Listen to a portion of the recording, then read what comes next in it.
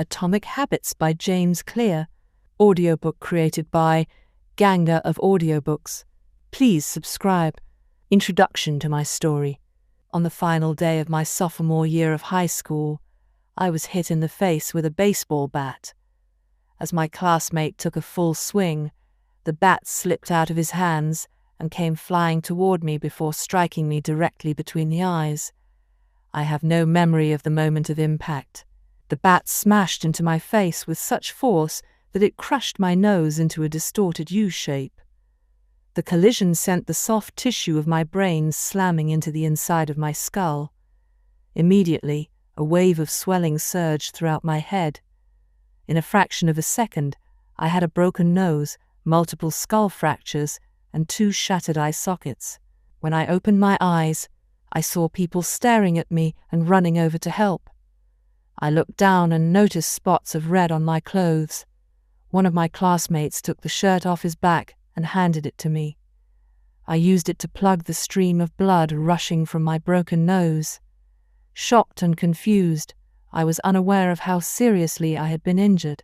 My teacher looped his arm around my shoulder, and we began the long walk to the nurse's office, across the field, down the hill, and back into school. Random hands touched my sides, holding me upright. We took our time and walked slowly. Nobody realized that every minute mattered. When we arrived at the nurse's office, she asked me a series of questions. "What year is it?" 1998, I answered. It was actually 2002. "Who is the President of the United States?" "Bill Clinton," I said.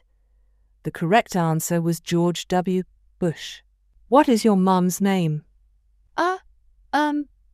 I stalled. 10 seconds passed. "Patty," I said casually, ignoring the fact that it had taken me 10 seconds to remember my own mother's name. That is the last question I remember. My body was unable to handle the rapid swelling in my brain, and I lost consciousness before the ambulance arrived. Minutes later, I was carried out of school and taken to the local hospital. Shortly after arriving, my body began shutting down. I struggled with basic functions like swallowing and breathing. I had my first seizure of the day. Then I stopped breathing entirely. As the doctors hurried to supply me with oxygen, they also decided the local hospital was unequipped to handle the situation and ordered a helicopter to fly me to a larger hospital in Cincinnati. I was rolled out of the emergency room doors and toward the helipad across the street. The stretcher rattled on a bumpy sidewalk as one nurse pushed me along while another pumped each breath into me by hand. My mother, who had arrived at the hospital a few moments before, climbed into the helicopter beside me. I remained unconscious and unable to breathe on my own as she held my hand during the flight.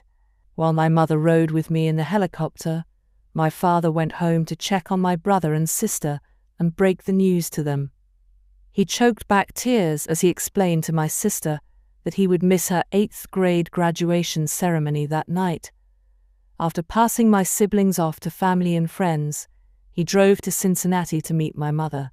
When my mum and I landed on the roof of the hospital, a team of nearly 20 doctors and nurses sprinted onto the helipad and wheeled me into the trauma unit. By this time, the swelling in my brain had become so severe that I was having repeated post-traumatic seizures. My broken bones needed to be fixed, but I was in no condition to undergo surgery. After yet another seizure, my 3rd of the day, I was put into a medically induced coma and placed on a ventilator. My parents were no strangers to this hospital. 10 years earlier, they had entered the same building on the ground floor after my sister was diagnosed with leukemia at age 3. I was 5 at the time. My brother was just 6 months old. After 2.5 years of chemotherapy treatments, spinal taps, and bone marrow biopsies, my little sister finally walked out of the hospital happy, healthy, and cancer-free. And now, after 10 years of normal life, my parents found themselves back in the same place with a different child. While I slipped into a coma, the hospital sent a priest and a social worker to comfort my parents. It was the same priest who had met with them a decade earlier on the evening they found out my sister had cancer. As day faded into night, a series of machines kept me alive. My parents slept restlessly on a hospital mattress. One moment they would collapse from fatigue, the next they would be wide awake with worry. My mother would tell me later, "It was one of the worst nights I've ever had." My recovery. Mercifully, by the next morning my breathing had rebounded to the point where the doctors felt comfortable releasing me from the coma. When I finally regained consciousness, I discovered that I had lost my ability to smell. As a test, a nurse asked me to blow my nose and sniff an apple juice box. My sense of smell returned, but to everyone's surprise the act of blowing my nose forced air through the fractures in my eye socket and pushed my left eye outward. My eyeball bulged out of the socket, held precariously in place by my eyelid and the optic nerve attaching my eye to my brain. The ophthalmologist said my eye would gradually slide back into place as the air seeped out, but it was hard to tell how long this would take. I was scheduled for surgery 1 week later, which would allow me some additional time to heal. I looked like I had been on the wrong end of a boxing match, but I was cleared to leave the hospital. I returned home with a broken nose, 6 facial fractures, and a bulging left eye. The following months were hard. It felt like everything in my life was on pause. I had double vision for weeks. I literally couldn't see straight.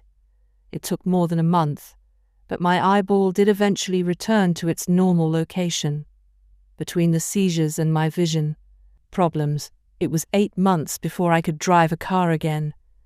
At physical therapy, I practiced basic motor patterns like walking in a straight line. I was determined not to let my injury get me down, but there were more than a few moments when I felt depressed and overwhelmed. I became painfully aware of how far I had to go when I returned to the baseball field 1 year later. Baseball had always been a major part of my life. My dad had played minor league baseball for the St. Louis Cardinals, and I had a dream of playing professionally too.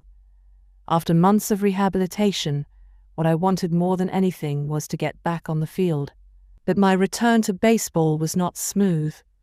When the season rolled around, I was the only junior to be cut from the varsity baseball team. I was sent down to play with the sophomores on junior varsity.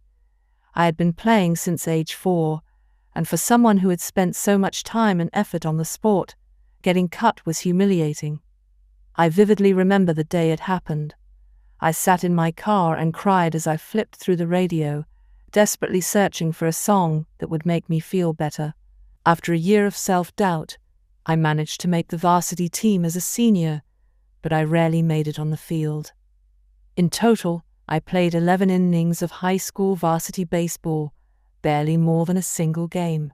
Despite my lackluster high school career, I still believed I could become a great player, and I knew that if things were going to improve, I was the one responsible for making it happen. The turning point came 2 years after my injury, when I began college at Denison University.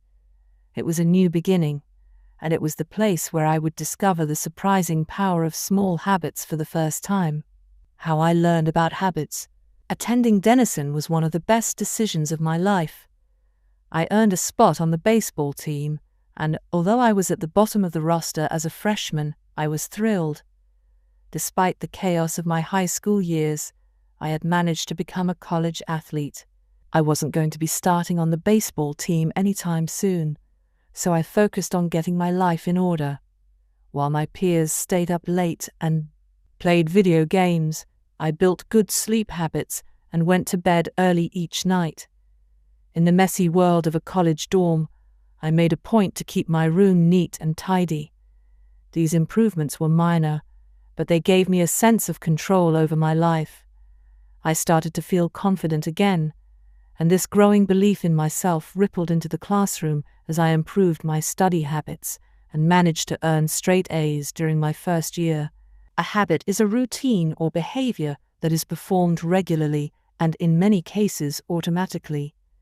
As each semester passed, I accumulated small but consistent habits that ultimately led to results that were unimaginable to me when I started.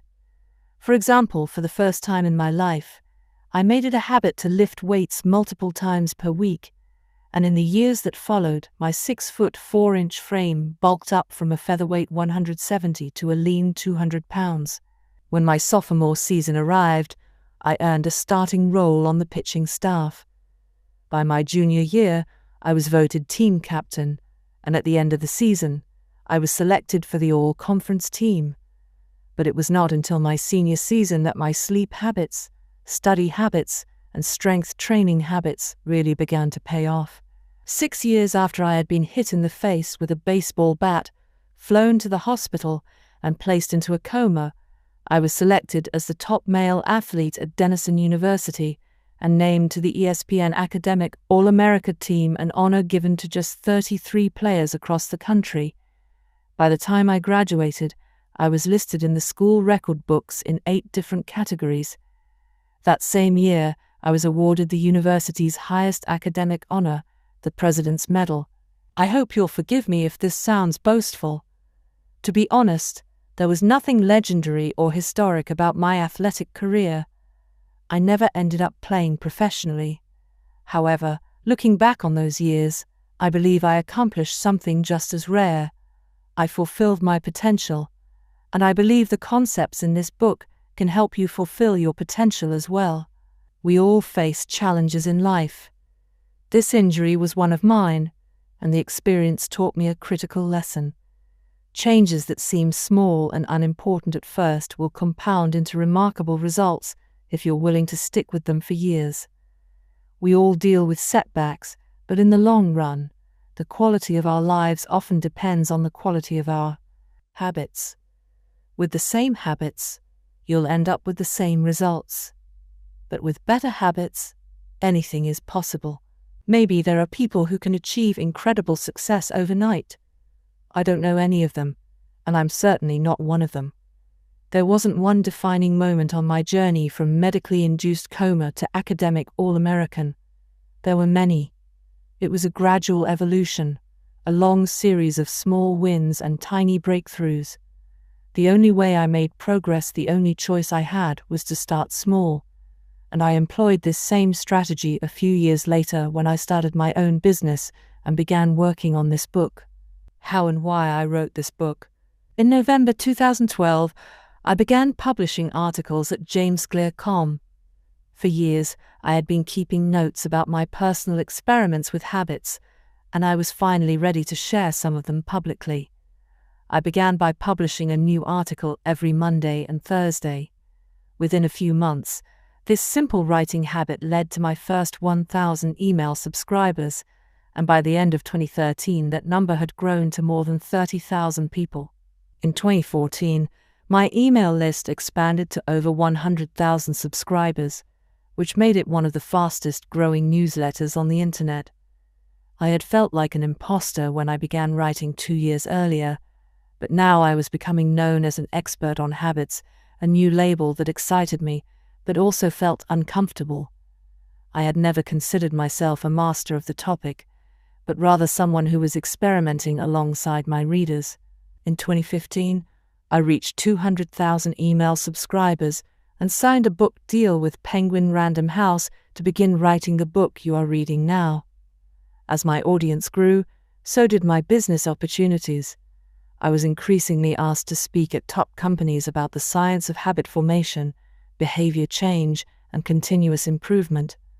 I found myself delivering keynote speeches at conferences in the United States and Europe.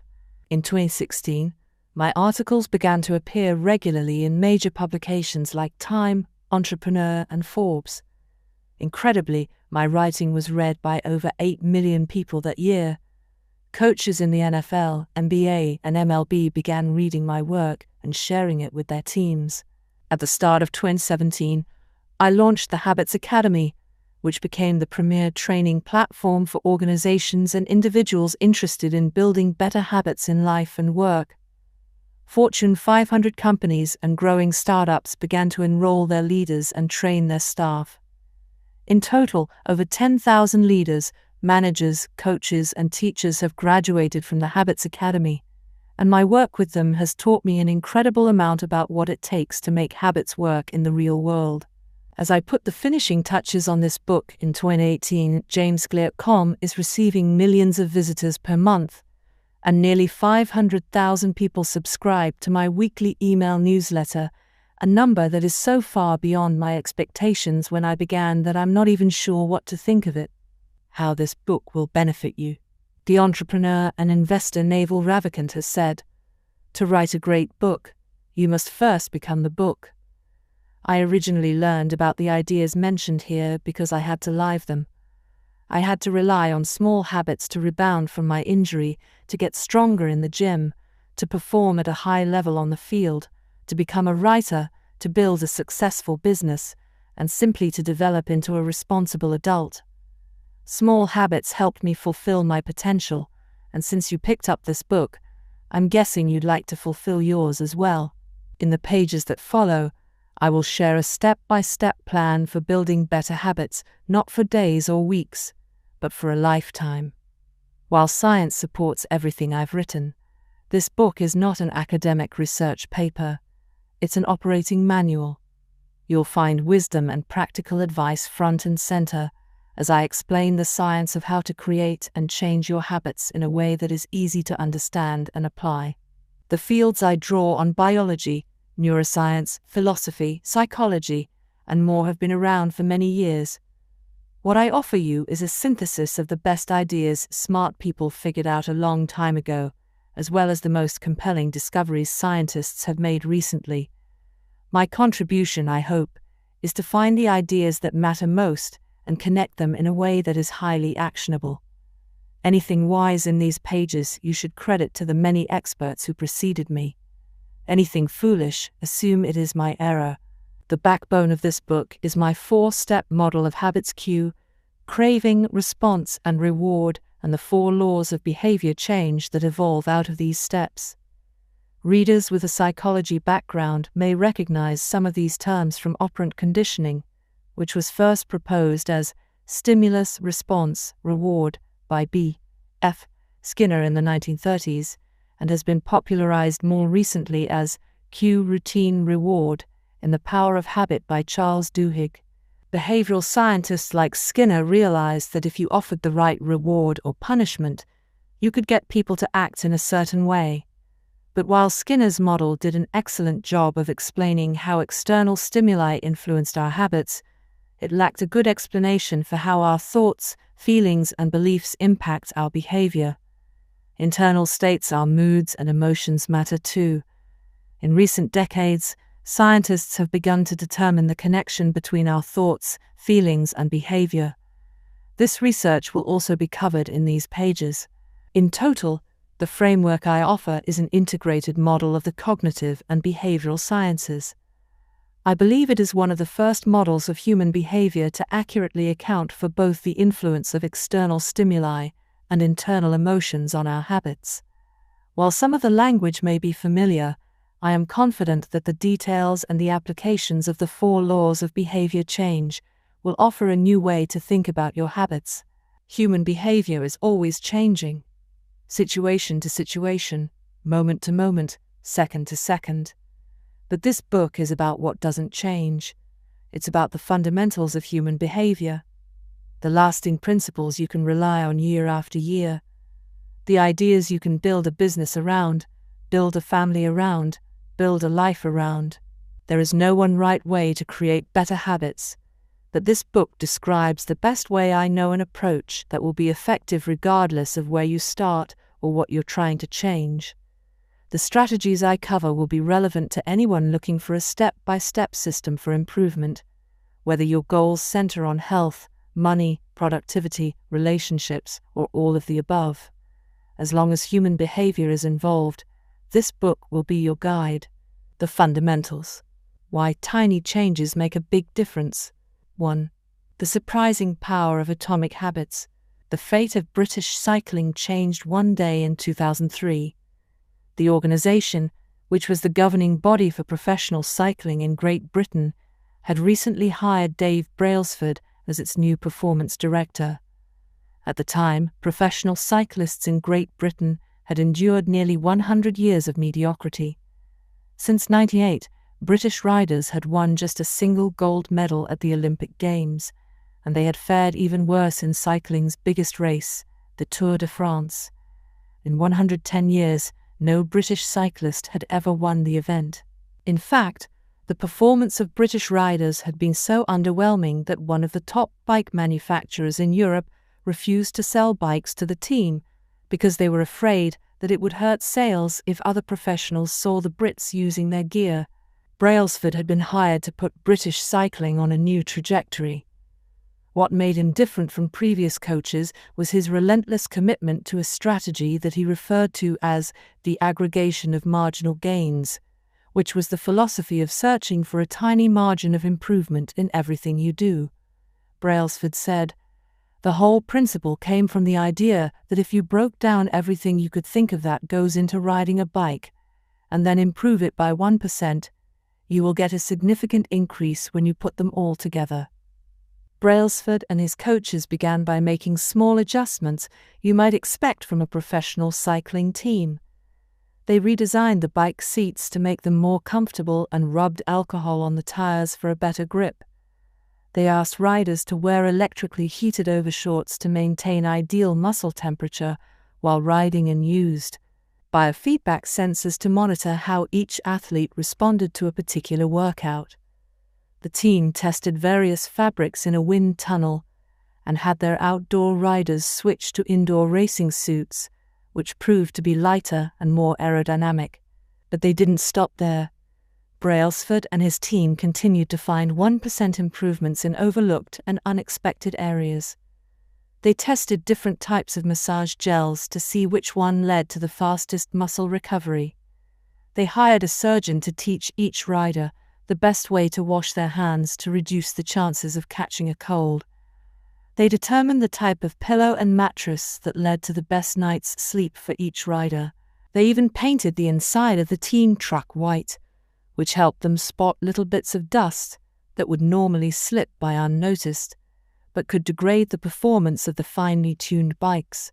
As these and hundreds of other small improvements accumulated, the results came faster than anyone could have imagined.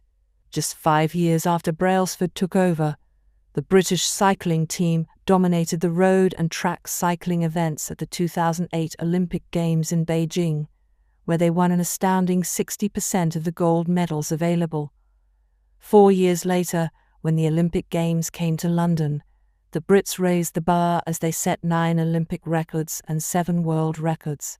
That same year, Bradley Wiggins became the first British cyclist to win the Tour de France. The next year, his teammate Chris Froome won the race, and he would go on to win again in 2015, 2016, and 2017, giving the British team 5 Tour de France victories in 6 years. During the 10-year span from 2007 to 2017, British cyclists won 178 World Championships and 66 Olympic or Paralympic gold medals and captured 5 Tour de France victories in what is widely regarded as the most successful run in cycling history. How does this happen?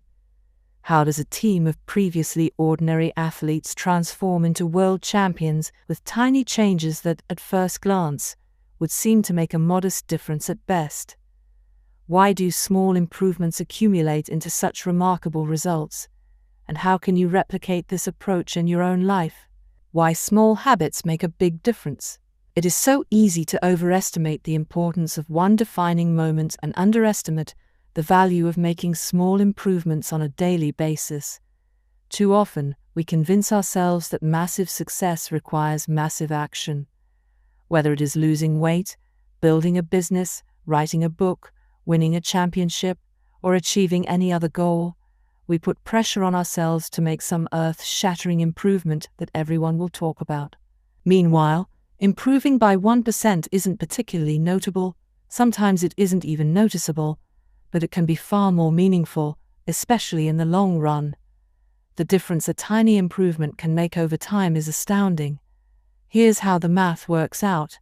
If you can get 1% better each day for 1 year, you'll end up 37 times better by the time you're done.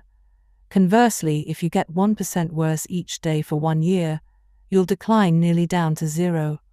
What starts as a small win or a minor setback accumulates into something much more. 1% better every day. 1% worse every day for 1 year. 99 mean 365 equals 3 1% better every day for 1 year.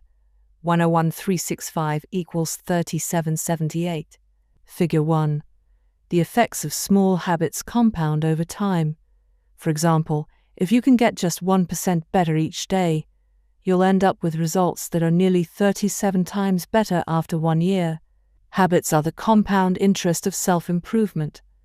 The same way that money multiplies through compound interest, the effects of your habits multiply as you repeat them.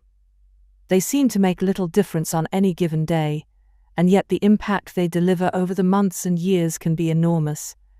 It is only when looking back 2, 5, or perhaps 10 years later that the value of good habits and the cost of bad ones becomes strikingly apparent.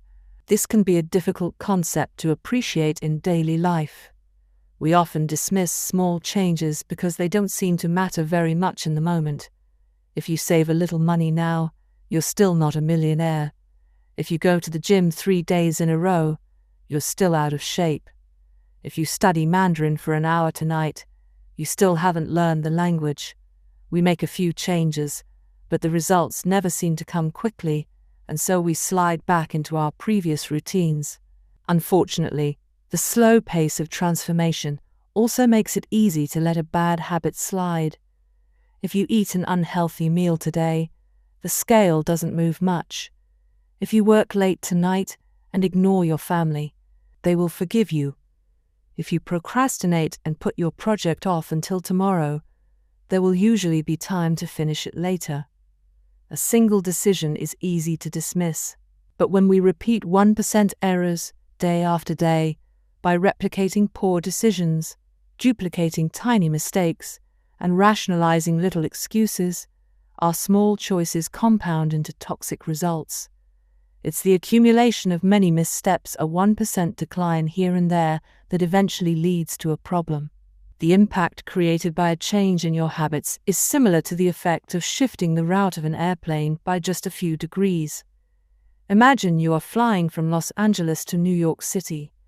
If a pilot leaving from LAX adjusts the heading just 3-5 degrees south, you will land in Washington, D.C. instead of New York.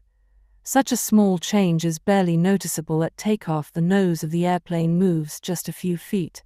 But when magnified across the entire United States, you end up hundreds of miles apart. Similarly, a slight change in your daily habits can guide your life to a very different destination. Making a choice that is 1% better or 1% worse seems insignificant in the moment, but over the span of moments that make up a lifetime, these choices determine the difference between who you are and who you could be.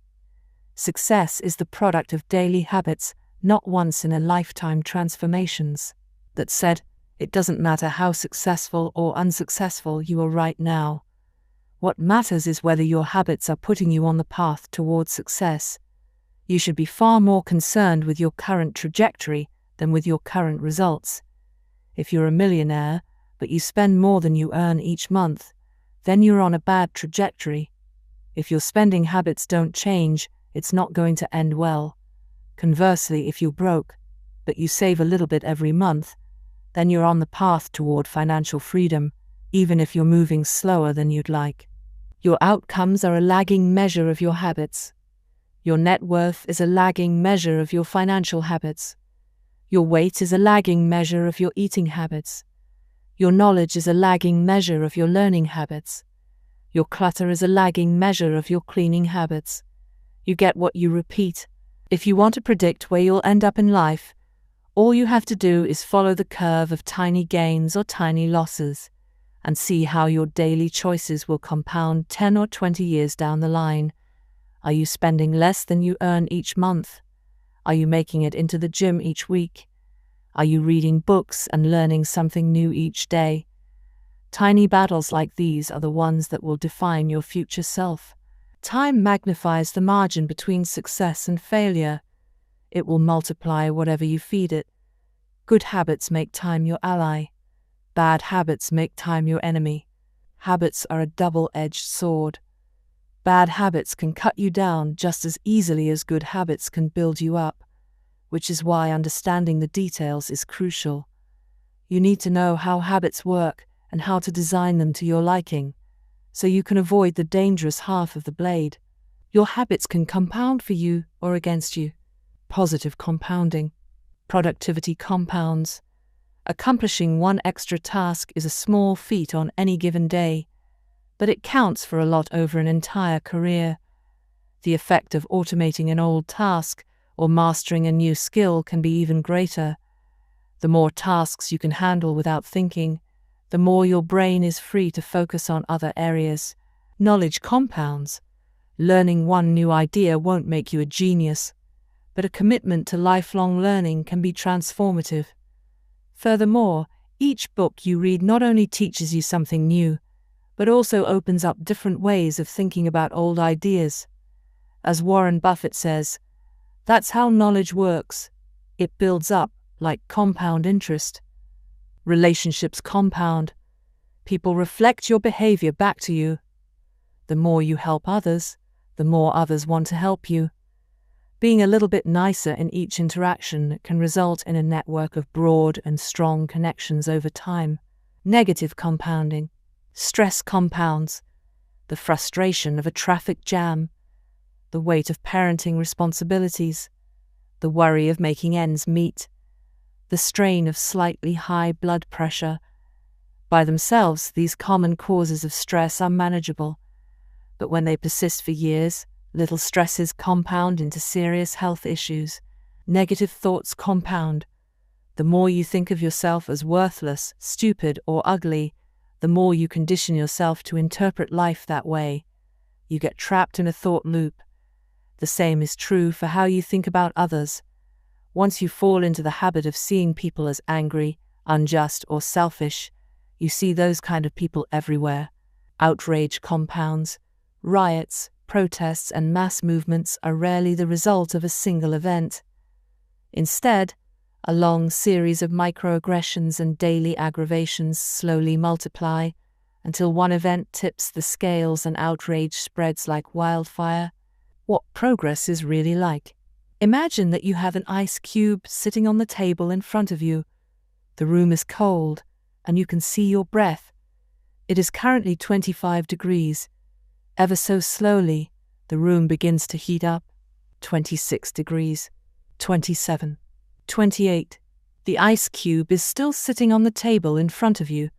29 degrees. 30. 31. Still, nothing has happened. Then, 32 degrees. The ice begins to melt. A 1-degree shift, seemingly no different from the temperature increases before it, has unlocked a huge change. Breakthrough moments are often the result of many previous actions, which build up the potential required to unleash a major change. This pattern shows up everywhere. Cancer spends 80% of its life undetectable, then takes over the body in months. Bamboo can barely be seen for the first 5 years as it builds extensive root systems underground before exploding 90 feet into the air within 6 weeks. Similarly, habits often appear to make no difference until you cross a critical threshold and unlock a new level of performance. In the early and middle stages of any quest, there is often a valley of disappointment. You expect to make progress in a linear fashion, and it's frustrating how ineffective changes can seem during the first days, weeks, and even months. It doesn't feel like you are going anywhere. It's a hallmark of any compounding process. The most powerful outcomes are delayed. This is one of the core reasons why it is so hard to build habits that last. People make a few small changes, fail to see a tangible result, and decide to stop. You think, I've been running every day for a month, so why can't I see any change in my body? Once this kind of thinking takes over, it's easy to let good habits fall by the wayside. But in order to make a meaningful difference, habits need to persist long enough to break through this plateau, what I call the plateau of latent potential. If you find yourself struggling to build a good habit or break a bad one, it is not because you have lost your ability to improve. It is often because you have not yet crossed the plateau of latent potential. Complaining about not achieving success despite working hard is like complaining about an ice cube not melting when you heated it from 25 to 31 degrees. Your work was not wasted. It is just being stored. All the action happens at 32 degrees. When you finally break through the plateau of latent potential, people will call it an overnight success. The outside world only sees the most dramatic event rather than all that preceded it. But you know that it's the work you did long ago, when it seemed that you weren't making any progress, that makes the jump today possible. It is the human equivalent of geological pressure. Two tectonic plates can grind against one another for millions of years, the tension slowly building all the while. Then one day, they rub each other once again, in the same fashion they have for ages. But this time the tension is too great. An earthquake erupts. Change can take years before it happens all at once. Mastery requires patience. The San Antonio Spurs, one of the most successful teams in NBA history, have a quote from social reformer Jacob Riis hanging in their locker room. "When nothing seems to help, I go and look at a stonecutter hammering away at his rock, perhaps 100 times without as much as a crack showing in it. Yet at the 101st blow it will split in two, and I know it was not that last blow that did it, but all that had gone before." The plateau of latent potential. Figure 2. We often expect progress to be linear. At the very least, we hope it will come quickly. In reality, the results of our efforts are often delayed. It is not until months or years later that we realize the true value of the previous work we have done. This can result in a valley of disappointment, where people feel discouraged after putting in weeks or months of hard work without experiencing any results. However, this work was not wasted. It was simply being stored. It is not until much later that the full value of previous efforts is revealed. All big things come from small beginnings. The seed of every habit is a single, tiny decision. But as that decision is repeated, a habit sprouts and grows stronger. Roots entrench themselves and branches grow. The task of breaking a bad habit is like uprooting a powerful oak within us, and the task of building a good habit is like cultivating a delicate flower one day at a time. But what determines whether we stick with a habit long enough to survive the plateau of latent potential and break through to the other side? What is it that causes some people to slide into unwanted habits and enables others to enjoy the compounding effects of good ones? Forget about goals, focus on systems instead.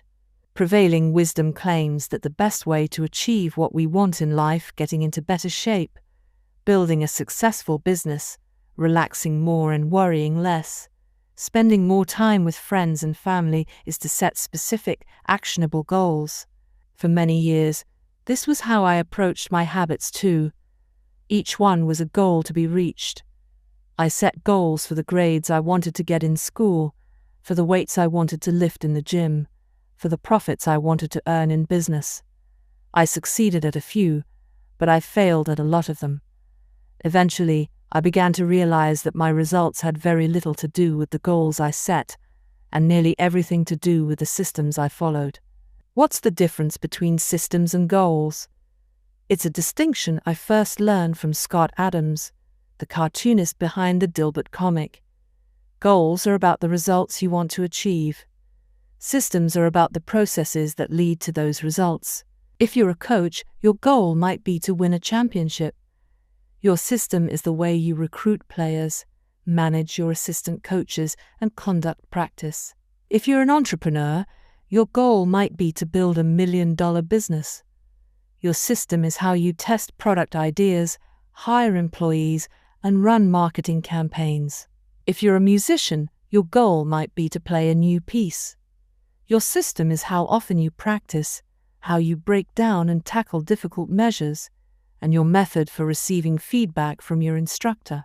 Now for the interesting question. If you completely ignored your goals and focused only on your system, would you still succeed? For example, if you were a basketball coach and you ignored your goal to win a championship and focused only on what your team does at practice each day, would you still get results? I think you would. The goal in any sport is to finish with the best score, but it would be ridiculous to spend the whole game staring at the scoreboard. The only way to actually win is to get better each day. In the words of 3-time Super Bowl winner Bill Walsh, the score takes care of itself. The same is true for other areas of life. If you want better results, then forget about setting goals. Focus on your system instead. What do I mean by this? Are goals completely useless? Of course not. Goals are good for setting a direction, but systems are best for making progress. A handful of problems arise when you spend too much time thinking about your goals and not enough time designing your systems. Problem #1. Winners and losers have the same goals. Goal setting suffers from a serious case of survivorship bias. We concentrate on the people who end up winning the survivors and mistakenly assume that ambitious goals led to their success, while overlooking all of the people who had the same objective but didn't succeed. Every Olympian wants to win a gold medal. Every candidate wants to get the job, and if successful and unsuccessful people share the same goals, then the goal cannot be what differentiates the winners from the losers.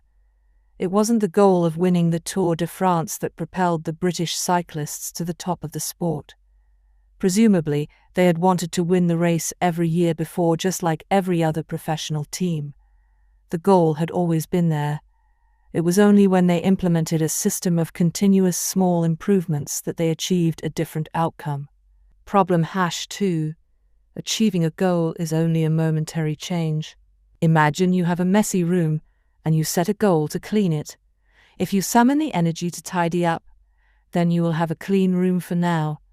But if you maintain the same sloppy, pack-rat habits that led to a messy room in the first place, soon you'll be looking at a new pile of clutter and hoping for another burst of motivation. You're left chasing the same outcome because you never changed the system behind it. You treated a symptom without addressing the cause. Achieving a goal only changes your life for the moment. That's the counterintuitive thing about improvement. We think we need to change our results, but the results are not the problem. What we really need to change are the systems that cause those results. When you solve problems at the results level, you only solve them temporarily. In order to improve for good, you need to solve problems at the systems level. Fix the inputs and the outputs will fix themselves. Problem #3. Goals restrict your happiness. The implicit assumption behind any goal is this: once I reach my goal, then I'll be happy. The problem with a goals first mentality is that you're continually putting happiness off until the next milestone. I've slipped into this trap so many times I've lost count. For years, happiness was always something for my future self to enjoy. I promised myself that once I gained 20 pounds of muscle, or after my business was featured in the New York Times, then I could finally relax. Furthermore, goals create an either-or conflict. Either you achieve your goal and are successful, or you fail and you are a disappointment. You mentally box yourself into a narrow version of happiness. This is misguided. It is unlikely that your actual path through life will match the exact journey you had in mind when you set out. It makes no sense to restrict your satisfaction to one scenario when there are many paths to success. A systems-first mentality provides the antidote.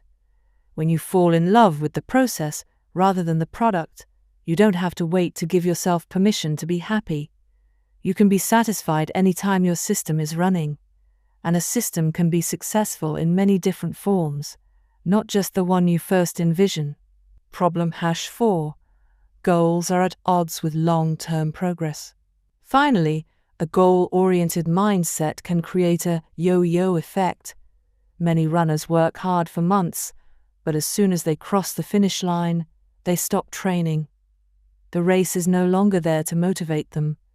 When all of your hard work is focused on a particular goal, What is left to push you forward after you achieve it? This is why many people find themselves reverting to their old habits after accomplishing a goal. The purpose of setting goals is to win the game. The purpose of building systems is to continue playing the game. True long-term thinking is goal-less thinking. It's not about any single accomplishment.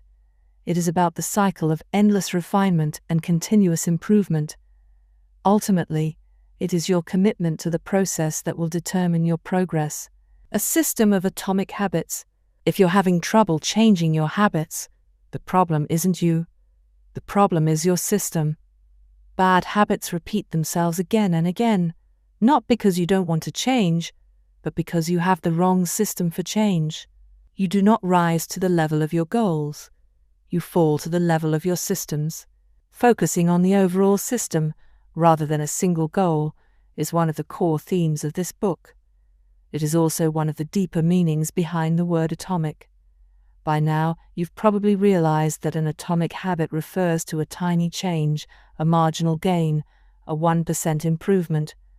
But atomic habits are not just any old habits, however small. They are little habits that are part of a larger system.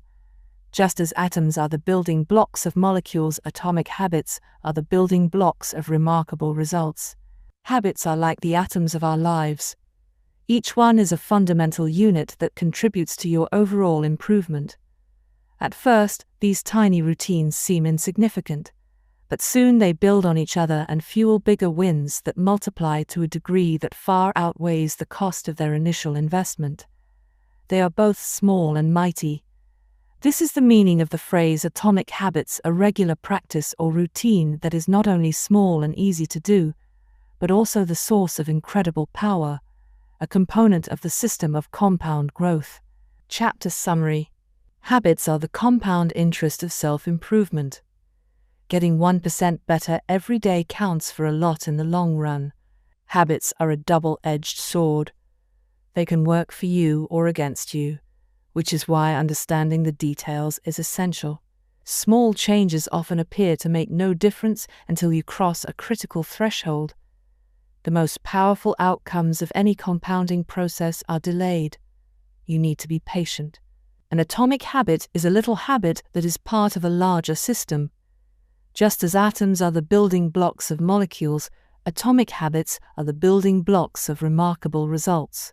If you want better results, then forget about setting goals. Focus on your system instead. You do not rise to the level of your goals. You fall to the level of your systems.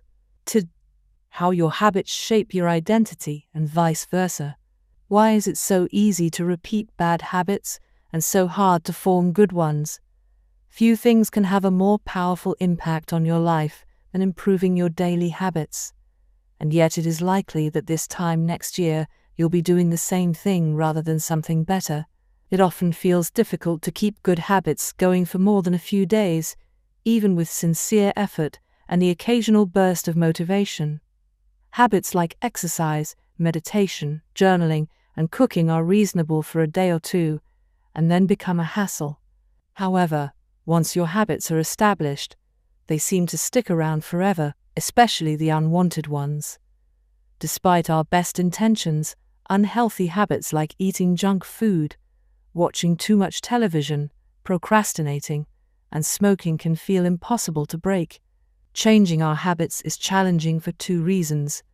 One, we try to change the wrong thing, and two, we try to change our habits in the wrong way.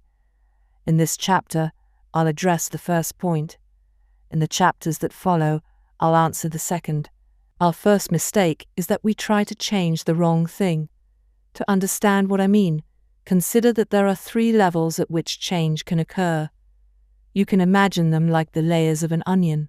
3 layers of behavior change. Figure 3. There are 3 layers of behavior change: a change in your outcomes, a change in your processes, or a change in your identity.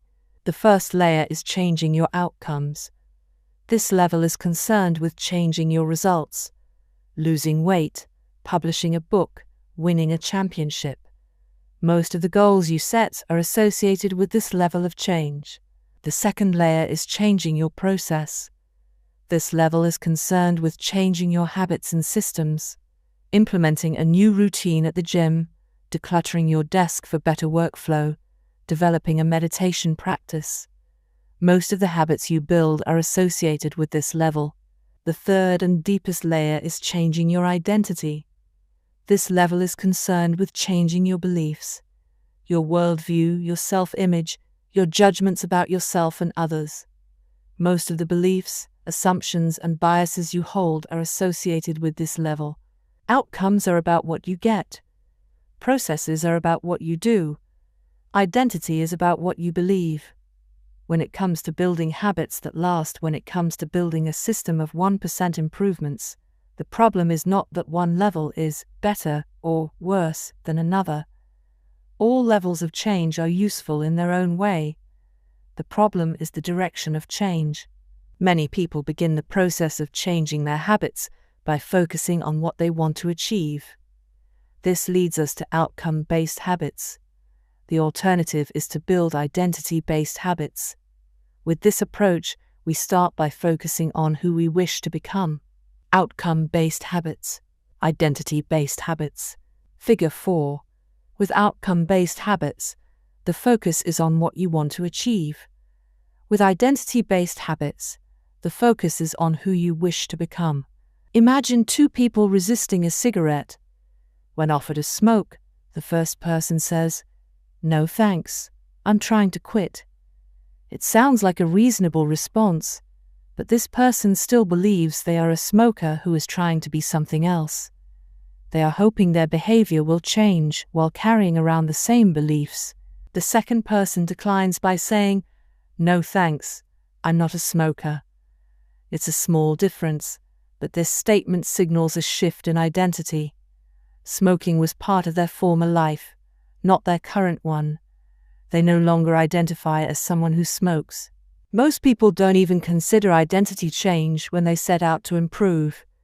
They just think, "I want to be skinny outcome, and if I stick to this diet, then I'll be skinny process." They set goals and determine the actions they should take to achieve those goals without considering the beliefs that drive their actions. They never shift the way they look at themselves, and they don't realize that their old identity can sabotage their new plans for change. Behind every system of actions are a system of beliefs. The system of a democracy is founded on beliefs like freedom, majority rule, and social equality. The system of a dictatorship has a very different set of beliefs like absolute authority and strict obedience. You can imagine many ways to try to get more people to vote in a democracy, but such behavior change would never get off the ground in a dictatorship. That's not the identity of the system. Voting is a behavior that is impossible under a certain set of beliefs. A similar pattern exists whether we are discussing individuals, organizations, or societies. There are a set of beliefs and assumptions that shape the system, an identity behind the habits. Behavior that is incongruent with the self will not last. You may want more money, but if your identity is someone who consumes rather than creates, then you'll continue to be pulled towards spending rather than earning. You may want better health, but if you continue to prioritize comfort over accomplishment, you'll be drawn to relaxing rather than training. It's hard to change your habits if you never change the underlying beliefs that led to your past behavior. You have a new goal and a new plan, but you haven't changed who you are. The story of Brian Clark, an entrepreneur from Boulder, Colorado, provides a good example. "For as long as I can remember, I've chewed my fingernails," Clark told me. "It started as a nervous habit when I was young, and then morphed into an undesirable grooming ritual. One day, I resolved to stop chewing my nails until they grew out a bit. Through mindful willpower alone, I managed to do it. Then, Clark did something surprising. I asked my wife to schedule my first ever manicure," he said. "My thought was that if I started paying to maintain my nails, I wouldn't chew them. And it worked, but not for the monetary reason. What happened was the manicure made my fingers look really nice for the first time. The manicurist even said that other than the chewing I had really healthy, attractive nails. Suddenly, I was proud of my fingernails, and even though that's something I had never aspired to, it made all the difference.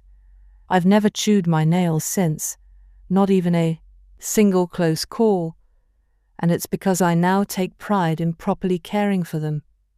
The ultimate form of intrinsic motivation is when a habit becomes part of your identity. It's one thing to say, I'm the type of person who wants this. It's something very different to say, I'm the type of person who is this. The more pride you have in a particular aspect of your identity, the more motivated you will be to maintain the habits associated with it. If you're proud of how your hair looks, you'll develop all sorts of habits to care for and maintain it. If you're proud of the size of your biceps, you'll make sure you never skip an upper body workout. If you're proud of the scarves you knit, you'll be more likely to spend hours knitting each week. Once your pride gets involved, you'll fight tooth and nail to maintain your habits. True behavior change is identity change. You might start a habit because of motivation, but the only reason you'll stick with one is that it becomes part of your identity. Anyone can convince themselves to visit the gym or eat healthy once or twice, but if you don't shift the belief behind the behavior, then it is hard to stick with long-term changes. Improvements are only temporary until they become part of who you are. The goal is not to read a book. The goal is to become a reader. The goal is not to run a marathon. The goal is to become a runner. The goal is not to learn an instrument. The goal is to become a musician. Your behaviors are usually a reflection of your identity. What you do is an indication of the type of person you believe that you are, either consciously or non-consciously. Research has shown that once a person believes in a particular aspect of their identity, they are more likely to act in alignment with that belief. For example, people who identified as being a voter were more likely to vote than those who simply claimed voting was an action they wanted to perform. Similarly, the person who incorporates exercise into their identity doesn't have to convince themselves to train. Doing the right thing is easy.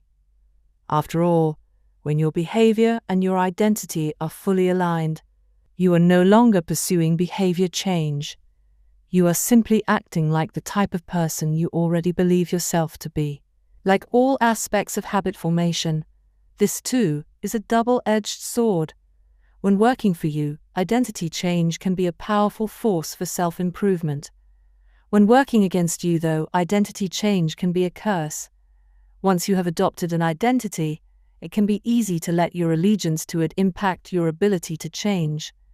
Many people walk through life in a cognitive slumber, blindly following the norms attached to their identity. I'm terrible with directions. I'm not a morning person. I'm bad at remembering people's names. I'm always late. I'm not good with technology. I'm horrible at math. And 1,000 other variations. When you have repeated a story to yourself for years, it is easy to slide into these mental grooves and accept them as a fact. In time, you begin to resist certain actions because that's not who I am.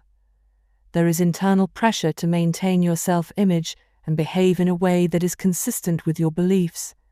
You find whatever way you can to avoid contradicting yourself.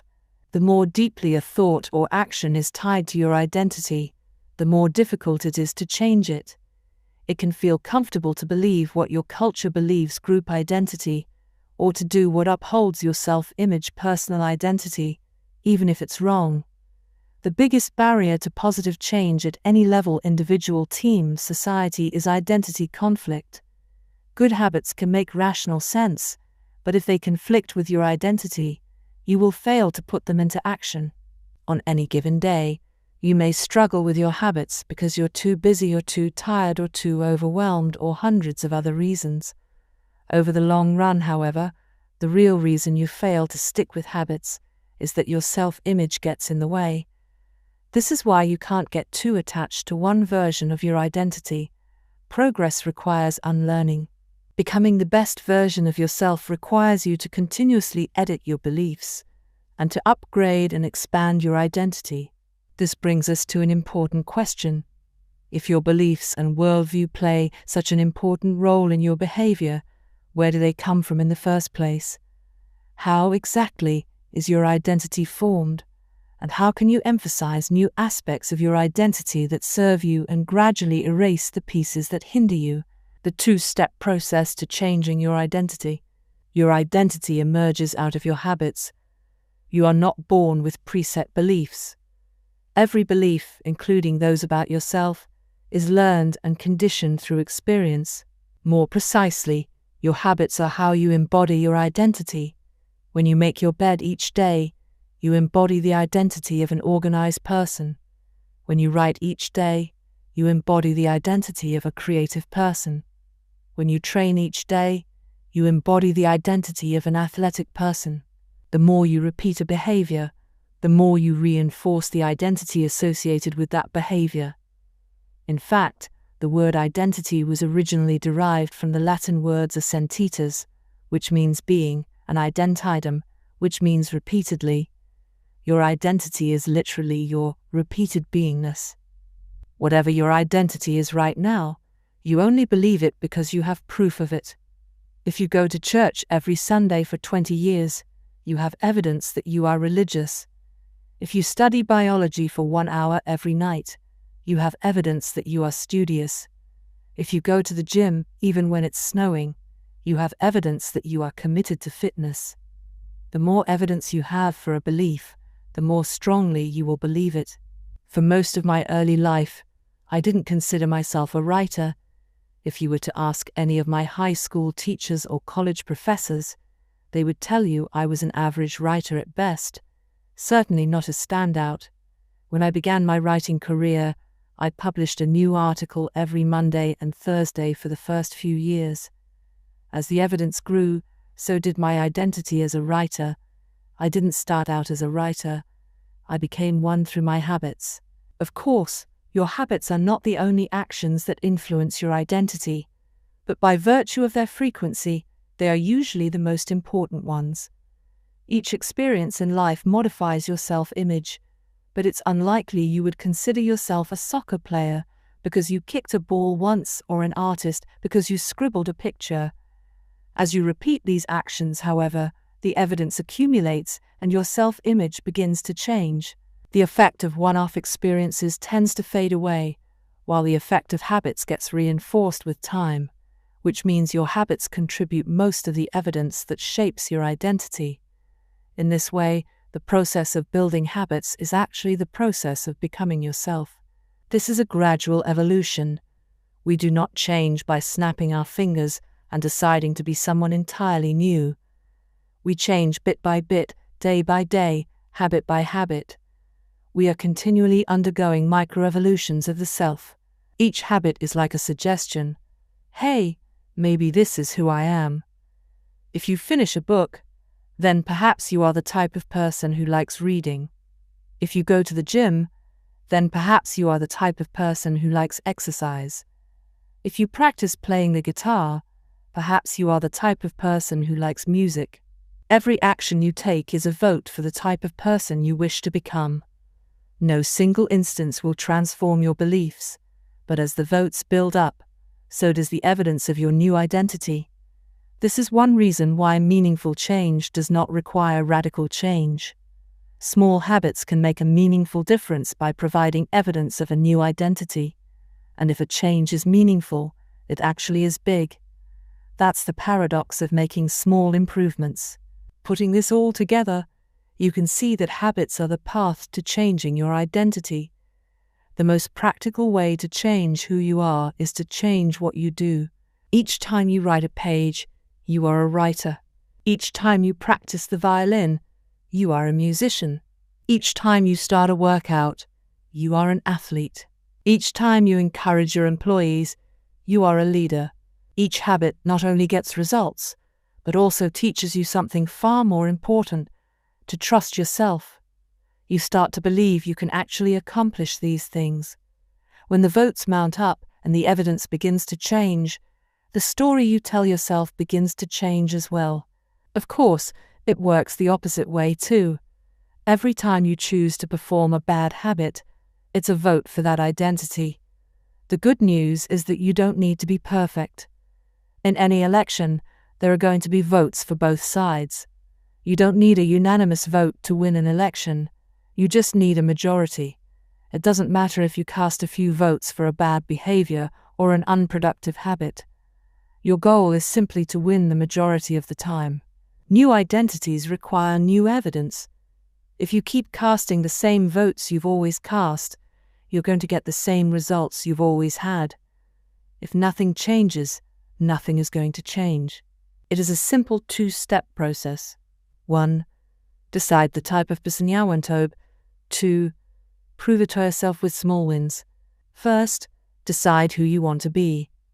This holds at any level as an individual, as a team, as a community, as a nation. What do you want to stand for? What are your principles and values? Who do you wish to become? These are big questions, and many people aren't sure where to begin.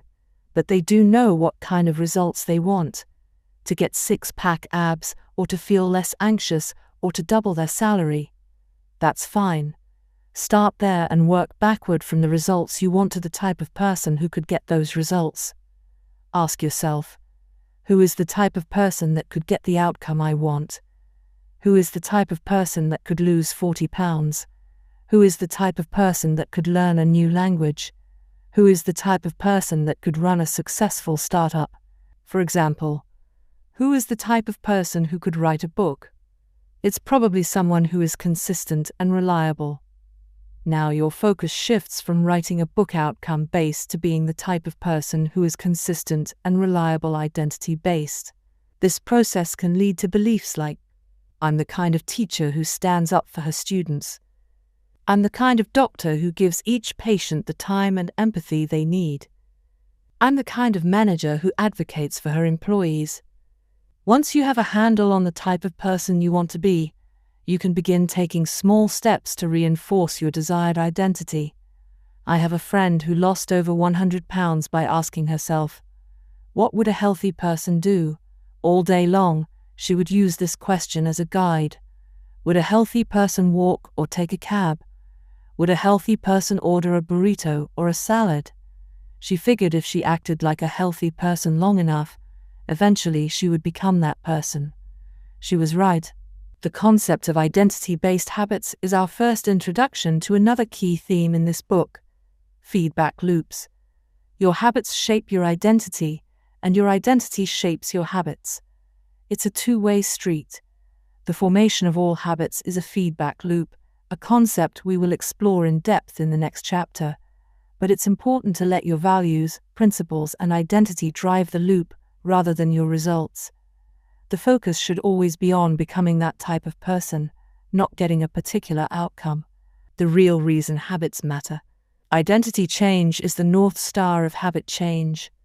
The remainder of this book will provide you with step-by-step instructions on how to build better habits in yourself, your family, your team, your company, and anywhere else you wish. But the true question is, are you becoming the type of person you want to become? The first step is not what or how, but who. You need to know who you want to be. Otherwise, your quest for change is like a boat without a rudder, and that's why we are starting here. You have the power to change your beliefs about yourself. Your identity is not set in stone. You have a choice in every moment. You can choose the identity you want to reinforce today with the habits you choose today. And this brings us to the deeper purpose of this book, and the real reason habits matter. Building better habits isn't about littering your day with life hacks. It's not about flossing one tooth each night, or taking a cold shower each morning, or wearing the same outfit each day. It's not about achieving external measures of success like earning more money, losing weight, or reducing stress. Habits can help you achieve all of these things, but fundamentally they are not about having something. They are about becoming someone. Ultimately, your habits matter because they help you become the type of person you wish to be. They are the channel through which you develop your deepest beliefs about yourself. Quite literally, you become your habits. Chapter summary. There are 3 levels of change: outcome change, process change, and identity change. The most effective way to change your habits is to focus not on what you want to achieve. but on who you wish to become. Your identity emerges out of your habits. Every action is a vote for the type of person you wish to become. Becoming the best version of yourself requires you to continuously edit your beliefs and to upgrade and expand your identity. The real reason habits matter is not because they can get you better results, although they can do that, but because they can change your beliefs about yourself. 3. How to build better habits in 4 simple steps. In 1898, a psychologist named Edward Thorndike conducted an experiment that would lay the foundation for our understanding of how habits form and the rules that guide our behavior. Thorndike was interested in studying the behavior of animals, and he started by working with cats. He would place each cat inside a device known as a puzzle box. The box was designed so that the cat could escape through a door by some simple act, such as pulling at a loop of cord, pressing a lever, or stepping on a platform. For example, one box contained a lever that, when pressed, would open a door on the side of the box. Once the door had been opened, the cat could dart out and run over to a bowl of food. Most cats wanted to escape as soon as they were placed inside the box. They would poke their nose into the corners, stick their paws through openings, and claw at loose objects. After a few minutes of exploration, the cats would happen to press the magical lever, the door would open, and they would escape. Thorndike tracked the behavior of each cat across many trials. In the beginning, the animals moved around the box at random, but as soon as the lever had been pressed and the door opened, the process of learning began. Gradually, each cat learned to associate the action of pressing the lever with the reward of escaping the box and getting to the food. After 20 to 30 trials, this behavior became so automatic and habitual that the cat could escape within a few seconds. For example, Thorndike noted, Cat 12 took the following times to perform the act: 160 seconds, 30 seconds, 90 seconds, 60, 15, 28, 20, 30, 22, 11, 15, 20, 12, 10, 14, 10, 8, 8, 5, 10, 8, 6, 6, 7. During the first 3 trials, the cat escaped in an average of 15 minutes. During the last 3 trials, it escaped in an average of 63 seconds. With practice, each cat made fewer errors and their actions became quicker and more automatic. Rather than repeat the same mistakes, the cat began to cut straight to the solution. From his studies, Thorndike described the learning process by stating, behaviors followed by satisfying consequences tend to be repeated, and those that produce unpleasant consequences are less likely to be repeated. His work provides the perfect starting point for discussing how habits form in our own lives. It also provides answers to some fundamental questions like, what are habits? And why does the brain bother building them at all? Why your brain builds habits. A habit is a behavior that has been repeated enough times to become automatic. The process of habit formation begins with trial and error. Whenever you encounter a new situation in life, your brain has to make a decision. How do I respond to this? The first time you come across a problem, you're not sure how to solve it. Like Thorndike's cat, you're just trying things out to see what works. Neurological activity in the brain is high during this period. You are carefully analyzing the situation and making conscious decisions about how to act. You're taking in tons of new information and trying to make sense of it all. The brain is busy learning the most effective course of action. Occasionally, like a cat pressing on a lever, you stumble across a solution. You're feeling anxious, and you discover that going for a run calms you down. You're mentally exhausted from a long day of work, and you learn that playing video games relaxes you. You're exploring, and then bam, a reward. After you stumble upon an unexpected reward, you alter your strategy for next time. Your brain immediately begins to catalog the events that preceded the reward. Wait a minute, that felt good. What did I do right before that? This is the feedback loop behind all human behavior. Try, fail, learn, try differently. With practice, the useless movements fade away and the useful actions get reinforced. That's a habit forming. Whenever you face a problem repeatedly, your brain begins to automate the process of solving it. Your habits are just a series of automatic solutions that solve the problems and stresses you face regularly. As behavioral scientist Jason Hriha writes, habits are simply reliable solutions to recurring problems in our environment. As habits are created, the level of activity in the brain decreases. You learn to lock in on the cues that predict success and tune out everything else. When a similar situation arises in the future, you know exactly what to look for. There is no longer a need to analyze every angle of a situation. Your brain skips the process of trial and error and creates a mental rule. If this, then that. These cognitive scripts can be followed automatically whenever the situation is appropriate. Now, whenever you feel stressed, you get the itch to run. As soon as you walk in the door from work, you grab the video game controller. A choice that once required effort is now automatic. A habit has been created. Habits are mental shortcuts learned from experience. In a sense, a habit is just a memory of the steps you previously followed to solve a problem in the past. Whenever the conditions are right, you can draw on this memory and automatically apply the same solution. The primary reason the brain remembers the past is to better predict what will work in the future. Habit formation is incredibly useful because the conscious mind is the bottleneck of the brain. It can only pay attention to one problem at a time. As a result, your brain is always working to preserve your conscious attention for whatever task is most essential. Whenever possible, the conscious mind likes to pawn off tasks to the non-conscious mind to do automatically. This is precisely what happens when a habit is formed. Habits reduce cognitive load and free up mental capacity, so you can allocate your attention to other tasks. Despite their efficiency, some people still wonder about the benefits of habits. The argument goes like this: will habits make my life dull? I don't want to pigeonhole myself into a lifestyle I don't enjoy. Doesn't so much routine take away the vibrancy and spontaneity of life? Hardly. Such questions set up a false dichotomy. They make you think that you have to choose between building habits and attaining freedom.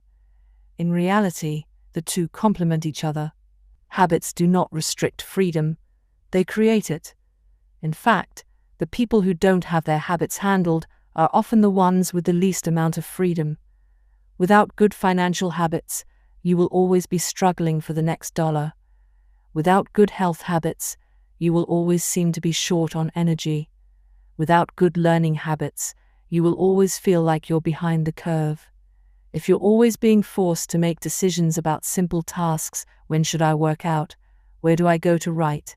When do I pay the bills? Then you have less time for freedom. It's only by making the fundamentals of life easier that you can create the mental space needed for free thinking and creativity.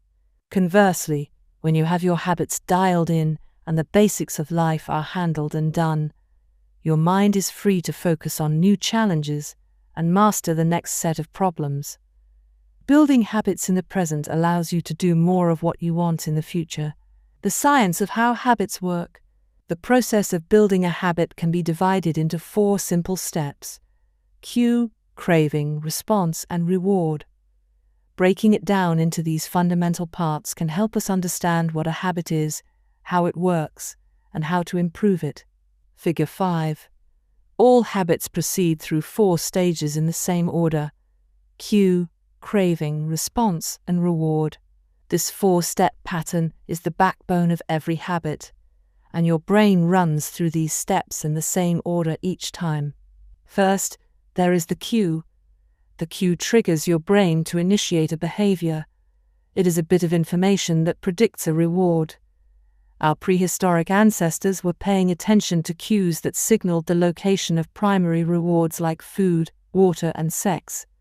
Today, we spend most of our time learning cues that predict secondary rewards like money and fame, power and status, praise and approval, love and friendship, or a sense of personal satisfaction.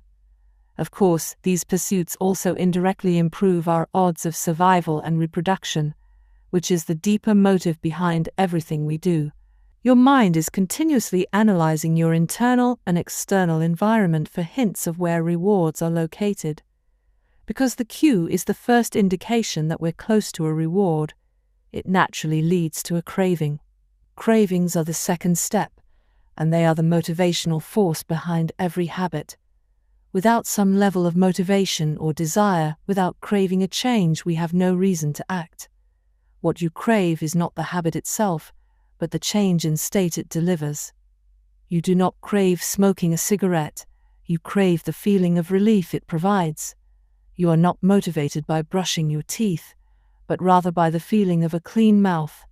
You do not want to turn on the television, you want to be entertained. Every craving is linked to a desire to change your internal state. This is an important point that we will discuss in detail later. Cravings differ from person to person. In theory, any piece of information could trigger a craving, but in practice, people are not motivated by the same cues. For a gambler, the sound of slot machines can be a potent trigger that sparks an intense wave of desire. For someone who rarely gambles, the jingles and chimes of the casino are just background noise. Cues are meaningless until they are interpreted. The thoughts, feelings, and emotions of the observer are what transform a cue into a craving. The third step is the response.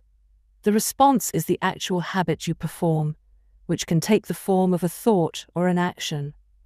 Whether a response occurs depends on how motivated you are and how much friction is associated with the behavior. If a particular action requires more physical or mental effort than you are willing to expend, then you won't do it. Your response also depends on your ability. It sounds simple, but a habit can occur only if you are capable of doing it. If you want to dunk a basketball, but can't jump high enough to reach the hoop, well, you're out of luck. Finally, the response delivers a reward. Rewards are the end goal of every habit. The cue is about noticing the reward. The craving is about wanting the reward. The response is about obtaining the reward. We chase rewards because they serve two purposes. One, they satisfy us, and two, they teach us. The first purpose of rewards is to satisfy your craving. Yes, rewards provide benefits on their own. Food and water deliver the energy you need to survive. Getting a promotion brings more money and respect. Getting in shape improves your health and your dating prospects. But the more immediate benefit is that rewards satisfy your craving to eat, or to gain status, or to win approval.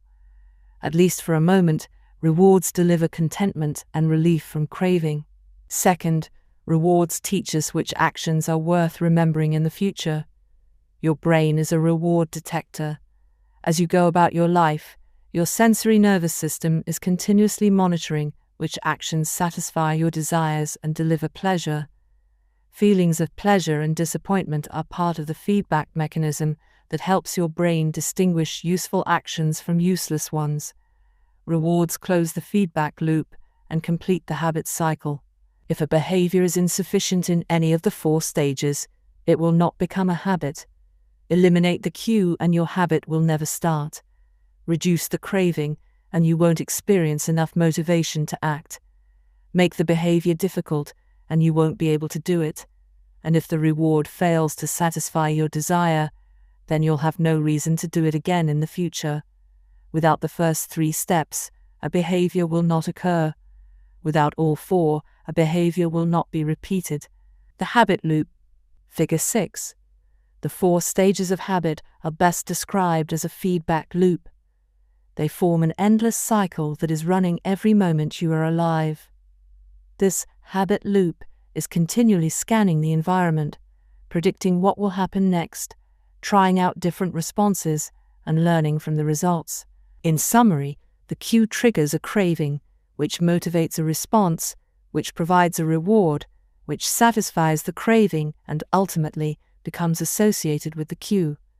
Together, these 4 steps form a neurological feedback loop: cue, craving, response, reward. Cue, craving, response, reward that ultimately allows you to create automatic habits. This cycle is known as the habit loop. This 4-step process is not something that happens occasionally, but rather it is an endless feedback loop that is running and active during every moment you are alive even now. The brain is continually scanning the environment, predicting what will happen next, trying out different responses, and learning from the results. The entire process is completed in a split second, and we use it again and again without realizing everything that has been packed into the previous moment. We can split these 4 steps into 2 phases: the problem phase and the solution phase. The problem phase includes the cue and the craving, and it is when you realize that something needs to change. The solution phase includes the response and the reward, and it is when you take action and achieve the change you desire. Problem phase. 1. Cue. 2. Craving. Solution phase. 3. Response. 4. Reward. All behavior is driven by the desire to solve a problem. Sometimes the problem is that you notice something good and you want to obtain it. Sometimes the problem is that you are experiencing pain and you want to relieve it. Either way, the purpose of every habit is to solve the problems you face.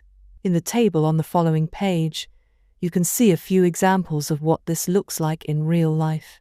Imagine walking into a dark room and flipping on the light switch. You have performed this simple habit so many times that it occurs without thinking. You proceed through all 4 stages in the fraction of a second. The urge to act strikes you without thinking. Problem phase. 1. Cue. Your phone buzzes with a new text message. 2. Craving. You want to learn the contents of the message. Solution phase. 3. Response. You grab your phone and read the text. 4. Reward. You satisfy your craving to read the message. Grabbing your phone becomes associated with your phone buzzing. Problem phase. 1. Cue. You are answering emails. 2. Craving.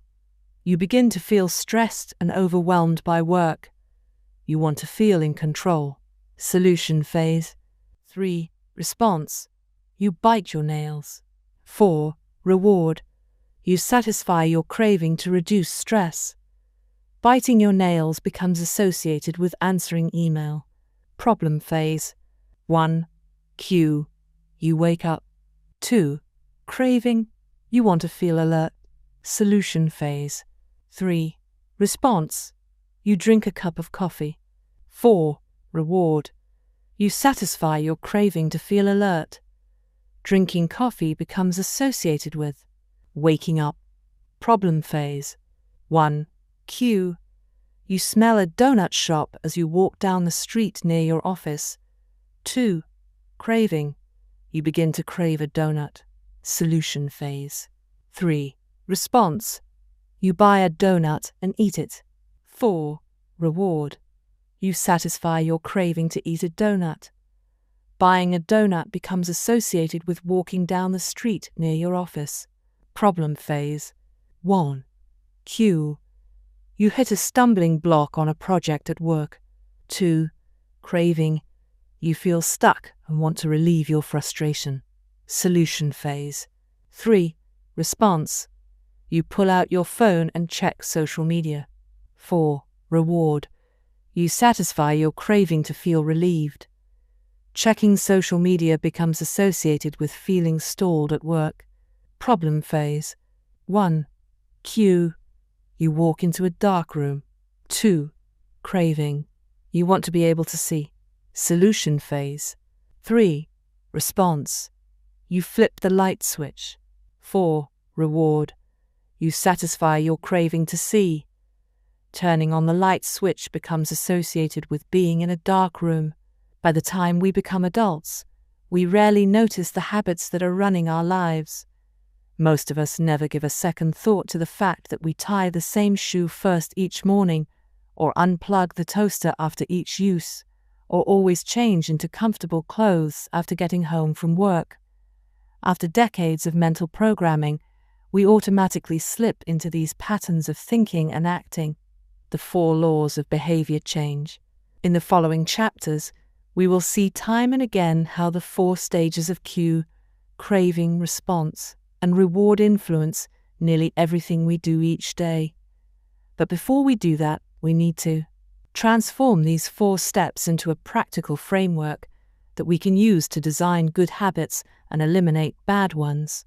I refer to this framework as the 4 laws of behavior change, and it provides a simple set of rules for creating good habits and breaking bad ones. You can think of each law as a lever that influences human behavior. When the levers are in the right positions, creating good habits is effortless.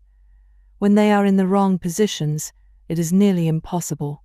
We can invert these laws to learn how to break a bad habit. It would be irresponsible for me to claim that these 4 laws are an exhaustive framework for changing any human behavior, but I think they're close. As you will soon see, the 4 laws of behavior change apply to nearly every field, from sports to politics, art to medicine, comedy to management. These laws can be used no matter what challenge you are facing. There is no need for completely different strategies for each habit. Whenever you want to change your behavior, you can simply ask yourself, 1. How can I make it obvious? 2. How can I make it attractive? 3. How can I make it easy? 4. How can I make it satisfying? How to create a good habit. The first law, cue, make it obvious. The second law, craving, make it attractive. The third law, response, make it easy. The fourth law, reward, make it satisfying. How to break a bad habit. Inversion of the first law, cue, make it invisible. Inversion of the second law, craving, make it unattractive. Inversion of the third law, response, make it difficult. Inversion of the fourth law, reward, make it unsatisfying. If you have ever wondered, why don't I do what I say I'm going to do? Why don't I lose the weight or stop smoking or save for retirement or start that side business? Why do I say something is important but never seem to make time for it? The answers to those questions can be found somewhere in these 4 laws. The key to creating good habits and breaking bad ones is to understand these fundamental laws and how to alter them to your specifications. Every goal is doomed to fail if it goes against the grain of human nature. Your habits are shaped by the systems in your life. In the chapters that follow, we will discuss these laws one by one and show how you can use them to create a system in which good habits emerge naturally and bad habits wither away. Chapter summary. A habit is a behavior that has been repeated enough times to become automatic.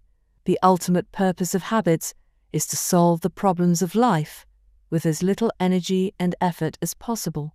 Any habit can be broken down into a feedback loop that involves 4 steps: cue, craving, response, and reward. The 4 laws of behavior change are a simple set of rules we can use to build better habits. They are 1. Make it obvious, 2. Make it attractive, 3. Make it easy, and 4. Make it satisfying. The first law, make it obvious. 4. The man who didn't look right. The psychologist Gary Klein once told me a story about a woman who attended a family gathering. She had spent years working as a paramedic and, upon arriving at the event, took one look at her father-in-law and got very concerned. "I don't like the way you look," she said. Her father-in-law, who was feeling perfectly fine, jokingly replied, "Well, I don't like your looks either." "No," she insisted. "You need to go to the hospital now." A few hours later, the man was undergoing life-saving surgery after an examination had revealed that he had a blockage to a major artery and was at immediate risk of a heart attack. Without his daughter-in-law's intuition, he could have died. What did the paramedic see? How did she predict his impending heart attack? When major arteries are obstructed, the body focuses on sending blood to critical organs and away from peripheral locations near the surface of the skin. The result is a change in the pattern of distribution of blood in the face. After many years of working with people with heart failure, The woman had unknowingly developed the ability to recognize this pattern on sight. She couldn't explain what it was that she noticed in her father-in-law's face, but she knew something was wrong. Similar stories exist in other fields. For example, military analysts can identify which blip on a radar screen is an enemy missile and which one is a plane from their own fleet, even though they are traveling at the same speed, flying at the same altitude, and look identical on radar in nearly every respect.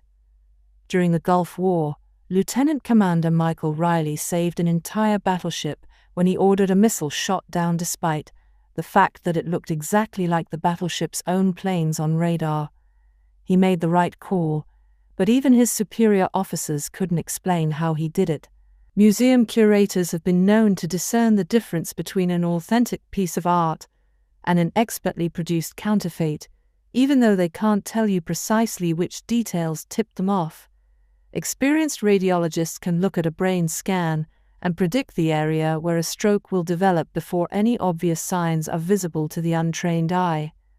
I've even heard of hairdressers noticing whether a client is pregnant based only on the feel of her hair. The human brain is a prediction machine. It is continuously taking in your surroundings and analyzing the information it comes across. Whenever you experience something repeatedly, like a paramedic seeing the face of a heart attack patient or a military analyst seeing a missile on a radar screen, your brain begins noticing what is important, sorting through the details and highlighting the relevant cues, and cataloging that information for future use. With enough practice, you can pick up on the cues that predict certain outcomes without consciously thinking about it. Automatically, your brain encodes the lessons learned through experience.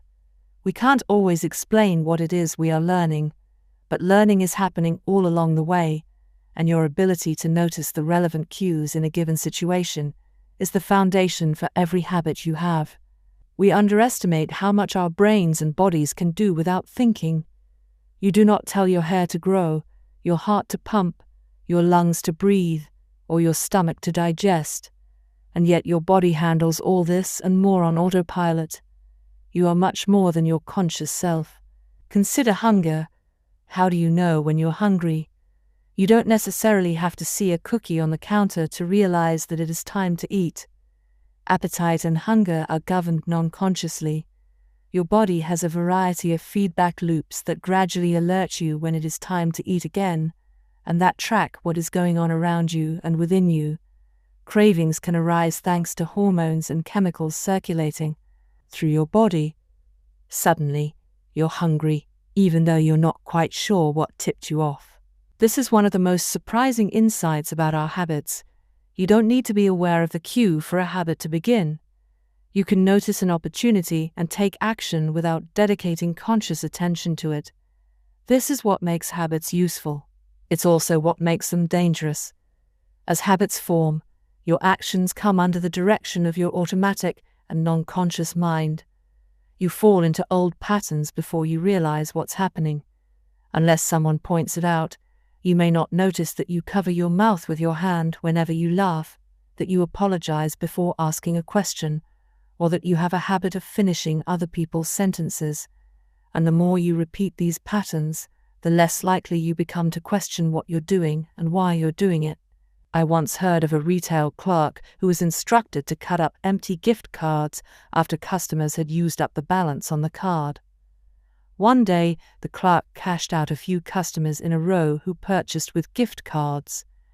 When the next person walked up, the clerk swiped the customer's actual credit card, picked up the scissors, and then cut it in half entirely on autopilot before looking up at the stunned customer and realizing what had just happened. Another woman I came across in my research was a former preschool teacher who had switched to a corporate job.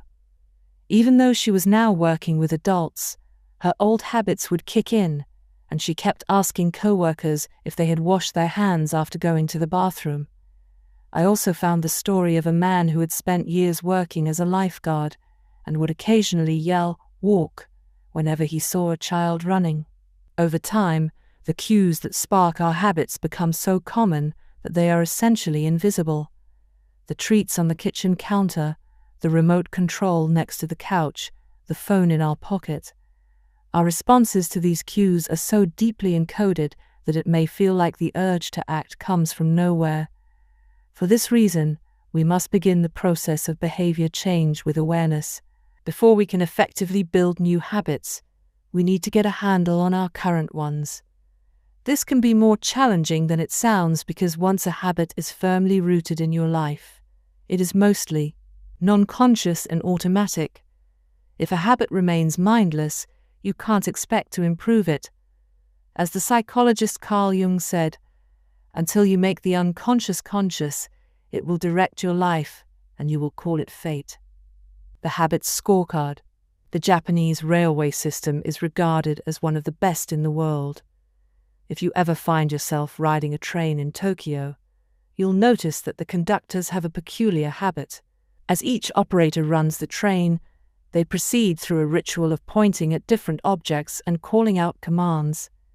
When the train approaches a signal, the operator will point at it and say, "Signal is green." As the train pulls into and out of each station, the operator will point at the speedometer and call out the exact speed. When it's time to leave, the operator will point at the timetable and state the time. Out on the platform, other employees are performing similar actions. Before each train departs, staff members will point along the edge of the platform and declare, "All clear." Every detail is identified, pointed at, and named aloud. This process, known as pointing and calling, is a safety system designed to reduce mistakes. It seems silly, but it works incredibly well. Pointing and calling reduces errors by up to 85% and cuts accidents by 30%. The MTA subway system in New York City adopted a modified version that is point only, and, within 2 years of implementation, incidents of incorrectly berthed subways fell 57%. Pointing and calling is so effective because it raises the level of awareness from a non-conscious habit to a more conscious level. Because the train operators must use their eyes, hands, mouth, and ears, they are more likely to notice problems before something goes wrong. My wife does something similar. Whenever we are preparing to walk out the door for a trip, she verbally calls out the most essential items in her packing list.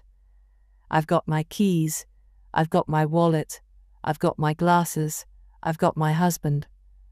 The more automatic a behavior becomes, the less likely we are to consciously think about it, and when we've done something 1,000 times before, we begin to overlook things.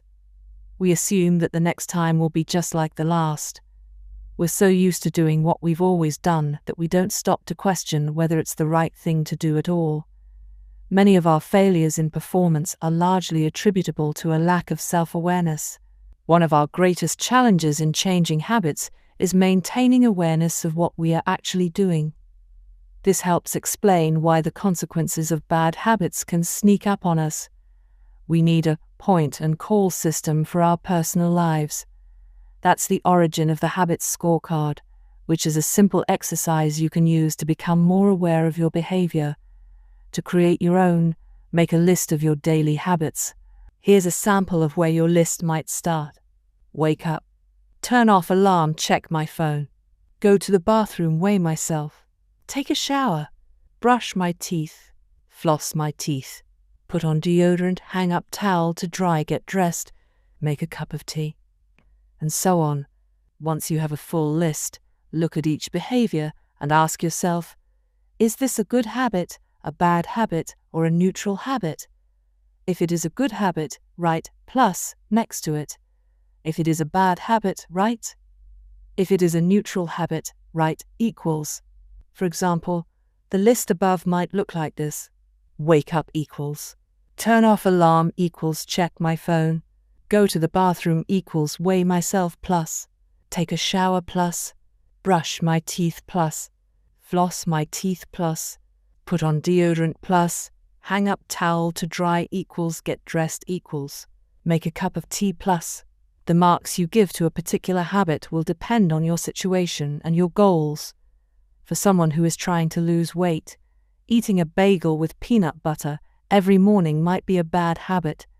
For someone who is trying to bulk up and add muscle, the same behavior might be a good habit. It all depends on what you're working toward. Scoring your habits can be a bit more complex for another reason as well. The labels good habit and bad habit are slightly inaccurate. There are no good habits or bad habits. There are only effective habits. That is, effective at solving problems. All habits serve you in some way, even the bad ones, which is why you repeat them. For this exercise, categorize your habits by how they will benefit you in the long run. Generally speaking, good habits will have net positive outcomes. Bad habits have net negative outcomes. Smoking a cigarette may reduce stress right now, that's how it's serving you, but it's not a healthy long-term behavior. If you're still having trouble determining how to rate a particular habit, here is a question I like to use. Does this behavior help me become the type of person I wish to be? Does this habit cast a vote for or against my desired identity? Habits that reinforce your desired identity are usually good. Habits that conflict with your desired identity are usually bad. As you create your habits scorecard, there is no need to change anything at first. The goal is to simply notice what is actually going on. Observe your thoughts and actions without judgment or internal criticism. Don't blame yourself for your faults. Don't praise yourself for your successes. If you eat a chocolate bar every morning, acknowledge it, almost as if you were watching someone else. Oh, how interesting that they would do such a thing. If you binge eat, simply notice that you are eating more calories than you should. If you waste time online, notice that you are spending your life in a way that you do not want to. The first step to changing bad habits is to be on the lookout for them. If you feel like you need extra help, then you can try pointing and calling in your own life. Say out loud the action that you are thinking of taking and what the outcome will be. If you want to cut back on your junk food habit, but notice yourself grabbing another cookie, say out loud, "I'm about to eat this cookie, but I don't need it. Eating it will cause me to gain weight and hurt my health." Hearing your bad habits spoken aloud makes the consequences seem more real. It adds weight to the action rather than letting yourself mindlessly slip into an old routine. This approach is useful, even if you're simply trying to remember a task on your to-do list. Just saying out loud, "Tomorrow, I need to go to the post office after lunch," increases the odds that you'll actually do it. You're getting yourself to acknowledge the need for action, and that can make all the difference. The process of behavior change always starts with awareness. Strategies like pointing and calling and the habit scorecard are focused on getting you to recognize your habits and acknowledge the cues that trigger them, which makes it possible to respond in a way that benefits you. Chapter summary. With enough practice, your brain will pick up on the cues that predict certain outcomes without consciously thinking about it. Once our habits become automatic, we stop paying attention to what we are doing. The process of behavior change always starts with awareness. You need to be aware of your habits before you can change them. Pointing and calling raises your level of awareness from a non-conscious habit to a more conscious level by verbalizing your actions. The habits scorecard is a simple exercise you can use to become more aware of your behavior. 5. The best way to start a new habit. In 2001, researchers in Great Britain began working with 248 people to build better exercise habits over the course of 2 weeks. The subjects were divided into 3 groups. The first group was the control group. They were simply asked to track how often they exercised. The second group was the motivation group. They were asked not only to track their workouts, but also to read some material on the benefits of exercise. The researchers also explained to the group how exercise could reduce the risk of coronary heart disease and improve heart health. Finally, there was the third group. These subjects received the same presentation as the second group, which ensured that they had equal levels of motivation. However, they were also asked to formulate a plan for when and where they would exercise over the following week. Specifically, each member of the third group completed the following sentence. During the next week, I will partake in at least 20 minutes of vigorous exercise on day at time and place. In the first and second groups, 35 to 38% of people exercised at least once per week. Interestingly, the motivational presentation given to the second group seemed to have no meaningful impact on behavior. But 91% of the third group exercised at least once per week, more than double the normal rate. The sentence they filled out is what researchers refer to as an implementation intention, which is a plan you make beforehand about when and where to act. That is, how you intend to implement a particular habit. The cues that can trigger a habit come in a wide range of forms: the feel of your phone buzzing in your pocket, the smell of chocolate chip cookies, the sound of ambulance sirens, but the two most common cues are time and location. Implementation intentions leverage both of these cues.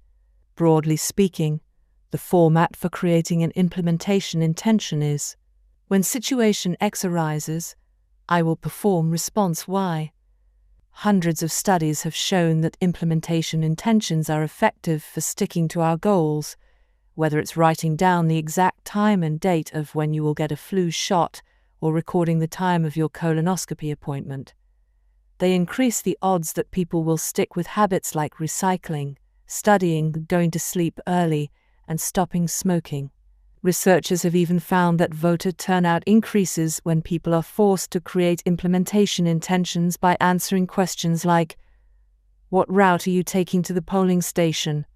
At what time are you planning to go? What bus will get you there?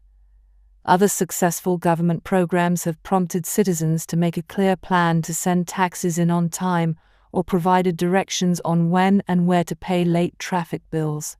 The punchline is clear.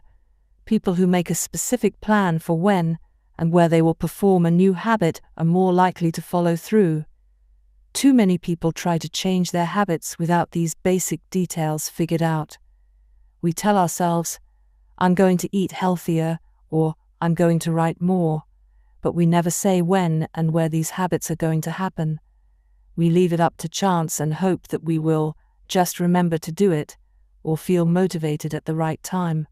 An implementation intention sweeps away foggy notions like, I want to work out more, or I want to be more productive, or I should vote, and transforms them into a concrete plan of action.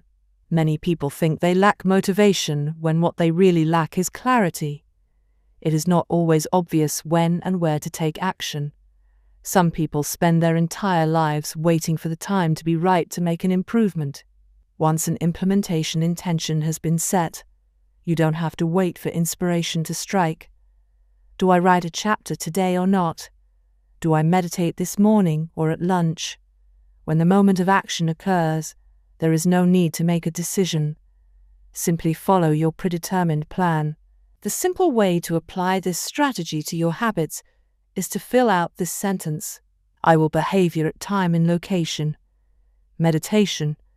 I will meditate for 1 minute at 7 a.m. in my kitchen. Studying. I will study Spanish for 20 minutes at 6 p.m. in my bedroom. Exercise. I will exercise for 1 hour at 5 p.m. in my local gym. Marriage. I will make my partner a cup of tea at 8 a.m. in the kitchen. If you aren't sure when to start your habit, try the first day of the week, month, or year. People are more likely to take action at those times because hope is usually higher. If we have hope, we have a reason to take action. A fresh start feels motivating. There is another benefit to implementation intentions. Being specific about what you want and how you will achieve it helps you say no to things that derail progress, distract your attention, and pull you off course. We often say yes to little requests because we are not clear enough about what we need to be doing instead. When your dreams are vague, it's easy to rationalize little exceptions all day long and never get around to the specific things you need to do to succeed. Give your habits a time and a space to live in the world. The goal is to make the time and location so obvious that, with enough repetition, You get an urge to do the right thing at the right time, even if you can't say why. As the writer Jason Zweig noted, obviously you're never going to just work out without conscious thought. But like a dog salivating at a bell, maybe you start to get antsy around the time of day you normally work out. There are many ways to use implementation intentions in your life and work. My favorite approach is one I learned from Stanford professor B.J. Fogg, and it is a strategy I refer to as habit stacking. Habit stacking, a simple plan to overhaul your habits. The French philosopher Denis Diderot lived nearly his entire life in poverty, but that all changed one day in 1765.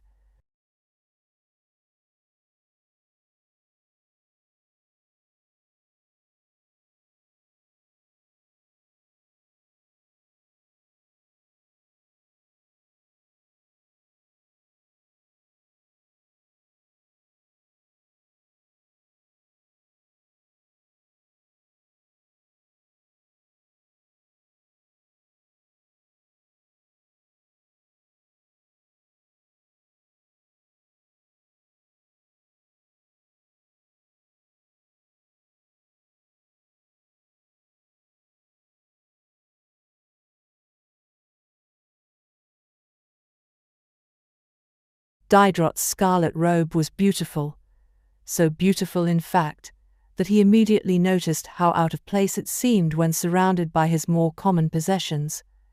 He wrote that there was no more coordination, no more unity, no more beauty between his elegant robe and the rest of his stuff. Diderot soon felt the urge to upgrade his possessions. He replaced his rug with one from Damascus. He decorated his home with expensive sculptures. He bought a mirror to place above the mantel and a better kitchen table. He tossed aside his old straw chair for a leather one. Like falling dominoes, one purchase led to the next. Diderot's behavior is not uncommon. In fact, the tendency for one purchase to lead to another one has a name: the Diderot effect. The Diderot effect states that obtaining a new possession often creates a spiral of consumption that leads to additional purchases. You can spot this pattern everywhere. You buy a dress and have to get new shoes and earrings to match. You buy a couch and suddenly question the layout of your entire living room. You buy a toy for your child and soon find yourself purchasing all of the accessories that go with it. It's a chain reaction of purchases. Many human behaviors follow this cycle. You often decide what to do next based on what you have just finished doing. Going to the bathroom leads to washing and drying your hands, which reminds you that you need to put the dirty towels in the laundry, so you add laundry, detergent to the shopping list, and so on. No behavior happens in isolation. Each action becomes a cue that triggers the next behavior. Why is this important? When it comes to building new habits, you can use the connectedness of behavior to your advantage. One of the best ways to build a new habit is to identify a current habit you already do each day, and then stack your new behavior on top. This is called habit stacking. Habit stacking is a special form of an implementation intention. Rather than pairing your new habit with a particular time and location, you pair it with a current habit. This method, which was created by B.J. Fogg as part of his Tiny Habits program, can be used to design an obvious cue for nearly any habit. The habit stacking formula is: after current habit, I will new habit. For example, meditation. After I pour my cup of coffee each morning, I will meditate for 1 minute. Exercise. After I take off my work shoes, I will immediately change into my workout clothes. Gratitude. After I sit down to dinner, I will say one thing I'm grateful for that happened today. Marriage. After I get into bed at night, I will give my partner a kiss. Safety. After I put on my running shoes, I will text a friend or family member where I am running and how long it will take. The key is to tie your desired behavior into something you already do each day.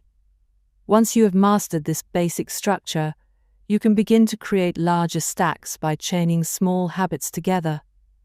This allows you to take advantage of the natural momentum that comes from one behavior leading into the next, a positive version of the Deirdre effect.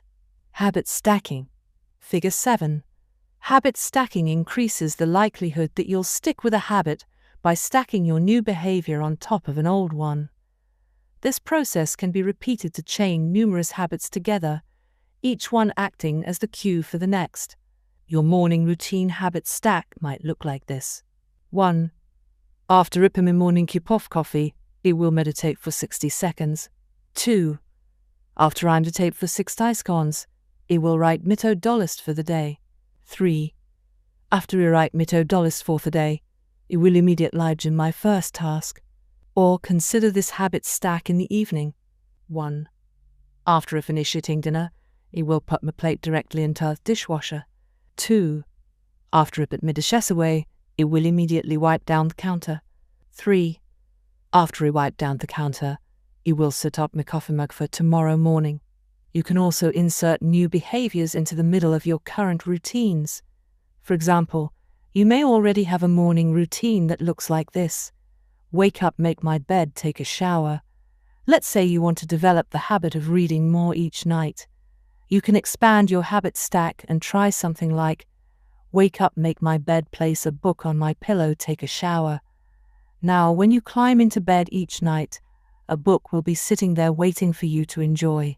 Overall, habit stacking allows you to create a set of simple rules that guide your future behavior. It's like you always have a game plan for which action should come next. Once you get comfortable with this approach, you can develop general habit stacks to guide you whenever the situation is appropriate. Exercise. When I see a set of stairs, I will take them instead of using the elevator. Social skills. When I walk into a party, I will introduce myself to someone I don't know yet. Finances. When I want to buy something over $100, I will wait 24 hours before purchasing. Healthy eating. When I serve myself a meal, I will always put veggies on my plate first. Minimalism. When I buy a new item, I will give something away. One in, one out. Mood. When the phone rings, I will take one deep breath and smile before answering. Forgetfulness.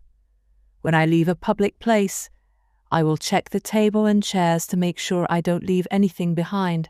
No matter how you use this strategy, the secret to creating a successful habit stack is selecting the right cue to kick things off. Unlike an implementation intention, which specifically states the time and location for a given behavior, habit stacking implicitly has the time and location built into it. When and where you choose to insert a habit into your daily routine can make a big difference. If you're trying to add meditation into your morning routine, but mornings are chaotic and your kids keep running into the room, then that may be the wrong place and time. Consider when you are most likely to be successful. Don't ask yourself to do a habit when you're likely to be occupied with something else. Your cue should also have the same frequency as your desired habit. If you want to do a habit every day, but you stack it on top of a habit that only happens on Mondays, that's not a good choice. One way to find the right trigger for your habit stack is by brainstorming a list of your current habits. You can use your habit scorecard from the last chapter as a starting point. Alternatively, you can create a list with 2 columns. In the first column, write down the habits you do each day without fail. For example, get out of bed, take a shower, brush your teeth, get dressed, brew a cup of coffee, eat breakfast, take the kids to school, start the workday, eat lunch, end the workday, change out of work clothes, sit down for dinner, turn off the lights, get into bed. Your list can be much longer, but you get the idea. In the second column, write down all of the things that happen to you each day without fail. For example, the sun rises. You get a text message. The song you are listening to ends. The sun sets. Armed with these 2 lists, you can begin searching for the best place to layer your new habit into your lifestyle. Habit stacking works best when the cue is highly specific and immediately actionable. Many people select cues that are too vague. I made this mistake myself. When I wanted to start a push-up habit, my habit stack was, when I take a break for lunch, I will do 10 push-ups. At first glance, this sounded reasonable, but soon I realized the trigger was unclear. Would I do my push-ups before I ate lunch? After I ate lunch, where would I do them? After a few inconsistent days, I changed my habit stack to, when I close my laptop for lunch, I will do 10 push-ups next to my desk. Ambiguity gone. Habits like read more or eat better are worthy causes, but these goals do not provide instruction on how and when to act. Be specific and clear. After I close the door, after I brush my teeth, after I sit down at the table. The specificity is important. The more tightly bound your new habit is to a specific cue, the better the odds are that you will notice when the time comes to act. The first law of behavior change is to make it obvious. Strategies like implementation intentions and habit stacking are among the most practical ways to create obvious cues for your habits and design a clear plan for when and where to take action. Chapter summary. The first law of behavior change is make it obvious. The two most common cues are time and location. Creating an implementation intention is a strategy you can use to pair a new habit with a specific time and location. The implementation intention formula is, I will behavior at time in location. Habit stacking is a strategy you can use to pair a new habit with a current habit. The habit stacking formula is, after current habit, I will new habit. 6. Motivation is overrated. Environment often matters more. Anne Thorndike, a primary care physician at Massachusetts General Hospital in Boston, had a crazy idea. She believed she could improve the eating habits of thousands of hospital staff and visitors without changing their willpower or motivation in the slightest way. In fact, she didn't plan on talking to them at all. Thorndike and her colleagues designed a 6-month study to alter the choice architecture of the hospital cafeteria. They started by changing how drinks were arranged in the room. Originally, the refrigerators located next to the cash registers in the cafeteria were filled with only soda.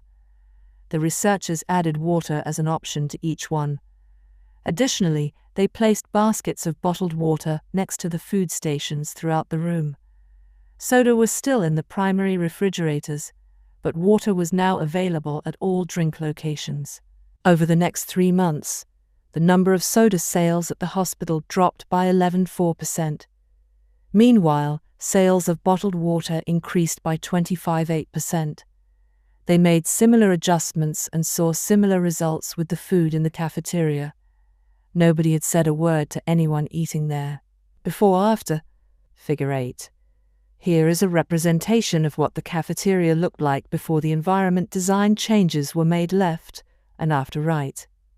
The shaded boxes indicate areas where bottled water was available in each instance. Because the amount of water in the environment was increased, behavior shifted naturally and without additional motivation. People often choose products not because of what they are, but because of where they are.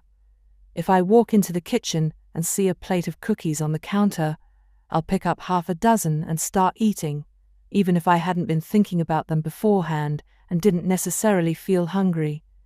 If the communal table at the office is always filled with donuts and bagels, it's going to be hard not to grab one every now and then. Your habits change depending on the room you are in and the cues in front of you. Environment is the invisible hand that shapes human behavior. Despite our unique personalities, certain behaviors tend to arise again and again under certain environmental conditions. In church, people tend to talk in whispers. On a dark street, people act wary and guarded. In this way, the most common form of change is not internal, but external. We are changed by the world around us. Every habit is context-dependent. In 1936, psychologist Kurt Lewin wrote a simple equation that makes a powerful statement. Behavior is a function of the person in their environment, or B equals FPE. It didn't take long for Lewin's equation to be tested in business. In 1952, the economist Hawkins Stern described a phenomenon he called suggestion impulse buying, which is triggered when a shopper sees a product for the first time and visualizes a need for it. In other words, customers will occasionally buy products not because they want them, but because of how they are presented to them. For example, items at eye level tend to be purchased more than those down near the floor. For this reason, you'll find expensive brand names featured in easy-to-reach locations on store shelves because they drive the most profit, while cheaper alternatives are tucked away in harder-to-reach spots. The same goes for end caps, which are the units at the end of aisles. End caps are money-making machines for retailers because they are obvious locations that encounter a lot of foot traffic. For example, 45% of Coca-Cola sales come specifically from end-of-the-aisle racks. The more obviously available a product or service is, the more likely you are to try it. People drink Bud Light because it is in every bar and visit Starbucks because it is on every corner. We like to think that we are in control. If we choose water over soda, we assume it is because we wanted to do so. The truth, however, is that many of the actions we take each day are shaped not by purposeful drive and choice, but by the most obvious option. Every living being has its own methods for sensing and understanding the world. Eagles have remarkable long-distance vision. Snakes can smell by tasting the air with their highly sensitive tongues. Sharks can detect small amounts of electricity and vibrations in the water caused by nearby fish. Even bacteria have chemoreceptors, tiny sensory cells that allow them to detect toxic chemicals in their environment.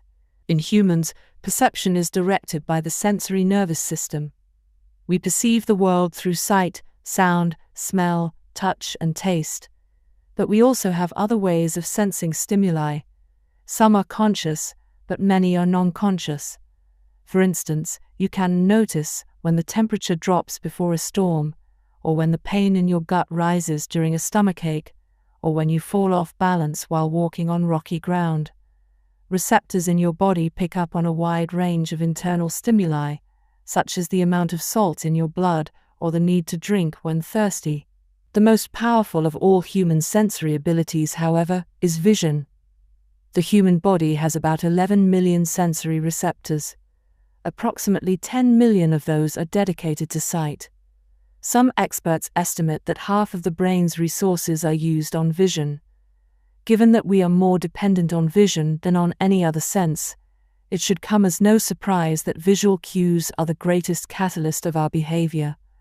For this reason, a small change in what you see can lead to a big shift in what you do. As a result, you can imagine how important it is to live and work in environments that are filled with productive cues and devoid of unproductive ones. Thankfully, there is good news in this respect. You don't have to be the victim of your environment. You can also be the architect of it. How to design your environment for success.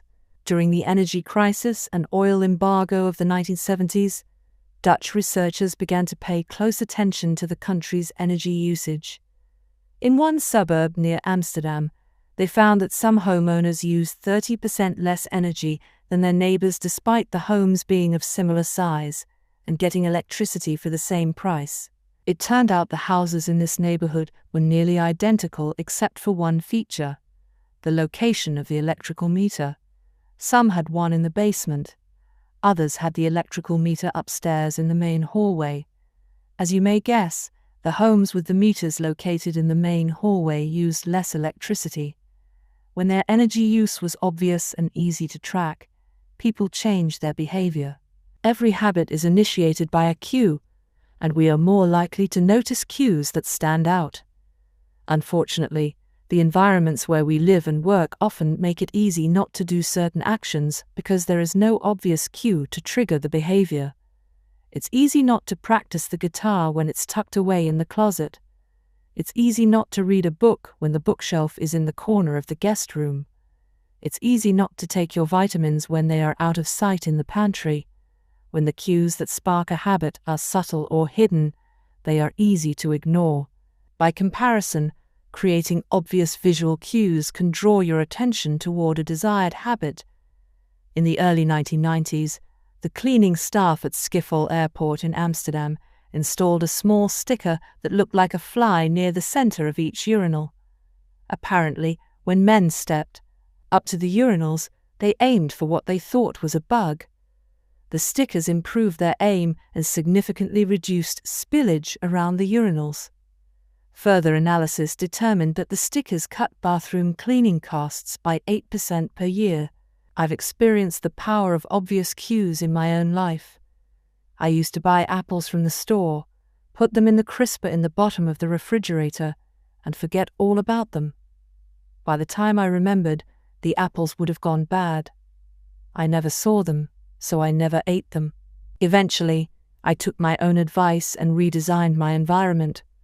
I bought a large display bowl and placed it in the middle of the kitchen counter. The next time I bought apples, that was where they went out in the open where I could see them. Almost like magic, I began eating a few apples each day, simply because they were obvious rather than out of sight. Here are a few ways you can redesign your environment and make the cues for your preferred habits more obvious. If you want to remember to take your medication each night, put your pill bottle directly next to the faucet on the bathroom counter. If you want to practice guitar more frequently, place your guitar stand in the middle of the living room. If you want to remember to send more thank you notes, keep a stack of stationery on your desk. If you want to drink more water, fill up a few water bottles each morning and place them in common locations around the house. If you want to make a habit a big part of your life, make the cue a big part of your environment. The most persistent behaviors usually have multiple cues. Consider how many different ways a smoker could be prompted to pull out a cigarette. Driving in the car, seeing a friend smoke, feeling stressed at work, and so on. The same strategy can be employed for good habits. By sprinkling triggers throughout your surroundings, you increase the odds that you'll think about your habit throughout the day. Make sure the best choice is the most obvious one. Making a better decision is easy and natural when the cues for good habits are right in front of you. Environment design is powerful, not only because it influences how we engage with the world, but also because we rarely do it. Most people live in a world others have created for them, but you can alter the spaces where you live and work to increase your exposure to positive cues and reduce your exposure to negative ones. Environment design allows you to take back control and become the architect of your life. Be the designer of your world and not merely the consumer of it. The context is the cue. The cues that trigger a habit can start out very specific, but over time your habits become associated not with a single trigger, but with the entire context surrounding the behavior. For example, many people drink more in social situations than they would ever drink alone. The trigger is rarely a single cue, but rather the whole situation. Watching your friends order drinks, hearing the music at the bar, seeing the beers on tap. We mentally assign our habits to the locations in which they occur: the home, the office, the gym. Each location develops a connection to certain habits and routines. You establish a particular relationship with the objects on your desk, the items on your kitchen counter, the things in your bedroom. Our behavior is not defined by the objects in the environment, but by our relationship to them. In fact, this is a useful way to think about the influence of the environment on your behavior. Stop thinking about your environment as filled with objects. Start thinking about it as filled with relationships. Think in terms of how you interact with the spaces around you. For one person, her couch is the place where she reads for an hour each night. For someone else, the couch is where he watches television and eats a bowl of ice cream after work. Different people can have different memories, and thus different habits associated with the same place. The good news? You can train yourself to link a particular habit with a particular context. In one study, scientists instructed insomniacs to get into bed only when they were tired. If they couldn't fall asleep, they were told to sit in a different room until they became sleepy. Over time, subjects began to associate the context of their bed with the action of sleeping, and it became easier to quickly fall asleep when they climbed in bed. Their brains learned that sleeping, not browsing on their phones, not watching television, not staring at the clock, was the only action that happened in that room. The power of context also reveals an important strategy. Habits can be easier to change in a new environment. It helps to escape the subtle triggers and cues that nudge you toward your current habits. Go to a new place, a different coffee shop, a bench in the park, a corner of your room you seldom use, and create a new routine there. It is easier to associate a new habit with a new context than to build a new habit in the face of competing cues.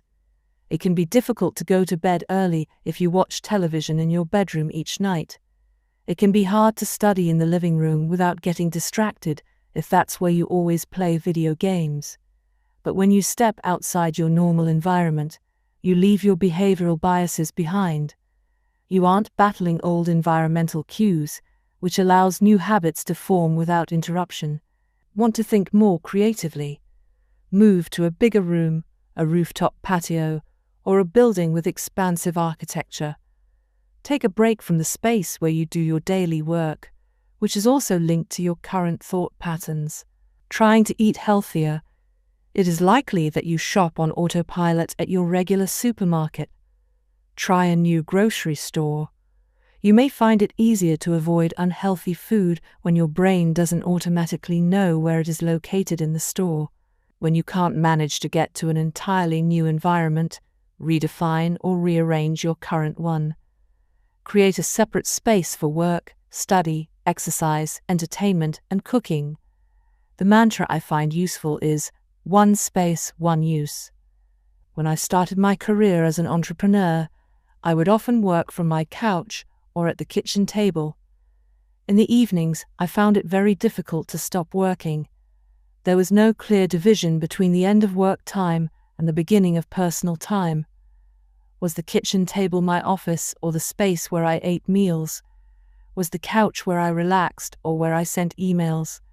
Everything happened in the same place. A few years later, I could finally afford to move to a home with a separate room for my office. Suddenly, work was something that happened in here, and personal life was something that happened out there. It was easier for me to turn off the professional side of my brain when there was a clear dividing line between work life and home life. Each room had one primary use. The kitchen was for cooking. The office was for working. Whenever possible, avoid mixing the context of one habit with another. When you start mixing contexts, you'll start mixing habits, and the easier ones will usually win out. This is one reason why the versatility of modern technology is both a strength and a weakness. You can use your phone for all sorts of tasks, which makes it a powerful device. But when you can use your phone to do nearly anything, it becomes hard to associate it with one task. You want to be productive, but you're also conditioned to browse social media, check email, and play video games whenever you open your phone. It's a mishmash of cues. You may be thinking, "You don't understand. I live in New York City. My apartment is the size of a smartphone. I need each room to play multiple roles." Fair enough. If your space is limited, divide your room into activity zones: a chair for reading, a desk for writing, a table for eating. You can do the same with your digital spaces. I know a writer who uses his computer only for writing, his tablet only for reading, and his phone only for social media and texting. Every habit should have a home. If you can manage to stick with this strategy, each context will become associated with a particular habit and mode of thought. Habits thrive under predictable circumstances like these. Focus comes automatically when you are sitting at your work desk. Relaxation is easier when you are in a space designed for that purpose. Sleep comes quickly when it is the only thing that happens in your bedroom. If you want behaviors that are stable and predictable, you need an environment that is stable and predictable. A stable environment where everything has a place and a purpose is an environment where habits can easily form. Chapter summary. Small changes in context can lead to large changes in behavior over time. Every habit is initiated by a cue. We are more likely to notice cues that stand out. Make the cues of good habits obvious in your environment. Gradually, your habits become associated not with a single trigger, but with the entire context surrounding the behavior. The context becomes the cue. It is easier to build new habits in a new environment because you are not fighting against old cues. 7.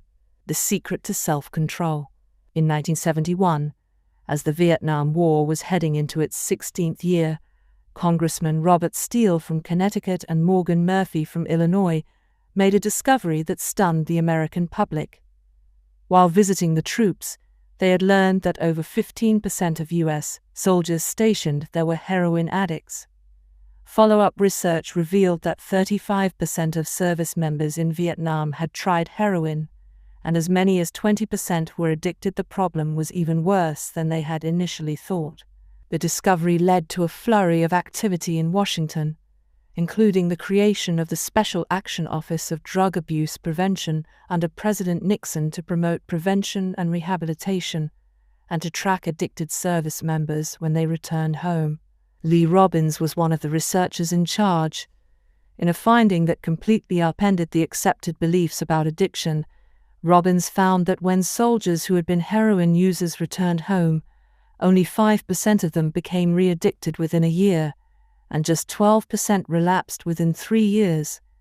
In other words, approximately 9 out of 10 soldiers who used heroin in Vietnam eliminated their addiction nearly overnight. This finding contradicted the prevailing view at the time, which considered heroin addiction to be a permanent and irreversible condition. Instead, Robbins revealed that addictions could spontaneously dissolve if there was a radical change in the environment. In Vietnam, soldiers spent all day surrounded by cues triggering heroin use. It was easy to access. They were engulfed by the constant stress of war. They built friendships with fellow soldiers who were also heroin users, and they were thousands of miles from home. Once a soldier returned to the United States, though, he found himself in an environment devoid of those triggers. When the context changed, so did the habit. Compare this situation to that of a typical drug user. Someone becomes addicted at home or with friends, goes to a clinic to get clean, which is devoid of all the environmental stimuli that prompt their habit, then returns to their old neighborhood with all of their previous cues that caused them to get addicted in the first place. It's no wonder that usually you see numbers that are the exact opposite of those in the Vietnam study.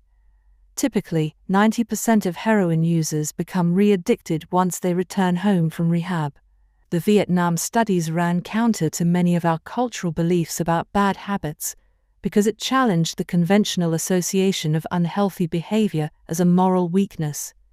If you're overweight, a smoker, or an addict, you've been told your entire life that it is because you lack self-control, maybe even that you're a bad person. The idea that a little bit of discipline would solve all our problems is deeply embedded in our culture. Recent research, however, shows something different. When scientists analyze people who appear to have tremendous self-control, it turns out those individuals aren't all that different from those who are struggling. Instead, disciplined people are better at structuring their lives in a way that does not require heroic willpower and self-control. In other words, they spend less time in tempting situations. The people with the best self-control are typically the ones who need to use it the least. It's easier to practice self-restraint when you don't have to use it very often. So yes, perseverance, grit, and willpower are essential to success. But the way to improve these qualities is not by wishing you were a more disciplined person, but by creating a more disciplined environment. This counterintuitive idea makes even more sense once you understand what happens when a habit is formed in the brain. A habit that has been encoded in the mind is ready to be used whenever the relevant situation arises. When Patty Olwell, a therapist from Austin, Texas, started smoking, she would often light up while riding horses with a friend. Eventually, she quit smoking and avoided it for years. She had also stopped riding.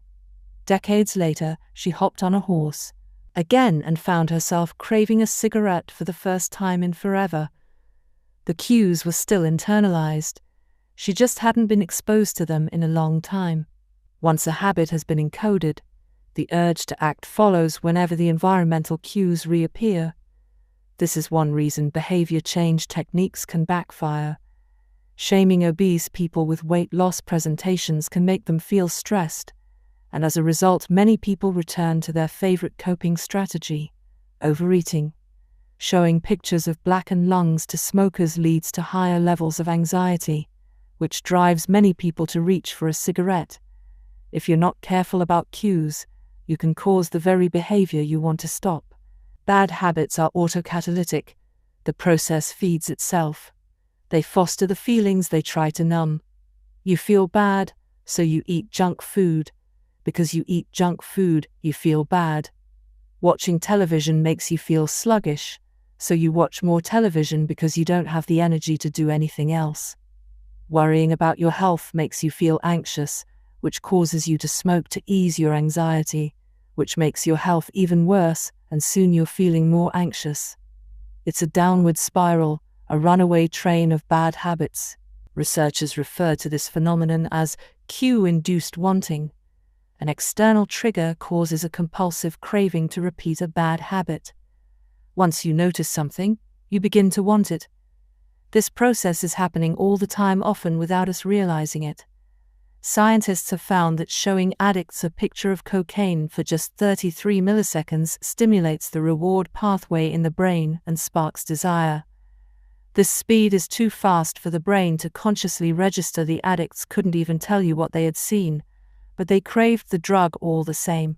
Here's the punchline: you can break a habit, but you're unlikely to forget it.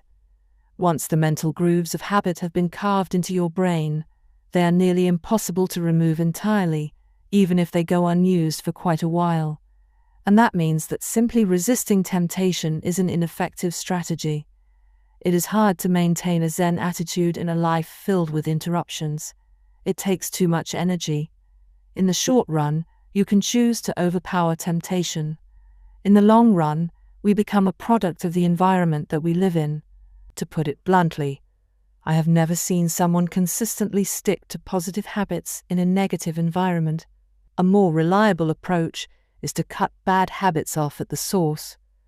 One of the most practical ways to eliminate a bad habit is to reduce exposure to the cue that causes it. If you can't seem to get any work done, leave your phone in another room for a few hours. If you're continually feeling like you're not enough, stop following social media accounts that trigger jealousy and envy. If you're wasting too much time watching television, move the TV out of the bedroom. If you're spending too much money on electronics, quit reading reviews of the latest tech gear. If you're playing too many video games, unplug the console and put it in a closet after each use. This practice is an inversion of the first law of behavior change. Rather than make it obvious, you can make it invisible. I'm often surprised by how effective simple changes like these can be. Remove a single cue, and the entire habit often fades away. Self-control is a short-term strategy, not a long-term one. You may be able to resist temptation once or twice, but it's unlikely you can muster the willpower to override your desires every time. Instead of summoning a new dose of willpower whenever you want to do the right thing, your energy would be better spent optimizing your environment. This is the secret to self-control.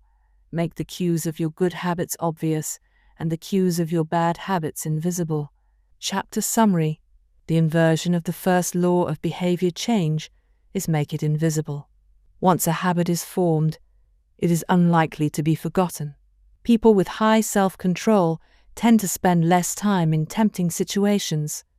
It's easier to avoid temptation than resist it. One of the most practical ways to eliminate a bad habit is to reduce exposure to the cue that causes it.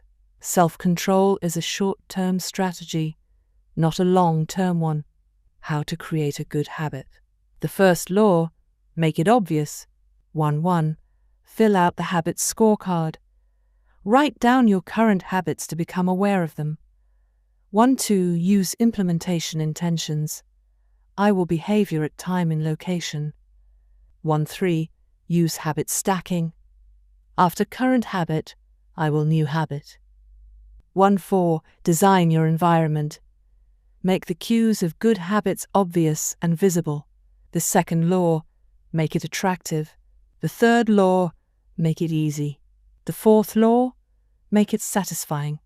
How to break a bad habit.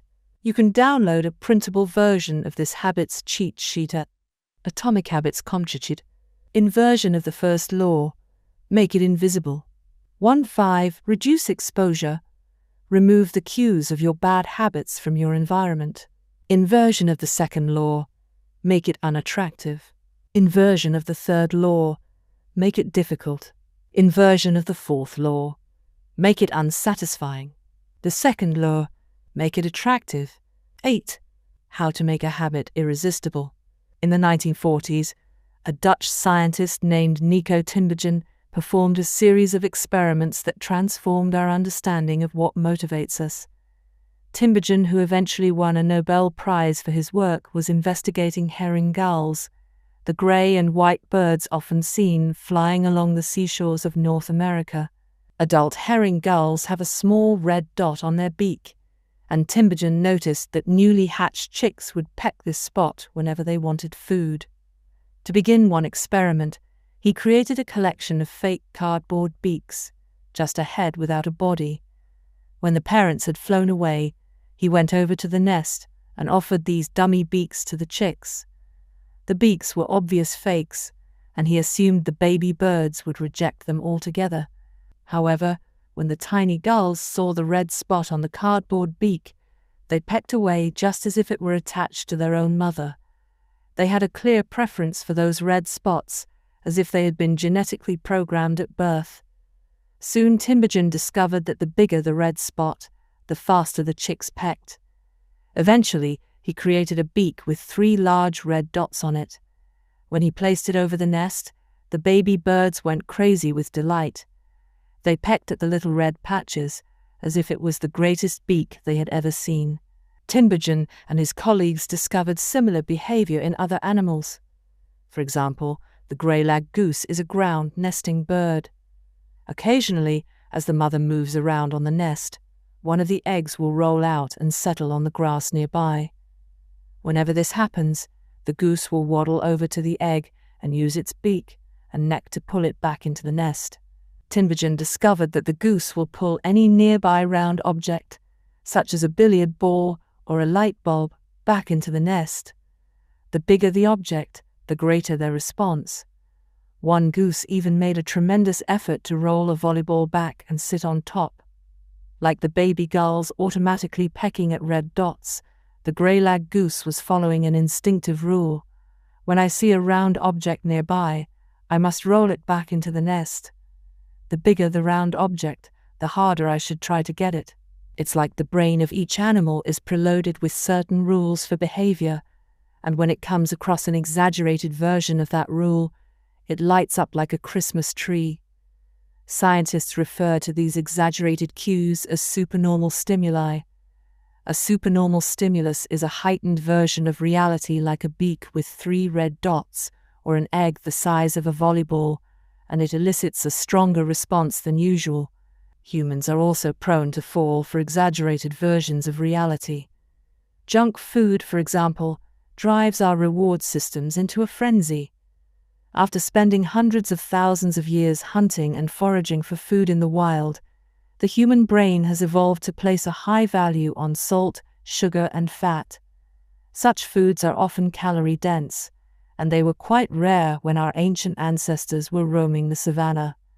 When you don't know where your next meal is coming from, eating as much as possible is an excellent strategy for survival. Today, however, we live in a calorie-rich environment. Food is abundant, but your brain continues to crave it like it is scarce. Placing a high value on salt, sugar, and fat is no longer advantageous to our health. But the craving persists because the brain's reward centers have not changed for approximately 50,000 years. The modern food industry relies on stretching our Paleolithic instincts beyond their evolutionary purpose. A primary goal of food science is to create products that are more attractive to consumers. Nearly every food in a bag, box, or jar has been enhanced in some way, if only with additional flavoring. Companies spend millions of dollars to discover the most satisfying level of crunch in a potato chip, or the perfect amount of fizz in a soda. Entire departments are dedicated to optimizing how a product feels in your mouth, a quality known as oral sensation. French fries, for example, are a potent combination, golden brown and crunchy on the outside, light and smooth on the inside. Other processed foods enhance dynamic contrast, which refers to items with a combination of sensations like crunchy and creamy. Imagine the gooiness of melted cheese on top of a crispy pizza crust, or the crunch of an Oreo cookie combined with its smooth center.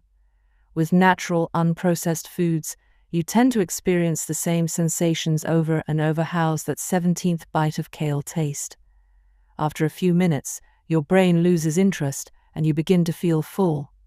But foods that are high in dynamic contrast keep the experience novel and interesting, encouraging you to eat more.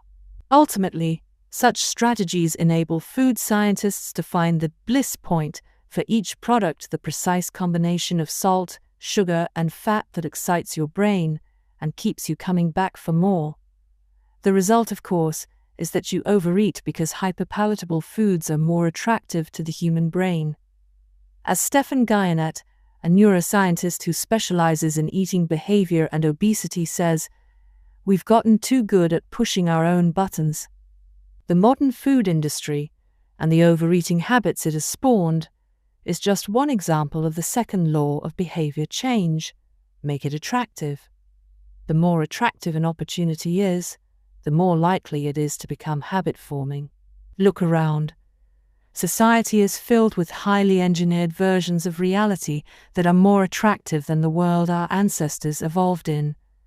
Stores feature mannequins with exaggerated hips and breasts to sell clothes. Social media delivers more likes and praise in a few minutes than we could ever get in the office or at home. Online porn splices together stimulating scenes at a rate that would be impossible to replicate in real life. Advertisements are created with a combination of ideal lighting, professional makeup, and photoshopped edits. Even the model doesn't look like the person in the final image. These are the supernormal stimuli of our modern world. They exaggerate features that are naturally attractive to us, and our instincts go wild as a result, driving us into excessive shopping habits, social media habits, porn habits, eating habits, and many others. If history serves as a guide, the opportunities of the future will be more attractive than those of today. The trend is for rewards to become more concentrated and stimuli to become more enticing. Junk food is a more concentrated form of calories than natural foods. Hard liquor is a more concentrated form of alcohol than beer. Video games are a more concentrated form of play than board games. Compared to nature, these pleasure-packed experiences are hard to resist. We have the brains of our ancestors, but temptations they never had to face. If you want to increase the odds that a behavior will occur, then you need to make it attractive. Throughout our discussion of the second law, our goal is to learn how to make our habits irresistible. While it is not possible to transform every habit into a supernormal stimulus, we can make any habit more enticing. To do this, we must start by understanding what a craving is and how it works. We begin by examining a biological signature that all habits share: the dopamine spike, the dopamine-driven feedback loop. Scientists can track the precise moment a craving occurs by measuring a neurotransmitter called dopamine. The importance of dopamine became apparent in 1954 when the neuroscientists James Olds and Peter Milner ran an experiment that revealed the neurological processes behind craving and desire. By implanting electrodes in the brains of rats, the researchers blocked the release of dopamine. To the surprise of the scientists, the rats lost all will to live. They wouldn't eat. They wouldn't have sex. They didn't crave anything. Within a few days, the animals died of thirst. In follow-up studies, Other scientists also inhibited the dopamine-releasing parts of the brain, but this time they squirted little droplets of sugar into the mouths of the dopamine-depleted rats. Their little rat faces lit up with pleasurable grins from the tasty substance. Even though dopamine was blocked, they liked the sugar just as much as before. They just didn't want it anymore. The ability to experience pleasure remained, but without dopamine, desire died, and without desire, action stopped. When other researchers reversed this process and flooded the reward system of the brain with dopamine, animals performed habits at breakneck speed. In one study, mice received a powerful hit of dopamine each time they poked their nose in a box. Within minutes, the mice developed a craving so strong, they began poking their nose into the box 800 times per hour. Humans are not so different. The average slot machine player will spin the wheel 600 times per hour. Habits are a dopamine-driven feedback loop. Every behavior that is highly habit-forming, taking drugs, eating junk food, playing video games, browsing social media, is associated with higher levels of dopamine. The same can be said for our most basic habitual behaviors like eating food, drinking water, having sex, and interacting socially. For years, scientists assumed dopamine was all about pleasure, but now we know it plays a central role in many neurological processes, including motivation, learning and memory, punishment and aversion, and voluntary movement. When it comes to habits, the key takeaway is this: dopamine is released not only when you experience pleasure, but also when you anticipate it. Gambling addicts have a dopamine spike right before they place a bet, not after they win. Cocaine addicts get a surge of dopamine when they see the powder, not after they take it. Whenever you predict that an opportunity will be rewarding, your levels of dopamine spike in anticipation, and whenever dopamine rises, so does your motivation to act. It is the anticipation of a reward, not the fulfillment of it, that gets us to take action. Interestingly, the reward system that is activated in the brain when you receive a reward is the same system that is activated when you anticipate a reward. This is one reason the anticipation of an experience can often feel better than the attainment of it. As a child, thinking about Christmas morning can be better than opening the gifts. As an adult, daydreaming about an upcoming vacation can be more enjoyable than actually being on vacation. Scientists refer to this as the difference between wanting and liking. The dopamine spike. Figure 9. Before a habit is learned, A, dopamine is released when the reward is experienced for the first time. The next time around, B, dopamine rises before taking action, immediately after a cue is recognized. This spike leads to a feeling of desire and a craving to take action whenever the cue is spotted. Once a habit is learned, dopamine will not rise when a reward is experienced because you already expect the reward. However, if you see a cue and expect a reward, but do not get one, then dopamine will drop in disappointment. C. The sensitivity of the dopamine response can clearly be seen when a reward is provided late. D. First, the cue is identified and dopamine rises as a craving builds. Next, a response is taken, but the reward does not come as quickly as expected and dopamine begins to drop.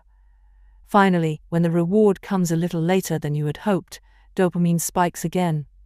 It is as if the brain is saying, "See, I knew I was right. Don't forget to repeat this action next time." Your brain has far more neural circuitry allocated for wanting rewards than for liking them. The wanting centers in the brain are large: the brain stem, the nucleus accumbens, the ventral tegmental area, the dorsal striatum, the amygdala, and portions of the prefrontal cortex. By comparison, the liking centers of the brain are much smaller. They are often referred to as hedonic hot spots and are distributed like tiny islands throughout the brain. For instance, researchers have found that 100% of the nucleus accumbens is activated during wanting. Meanwhile, only 10% of the structure is activated during liking. The fact that the brain allocates so much precious space to the regions responsible for craving and desire provides further evidence of the crucial role these processes play. Desire is the engine that drives behavior. Every action is taken because of the anticipation that precedes it. It is the craving that leads to the response. These insights reveal the importance of the second law of behavior change. We need to make our habits attractive because it is the expectation of a rewarding experience that motivates us to act in the first place. This is where a strategy known as temptation bundling comes into play.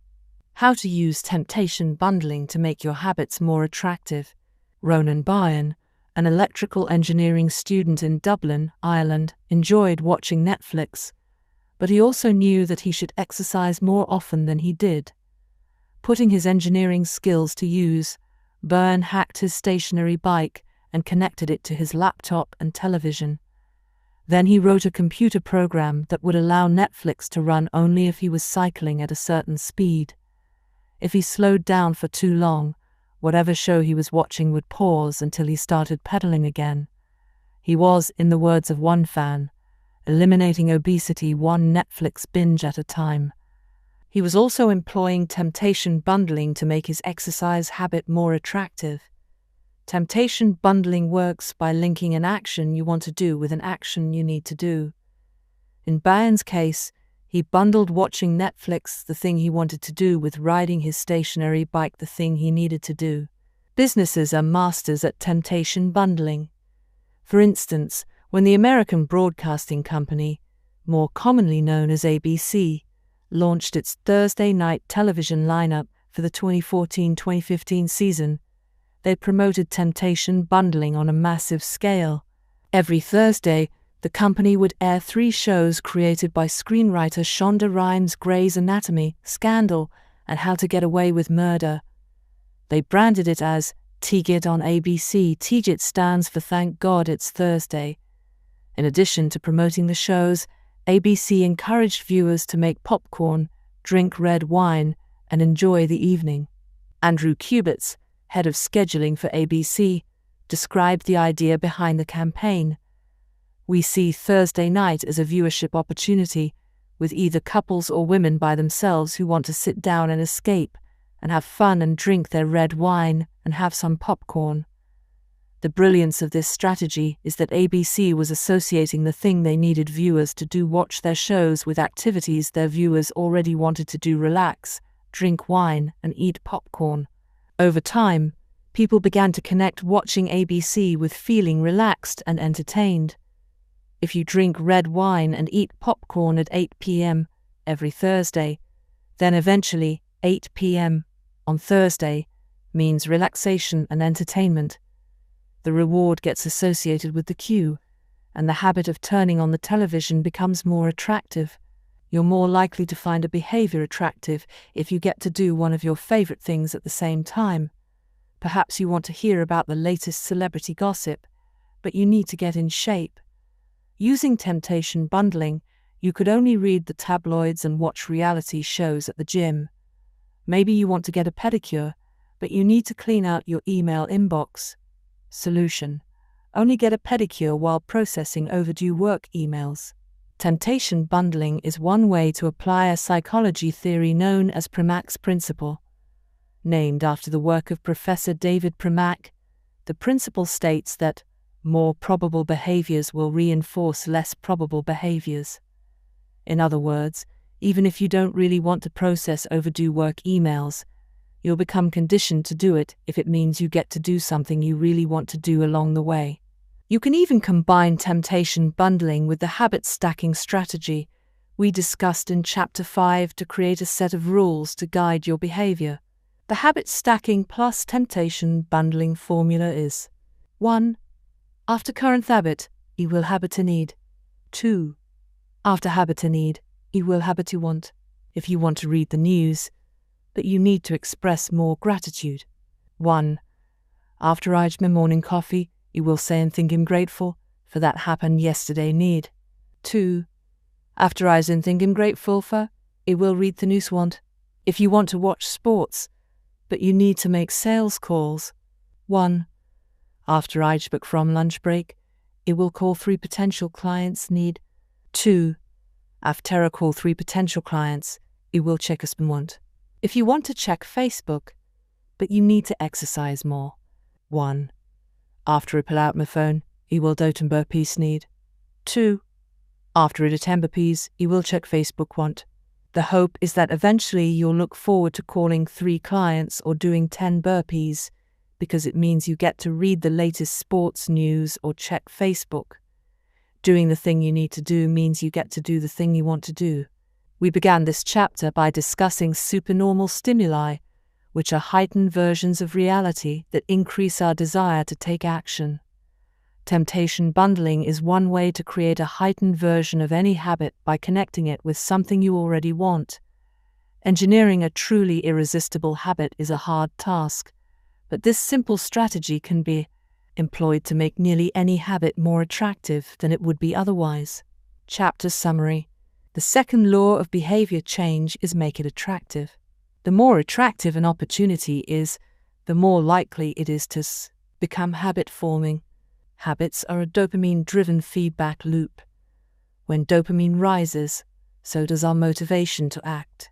It is the anticipation of a reward, not the fulfillment of it, that gets us to take action.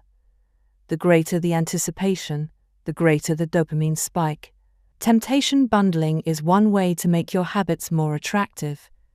The strategy is to pair an action you want to do with an action you need to do. 9. The role of family and friends in shaping your habits. In 1965, a Hungarian man named Laszlo Polgar wrote a series of strange letters to a woman named Clara. Laszlo was a firm believer in hard work. In fact, it was all he believed in. He completely rejected the idea of innate talent. He claimed that with deliberate practice and the development of good habits, a child could become a genius in any field. His mantra was, "A genius is not born, but is educated and trained." Laszlo believed in this idea so strongly that he wanted to test it with his own children, and he was writing to Clara because he needed a wife willing to jump on board. Clara was a teacher, and although she may not have been as adamant as Laszlo, she also believed that with proper instruction, anyone could advance their skills. Laszlo decided chess would be a suitable field for the experiment, and he laid out a plan to raise his children to become chess prodigies. The kids would be homeschooled, a rarity in Hungary at the time. The house would be filled with chess books and pictures of famous chess players. The children would play against each other constantly and compete in the best tournaments they could find. The family would keep a meticulous file system of the tournament history of every competitor the children faced. Their lives would be dedicated to chess. Laszlo successfully courted Clara, and within a few years, the Polgars were parents to 3 young girls, Susan, Sophia, and Judith. Susan, the oldest, began playing chess when she was 4 years old. Within 6 months, she was defeating adults. Sophia, the middle child, did even better. By 14, she was a world champion, and a few years later, she became a grandmaster. Judith, the youngest, was the best of all. By age 5, she could beat her father. At 12, she was the youngest player ever listed among the top 100 chess players in the world. At 15 years and 4 months old, she became the youngest grandmaster of all time, younger than Bobby Fischer, the previous record holder. For 27 years, she was the #1 ranked female chess player in the world. The childhood of the Polgar sisters was atypical, to say the least, and yet, if you ask them about it, they claim their lifestyle was attractive, even enjoyable. In interviews, the sisters talk about their childhood as entertaining rather than grueling. They loved playing chess. They couldn't get enough of it. Once, Laszlo reportedly found Sophia playing chess in the bathroom in the middle of the night. Encouraging her to go back to sleep, he said, "Sophia, leave the pieces alone." To which she replied, "Daddy, they won't leave me alone." The Polgar sisters grew up in a culture that prioritized chess above all else, praised them for it, rewarded them for it. In their world, An obsession with chess was normal. And as we are about to see, whatever habits are normal in your culture are among the most attractive behaviors you'll find. The seductive pull of social norms. Humans are herd animals. We want to fit in, to bond with others, and to earn the respect and approval of our peers. Such inclinations are essential to our survival. For most of our evolutionary history, our ancestors lived in tribes. Becoming separated from the tribe, or worse, being cast out, was a death sentence. The lone wolf dies, but the pack survives. Meanwhile, those who collaborated and bonded with others enjoyed increased safety, mating opportunities, and access to resources. As Charles Darwin noted, in the long history of humankind, those who learn to collaborate and improvise most effectively have prevailed. As a result, one of the deepest human desires is to belong, and this ancient preference exerts a powerful influence on our modern behavior. We don't choose our earliest habits, we imitate them. We follow the script handed down by our friends and family, our church or school, our local community and society at large. Each of these cultures and groups comes with its own set of expectations and standards: when and whether to get married, how many children to have, which holidays to celebrate, how much money to spend on your child's birthday party. In many ways, these social norms are the invisible rules that guide your behavior each day. You're always keeping them in mind, even if they are at the not top of your mind. Often, you follow the habits of your culture without thinking, without questioning, and sometimes without remembering. As the French philosopher Michel de Montaigne wrote, "The customs and practices of life in society sweep us along. Most of the time, going along with the group does not feel like a burden. Everyone wants to belong. If you grow up in a family that rewards you for your chess skills, playing chess will seem like a very attractive thing to do. If you work in a job where everyone wears expensive suits, then you'll be inclined to splurge on one as well. If all of your friends are sharing an inside joke or using a new phrase, you'll want to do it too, so they know that you get it." Behaviors are attractive when they help us fit in. We imitate the habits of 3 groups in particular. 1. The close. 2. Femini. 3. The powerful. Each group offers an opportunity to leverage the second law of behavior change and make our habits more attractive. 1. Imitating the close. Proximity has a powerful effect on our behavior. This is true of the physical environment, as we discussed in Chapter 6, but it is also true of the social environment. We pick up habits from the people around us. We copy the way our parents handle arguments, the way our peers flirt with one another, the way our co-workers get results. When your friends smoke pot, you give it a try too. When your wife has a habit of double-checking that the door is locked before going to bed, you pick it up as well. I find that I often imitate the behavior of those around me without realizing it. In conversation, I'll automatically assume the body posture of the other person. In college, I began to talk like my roommates. When traveling to other countries, I unconsciously imitate the local accent despite reminding myself to stop. As a general rule, the closer we are to someone, the more likely we are to imitate some of their habits. One groundbreaking study tracked 12,000 people for 32 years and found that a person's chances of becoming obese increased by 57% if he or she had a friend who became obese. It works the other way too. Another study found that if one person in a relationship lost weight, the other partner would also slim down about 1/3 of the time. Our friends and family provide a sort of invisible peer pressure that pulls us in their direction. Of course, peer pressure is bad only if you're surrounded by bad influences. When astronaut Mike Massimino was a graduate student at MIT, he took a small robotics class. Of the 10 people in the class, 4 became astronauts.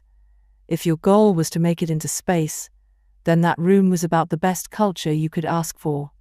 Similarly, one study found that the higher your best friend's IQ at age 11 or 12, the higher your IQ would be at age 15. even after controlling for natural levels of intelligence. We soak up the qualities and practices of those around us. One of the most effective things you can do to build better habits is to join a culture where your desired behavior is the normal behavior. New habits seem achievable when you see others doing them every day. If you are surrounded by fit people, you're more likely to consider working out to be a common habit. If you're surrounded by jazz lovers, you're more likely to believe it's reasonable to play jazz every day. Your culture sets your expectation for what is normal. Surround yourself with people who have the habits you want to have yourself. You'll rise together. To make your habits even more attractive, you can take this strategy one step further. Join a culture where 1. Your desired behavior is the normal behavior, and 2. You already have something in common with the group. Steve Kamb, an entrepreneur in New York City, runs a company called Nerd Fitness, which helps nerds, misfits, and mutants lose weight, get strong, and get healthy. His clients include video game lovers, movie fanatics, and average Joes who want to get in shape. Many people feel out of place the first time they go to the gym or try to change their diet. But if you are already similar to the other members of the group in some way, say, your mutual love of Star Wars, change becomes more appealing because it feels like something people like you already do. Nothing sustains motivation better than belonging to the tribe. It transforms a personal quest into a shared one. Previously, you were on your own. Your identity was singular. You are a reader. You are a musician. You are an athlete. When you join a book club, or a band, or a cycling group, your identity becomes linked to those around you. Growth and change is no longer an individual pursuit. We are readers. We are musicians. We are cyclists. The shared identity begins to reinforce your personal identity. This is why remaining part of a group after achieving a goal is crucial to maintaining your habits. It's friendship and community that embed a new identity and help behaviors last over the long run. 2. Imitating the many. In the 1950s, psychologist Solomon Asch conducted a series of experiments that are now taught to legions of undergrads each year. To begin each experiment, the subject entered the room with a group of strangers. Unbeknownst to them, the other participants were actors planted by the researcher and instructed to deliver scripted answers to certain questions.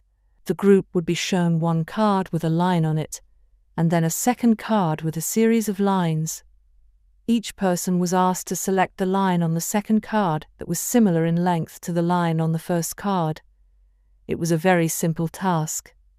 Here is an example of 2 cards used in the experiment, conforming to social norms.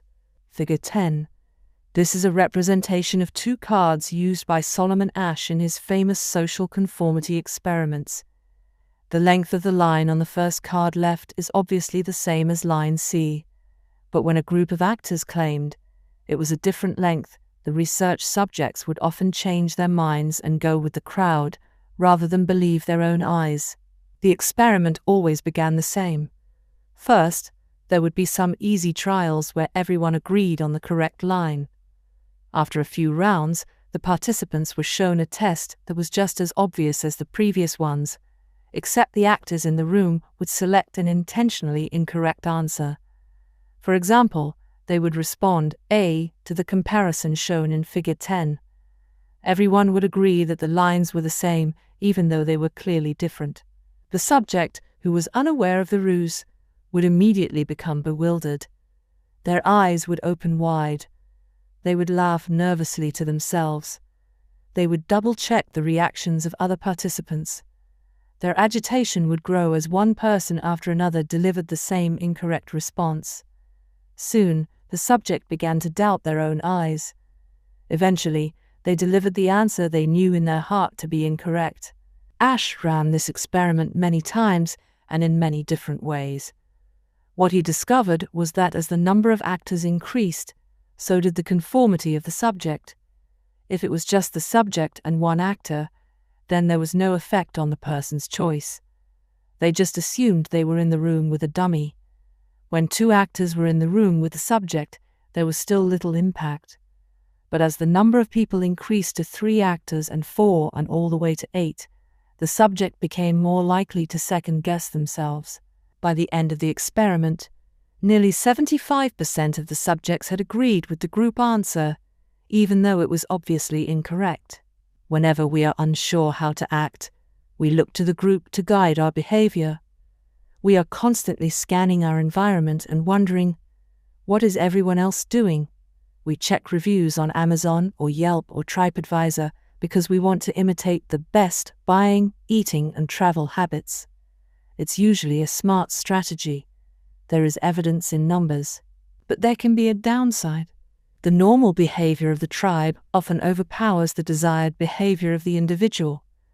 For example, one study found that when a chimpanzee learns an effective way to crack nuts open as a member of one group, and then switches to a new group that uses a less effective strategy, it will avoid using the superior nut-cracking method just to blend in with the rest of the chimps. Humans are similar. There is tremendous internal pressure to comply with the norms of the group. The reward of being accepted is often greater than the reward of winning an argument, looking smart, or finding truth. Most days, we'd rather be wrong with the crowd than be right by ourselves. The human mind knows how to get along with others. It wants to get along with others. This is our natural mode. You can override it, you can choose to ignore the group, or to stop caring what other people think, but it takes work. Running against the grain of your culture requires extra effort. When changing your habits means challenging the tribe, change is unattractive. When changing your habits means fitting in with the tribe, change is very attractive. 3. Imitating the powerful. Humans everywhere pursue power, prestige, and status. We want pins and medallions on our jackets. We want president or partner in our titles. We want to be acknowledged, recognized, and praised. This tendency can seem vain, but overall, it's a smart move. Historically, a person with greater power and status has access to more resources, worries less about survival, and proves to be a more attractive mate. We are drawn to behaviors that earn us respect, approval, admiration, and status. We want to be the one in the gym who can do muscle-ups, or the musician who can play the hardest chord progressions, or the parent with the most accomplished children, because these things separate us from the crowd. Once we fit in, we start looking for ways to stand out. This is one reason we care so much about the habits of highly effective people. We try to copy the behavior of successful people because we desire success ourselves. Many of our daily habits are imitations of people we admire. You replicate the marketing strategies of the most successful firms in your industry. You make a recipe from your favorite baker. You borrow the storytelling strategies of your favorite writer. You mimic the communication style of your boss. We imitate people we envy. High-status people enjoy the approval, respect, and praise of others. And that means if a behavior can get us approval, respect, and praise, we find it attractive. We are also motivated to avoid behaviors that would lower our status. We trim our hedges and mow our lawn because we don't want to be the slob of the neighborhood. When our mother comes to visit, we clean up the house because we don't want to be judged. We are continually wondering, what will others think of me? And altering our behavior based on the answer. The Polgar sisters, the chess prodigies mentioned at the beginning of this chapter, are evidence of the powerful and lasting impact social influences can have on our behavior. The sisters practiced chess for many hours each day and continued this remarkable effort for decades. But these habits and behaviors maintained their attractiveness in part because they were valued by their culture. From the praise of their parents to the achievement of different status markers, like becoming a grandmaster, they had many reasons to continue their effort. Chapter summary. The culture we live in determines which behaviors are attractive to us. We tend to adopt habits that are praised and approved of by our culture because we have a strong desire to fit in and belong to the tribe. We tend to imitate the habits of 3 social groups: the close family and friends, the many the tribe, and the powerful those with status and prestige.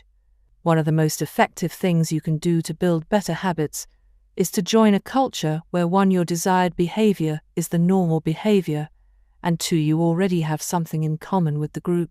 The normal behavior of the tribe often overpowers the desired behavior of the individual. Most days, we'd rather be wrong with the crowd than be right by ourselves.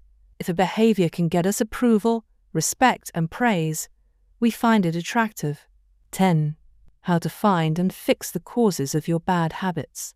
In late 2012, I was sitting in an old apartment just a few blocks from Istanbul's most famous street, Istiklal Caddesi.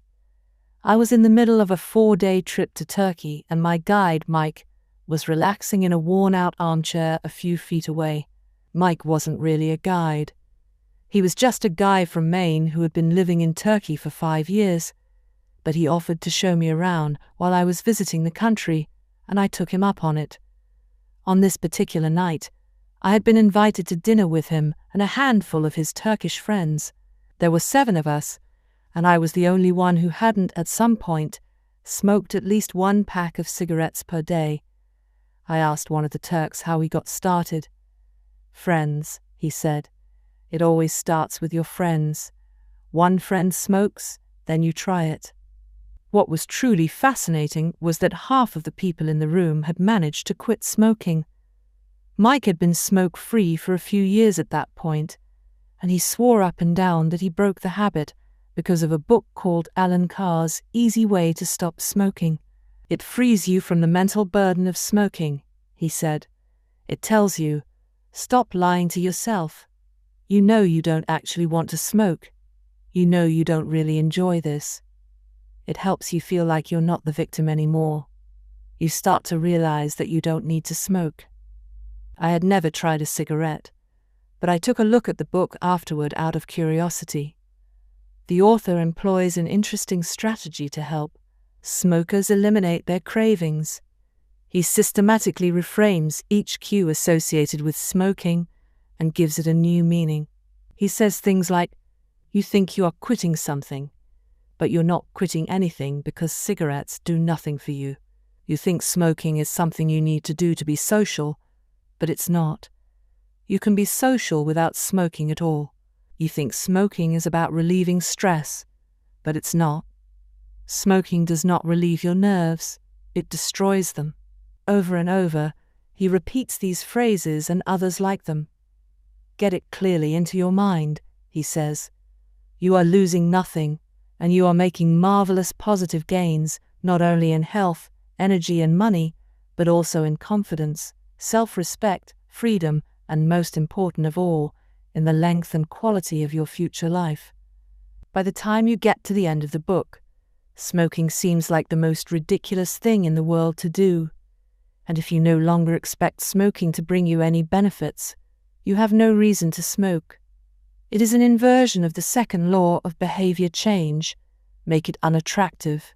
Now, I know this idea might sound overly simplistic. Just change your mind, and you can quit smoking. But stick with me for a minute. Where cravings come from. Every behavior has a surface-level craving and a deeper, underlying motive. I often have a craving that goes something like this: I want to eat tacos. If you were to ask me why I want to eat tacos, I wouldn't say, because I need food to survive. But the truth is, somewhere deep down, I am motivated to eat tacos because I have to eat to survive. The underlying motive is to obtain food and water, even if my specific craving is for a taco. Some of our underlying motives include conserve energy, obtain food and water, find love and reproduce, connect and bond with others, win social acceptance and approval, reduce uncertainty, achieve status and prestige. A craving is just a specific manifestation of a deeper underlying motive. Your brain did not evolve with a desire to smoke cigarettes, or to check Instagram, or to play video games.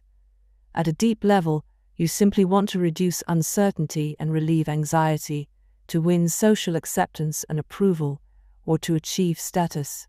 Look at nearly any product that is habit-forming, and you'll see that it does not create a new motivation. but rather latches onto the underlying motives of human nature.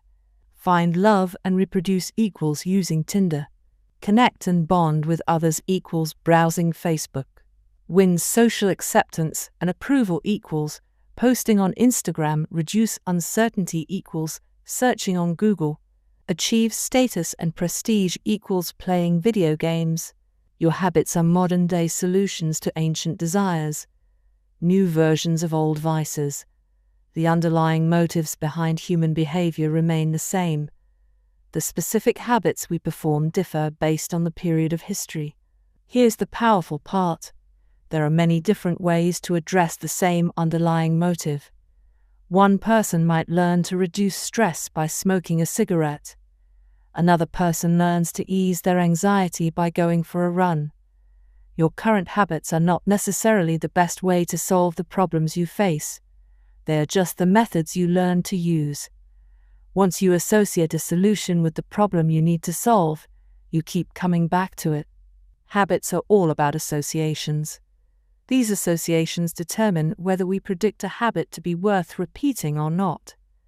As we covered in our discussion of the first law, your brain is continually absorbing information and noticing cues in the environment. Every time you perceive a cue, your brain runs a simulation and makes a prediction about what to do in the next moment. Cue: you notice that the stove is hot. Prediction: if I touch it, I'll get burned, so I should avoid touching it. Cue: you see that the traffic light turned green. Prediction: if I step on the gas, I'll make it safely through the intersection and get closer to my destination, so I should step on the gas. You see a cue, categorize it based on past experience, and determine the appropriate response. This all happens in an instant, but it plays a crucial role in your habits because every action is preceded by a prediction. Life feels reactive, but it is actually predictive. All day long, you are making your best guess of how to act given what you've just seen and what has worked for you in the past. You are endlessly predicting what will happen in the next moment. Our behavior is heavily dependent on these predictions.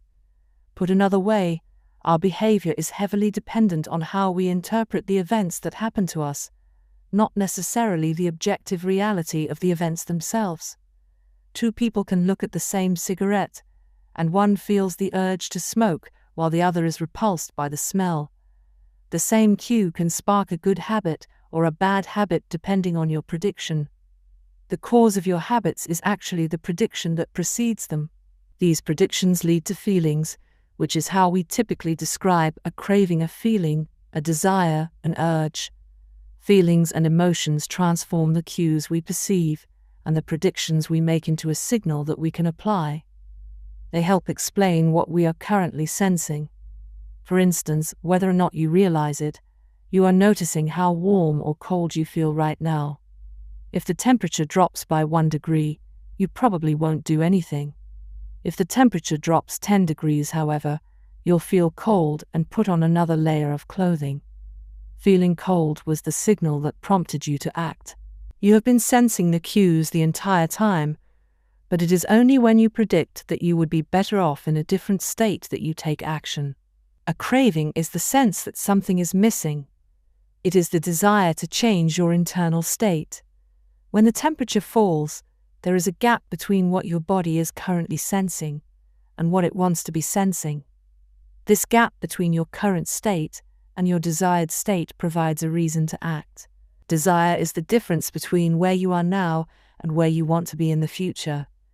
Even the tiniest action is tinged with the motivation to feel differently than you do in the moment. When you binge eat or light up or browse social media, what you really want is not a potato chip or a cigarette or a bunch of likes. What you really want is to feel different. Our feelings and emotions tell us whether to hold steady in our current state or to make a change. They help us decide the best course of action. Neurologists have discovered that when emotions and feelings are impaired, we actually lose the ability to make decisions. We have no signal of what to pursue and what to avoid. As the neuroscientist Antonio Damasio explains, It is emotion that allows you to mark things as good, bad, or indifferent. To summarize, the specific cravings you feel and habits you perform are really an attempt to address your fundamental underlying motives. Whenever a habit successfully addresses a motive, you develop a craving to do it again. In time, you learn to predict that checking social media will help you feel loved, or that watching YouTube will allow you to forget your fears. Habits are attractive when we associate them with positive feelings, and we can use this insight to our advantage rather than to our detriment. How to reprogram your brain to enjoy hard habits. You can make hard habits more attractive if you can learn to associate them with a positive experience. Sometimes all you need is a slight mindset shift. For instance, we often talk about everything we have to do in a given day. You have to wake up early for work. You have to make another sales call for your business. You have to cook dinner for your family. Now, imagine changing just one word. You don't have to. You get to. You get to wake up early for work. You get to make another sales call for your business. You get to cook dinner for your family. By simply changing one word, you shift the way you view each event. You transition from seeing these behaviors as burdens and turn them into opportunities. The key point is that both versions of reality are true. You have to do those things, and you also get to do them. We can find evidence for whatever mindset we choose. I once heard a story about a man who uses a wheelchair. When asked if it was difficult being confined, he responded, "I'm not confined to my wheelchair, I am liberated by it. If it wasn't for my wheelchair, I would be bedbound and never able to leave my house." This shift in perspective completely transformed how he lived each day. Reframing your habits to highlight their benefits rather than their drawbacks is a fast and lightweight way to reprogram your mind and make a habit seem more attractive. Exercise. Many people associate exercise with being a challenging task that drains energy and wears you down. You can just as easily view it as a way to develop skills and build you up. Instead of telling yourself, "I need to go run in the morning," say, "It's time to build endurance and get fast." Finance. Saving money is often associated with sacrifice. However, you can associate it with freedom rather than limitation if you realize one simple truth. Living below your current means increases your future means. The money you save this month increases your purchasing power next month. Meditation. Anyone who has tried meditation for more than 3 seconds knows how frustrating it can be when the next distraction inevitably pops into your mind. You can transform frustration into delight when you realize that each interruption gives you a chance to practice returning to your breath. Distraction is a good thing because you need distractions to practice meditation. Pre-game jitters. Many people feel anxious before delivering a big presentation or competing in an important event. They experience quicker breathing, a faster heart rate, heightened arousal. If we interpret these feelings negatively, then we feel threatened and tense up. If we interpret these feelings positively, then we can respond with fluidity and grace. You can reframe, "I am nervous," to "I am excited, and I'm getting an adrenaline rush to help me concentrate." These little mindset shifts aren't magic, but they can help change the feelings you associate with a particular habit or situation. If you want to take it a step further, you can create a motivation ritual. You simply practice associating your habits with something you enjoy. Then you can use that cue whenever you need a bit of motivation. For instance, if you always play the same song before having sex, then you'll begin to link the music with the act. Whenever you want to get in the mood, just press play. Ed Latimore, a boxer and writer from Pittsburgh, benefited from a similar strategy without knowing it. "Odd realization," he wrote. "My focus and concentration goes up just by putting my headphones on while writing. I don't even have to play any music." Without realizing it, he was conditioning himself. In the beginning, he put his headphones on, played some music he enjoyed, and did focused work. After doing it 5, 10, 20 times, putting his headphones on became a cue that he automatically associated with increased focus. The craving followed naturally. Athletes use similar strategies to get themselves in the mind set to perform. During my baseball career, I developed a specific ritual of stretching and throwing before each game. The whole sequence took about 10 minutes, and I did it the same way every single time. While it physically warmed me up to play, more importantly, it put me in the right mental state. I began to associate my pre-game ritual with feeling competitive and focused. Even if I wasn't motivated beforehand, by the time I was done with my ritual, I was in game mode. You can adapt this strategy for nearly any purpose. Say you want to feel happier in general. Find something that makes you truly happy, like petting your dog or taking a bubble bath, and then create a short routine that you perform every time before you do the thing you love. Maybe you take 3 deep breaths and smile. 3 deep breaths. Smile. Pet the dog. Repeat. Eventually, you'll begin to associate this breathe and smile routine with being in a good mood. It becomes a cue that means feeling happy. Once established, you can break it out anytime you need to change your emotional state. Stressed at work, take 3 deep breaths and smile. Sad about life, 3 deep breaths and smile. Once a habit has been built, the cue can prompt a craving, even if it has little to do with the original situation. The key to finding and fixing the causes of your bad habits is to reframe the associations you have about them. It's not easy, but if you can reprogram your predictions, you can transform a hard habit into an attractive one. Chapter summary. The inversion of the second law of behavior change is make it unattractive.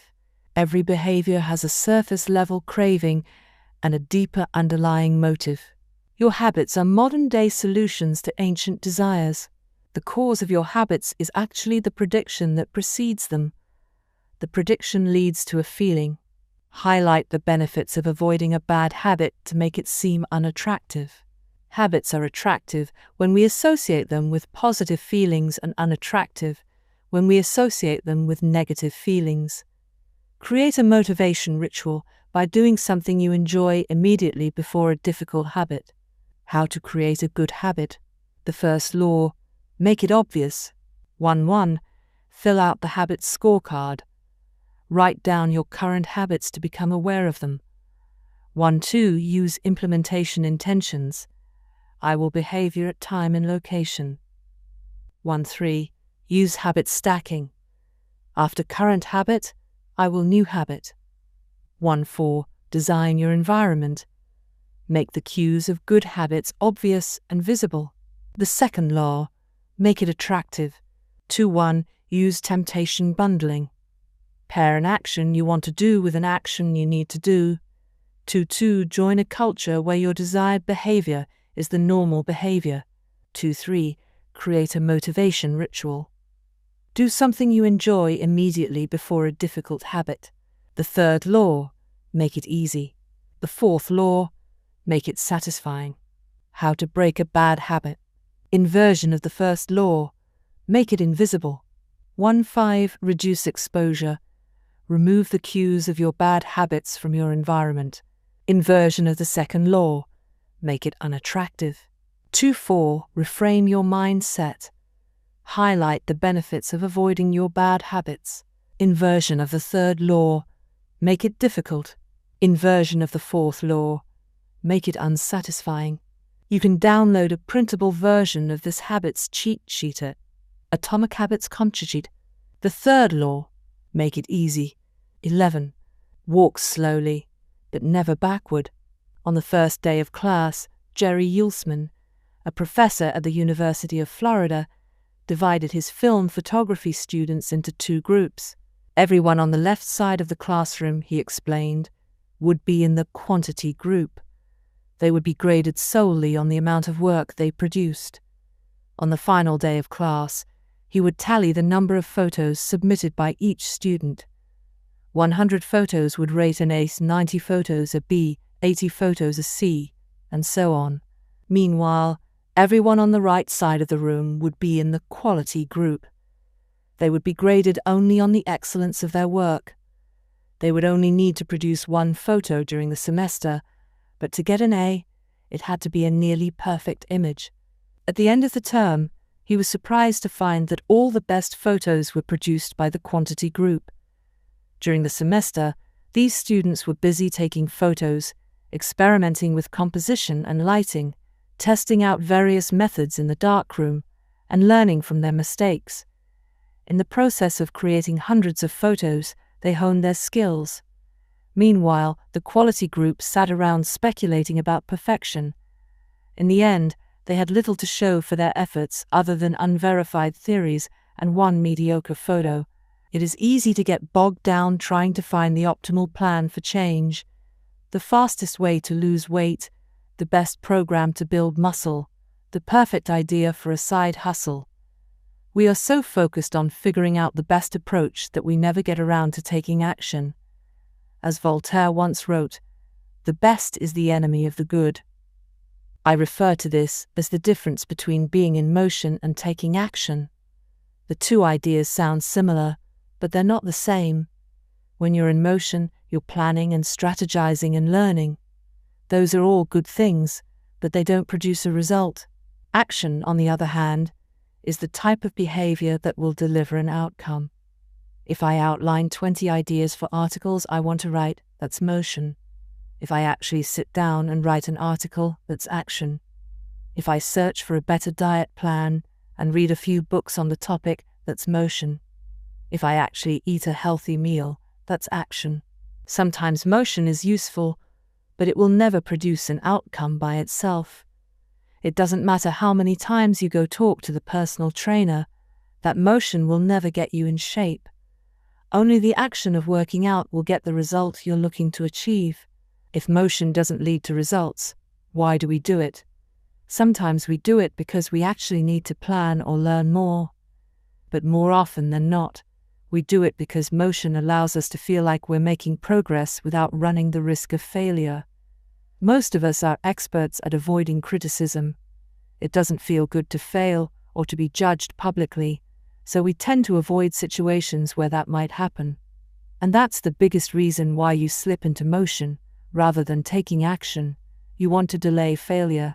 It's easy to be in motion and convince yourself that you're still making progress. You think, "I've got conversations going with 4 potential clients right now. This is good. We're moving in the right direction." Or, "I brainstormed some ideas for that book I want to write. This is coming together." Motion makes you feel like you're getting things done, but really, you're just preparing to get something done.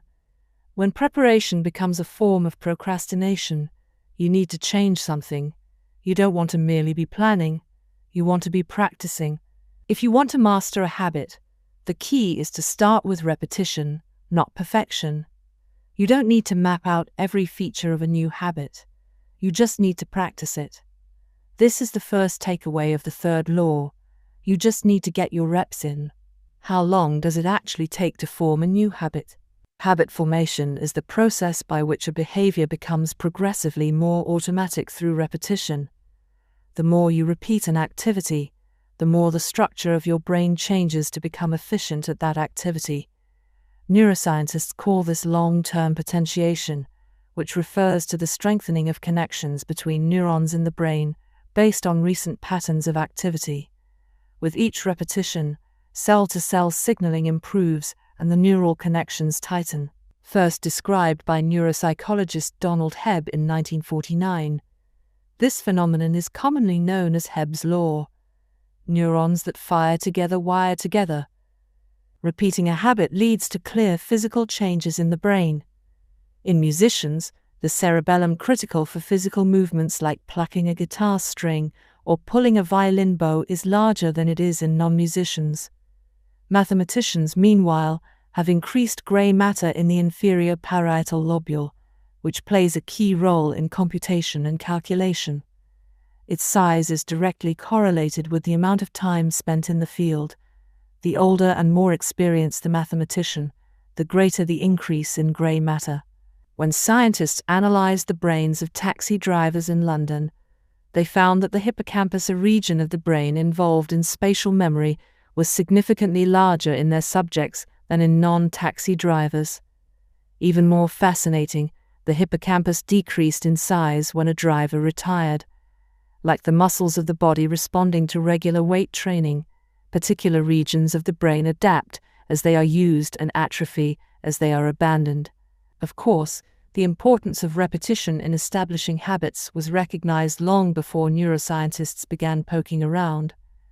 In 1860, the English philosopher George H. Lewes noted, "In learning to speak a new language, to play on a musical instrument, or to perform unaccustomed movements, great difficulty is felt, because the channels through which each sensation has to pass have not become established. But no sooner has frequent repetition cut a pathway than this difficulty vanishes. The actions become so automatic that they can be performed while the mind is otherwise engaged." Both common sense and scientific evidence agree. Repetition is a form of change. Each time you repeat an action, you are activating a particular neural circuit associated with that habit. This means that simply putting in your reps is one of the most critical steps you can take to encoding a new habit. It is why the students who took tons of photos improved their skills, while those who merely theorized about perfect photos did not. One group engaged in active practice, the other in passive learning. One in action, the other in motion. All habits follow a similar trajectory from effortful practice to automatic behavior, a process known as automaticity. Automaticity is the ability to perform a behavior without thinking about each step, which occurs when the non-conscious mind takes over. It looks something like this. The habit line, figure 11. In the beginning point A, a habit requires a good deal of effort and concentration to perform. After a few repetitions, point B, it gets easier, but still requires some conscious attention. With enough practice, point C, the habit becomes more automatic than conscious. Beyond this threshold, the habit line, the behavior can be done more or less without thinking. A new habit has been formed. On the following page, you'll see what it looks like when researchers track the level of automaticity for an actual habit like walking for 10 minutes each day. The shape of these charts, which scientists call learning curves, reveals an important truth about behavior change. Habits form based on frequency, not time. Walking 10 minutes per day. Figure 12. This graph shows someone who built the habit of walking for 10 minutes after breakfast each day. Notice that as the repetitions increase, so does automaticity, until the behavior is as easy and automatic as it can be. One of the most common questions I hear is, how long does it take to build a new habit? But what people really should be asking is, how many does it take to form a new habit? That is, how many repetitions are required to make a habit automatic? There is nothing magical about time passing with regard to habit formation. It doesn't matter if it's been 21 days or 30 days or 300 days. What matters is the rate at which you perform the behavior. You could do something twice in 30 days or 200 times. It's the frequency that makes the difference. Your current habits have been internalized over the course of hundreds, if not thousands, of repetitions. New habits require the same level of frequency. You need to string together enough successful attempts until the behavior is firmly embedded in your mind and you cross the habit line. In practice, it doesn't really matter how long it takes for a habit to become automatic. What matters is that you take the actions you need to take to make progress. Whether an action is fully automatic is of less importance. To build a habit, you need to practice it. And the most effective way to make practice happen is to adhere to the third law of behavior change. Make it easy. The chapters that follow will show you how to do exactly that. Chapter summary. The third law of behavior change is make it easy. The most effective form of learning is practice, not planning. Focus on taking action, not being in motion. Habit formation is the process by which a behavior becomes progressively more automatic through repetition. The amount of time you have been performing a habit is not as important as the number of times you have performed it. 12. The law of least effort.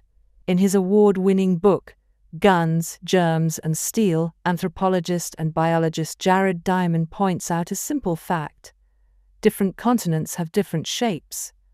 At first glance, this statement seems rather obvious and unimportant, but it turns out to have a profound impact on human behavior. The primary axis of the Americas runs from north to south. That is, the landmass of North and South America tends to be tall and thin, rather than wide and fat. The same is generally true for Africa. Meanwhile, the landmass that makes up Europe, Asia, and the Middle East is the opposite. This massive stretch of land tends to be more east-west in shape. According to Diamond, this difference in shape played a significant role in the spread of agriculture over the centuries. When agriculture began to spread around the globe, farmers had an easier time expanding along east-west routes than along north-south ones. This is because locations along the same latitude generally share similar climates, amounts of sunlight and rainfall, and changes in season.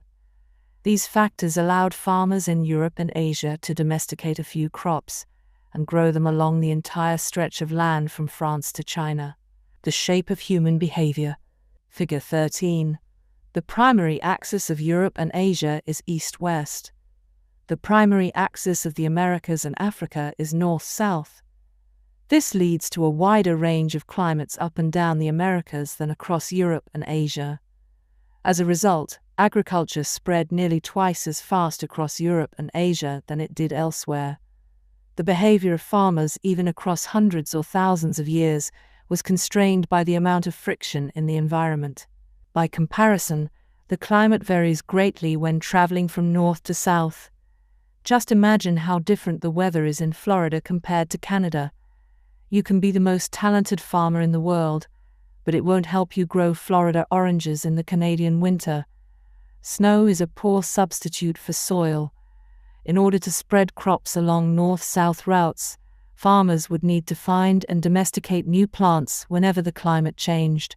As a result, agriculture spread 2 to 3 times faster across Asia and Europe than it did up and down the Americas. Over the span of centuries, this small difference had a very big impact. Increased food production allowed for more rapid population growth. With more people, these cultures were able to build stronger armies and were better equipped to develop new technologies. The changes started out: smaller crop that spread slightly farther, a population that grew slightly faster, but compounded into substantial differences over time. The spread of agriculture provides an example of the third law of behavior change on a global scale. Conventional wisdom holds that motivation is the key to habit change. Maybe if you really wanted it, you'd actually do it. But the truth is, our real motivation is to be lazy and to do what is convenient. And despite what the latest productivity bestseller will tell you, this is a smart strategy, not a dumb one. Energy is precious, and the brain is wired to conserve it whenever possible. It is human nature to follow the law of least effort, which states that when deciding between two similar options, people will naturally gravitate toward the option that requires the least amount of work. For example, expanding your farm to the east where you can grow the same crops, rather than heading north where the climate is different. Out of all the possible actions we could take, the one that is realized is the one that delivers the most value for the least effort. We are motivated to do what is easy. Every action requires a certain amount of energy. The more energy required, the less likely it is to occur. If your goal is to do 100 push-ups per day, that's a lot of energy. In the beginning, when you're motivated and excited, you can muster the strength to get started. But after a few days, such a massive effort feels exhausting. Meanwhile, sticking to the habit of doing 1 push-up per day requires almost no energy to get started. And the less energy a habit requires, the more likely it is to occur. Look at any behavior that fills up much of your life, and you'll see that it can be performed with very low levels of motivation.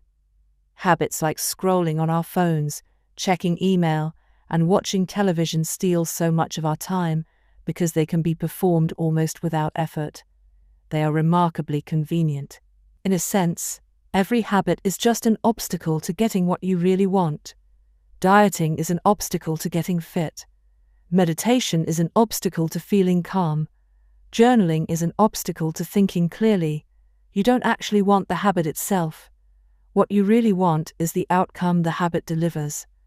The greater the obstacle that is, the more difficult the habit, the more friction there is between you and your desired end state. This is why it is crucial to make your habits so easy that you'll do them even when you don't feel like it. If you can make your good habits more convenient, you'll be more likely to follow through on them. But what about all the moments when we seem to do the opposite? If we're all so lazy, then how do you explain people accomplishing hard things like raising a child, or starting a business, or climbing Mount Everest? Certainly, you are capable of doing very hard things. The problem is that some days you feel like doing the hard work, and some days you feel like giving in. On the tough days, it's crucial to have as many things working in your favor as possible, so that you can overcome the challenges life naturally throws your way. The less friction you face, the easier it is for your stronger self to emerge. The idea behind Make It Easy is not to only do easy things. The idea is to make it as easy as possible in the moment to do things that pay off in the long run. How to achieve more with less effort. Imagine you are holding a garden hose that is bent in the middle. Some water can flow through, but not very much. If you want to increase the rate at which water passes through the hose, you have two options. The first option is to crank up the valve and force more water out. The second option is to simply remove the bend in the hose and let water flow through naturally. Trying to pump up your motivation to stick with a hard habit is like trying to force water through a bent hose. You can do it, but it requires a lot of effort and increases the tension in your life. Meanwhile, making your habits simple and easy is like removing the bend in the hose. Rather than trying to overcome the friction in your life, you reduce it. One of the most effective ways to reduce the friction associated with your habits is to practice environment design. In Chapter 6, we discussed environment design as a method for making cues more obvious, but you can also optimize your environment to make actions easier. For example, when deciding where to practice a new habit, it is best to choose a place that is already along the path of your daily routine. Habits are easier to build when they fit into the flow of your life. You are more likely to go to the gym if it is on your way to work, because stopping doesn't add much friction to your lifestyle. By comparison, if the gym is off the path of your normal commute, even by just a few blocks, now you're going out of your way to get there. Perhaps even more effective is reducing the friction within your home or office. Too often, we try to start habits in high-friction environments. We try to follow a strict diet while we are out to dinner with friends. We try to write a book in a chaotic household. We try to concentrate while using a smartphone filled with distractions. It doesn't have to be this way. We can remove the points of friction that hold us back. This is precisely what electronics manufacturers in Japan began to do in the 1970s. In an article published in The New Yorker titled, "Better All the Time," James Suroaki writes, Japanese firms emphasized what came to be known as lean production, relentlessly looking to remove waste of all kinds from the production process, down to redesigning workspaces, so workers didn't have to waste time twisting and turning to reach their tools. The result was that Japanese factories were more efficient and Japanese products were more reliable than American ones. In 1974, service calls for American-made color televisions were 5 times as common as for Japanese televisions. By 1979, it took American workers 3 times as long to assemble their sets. I like to refer to this strategy as addition by subtraction.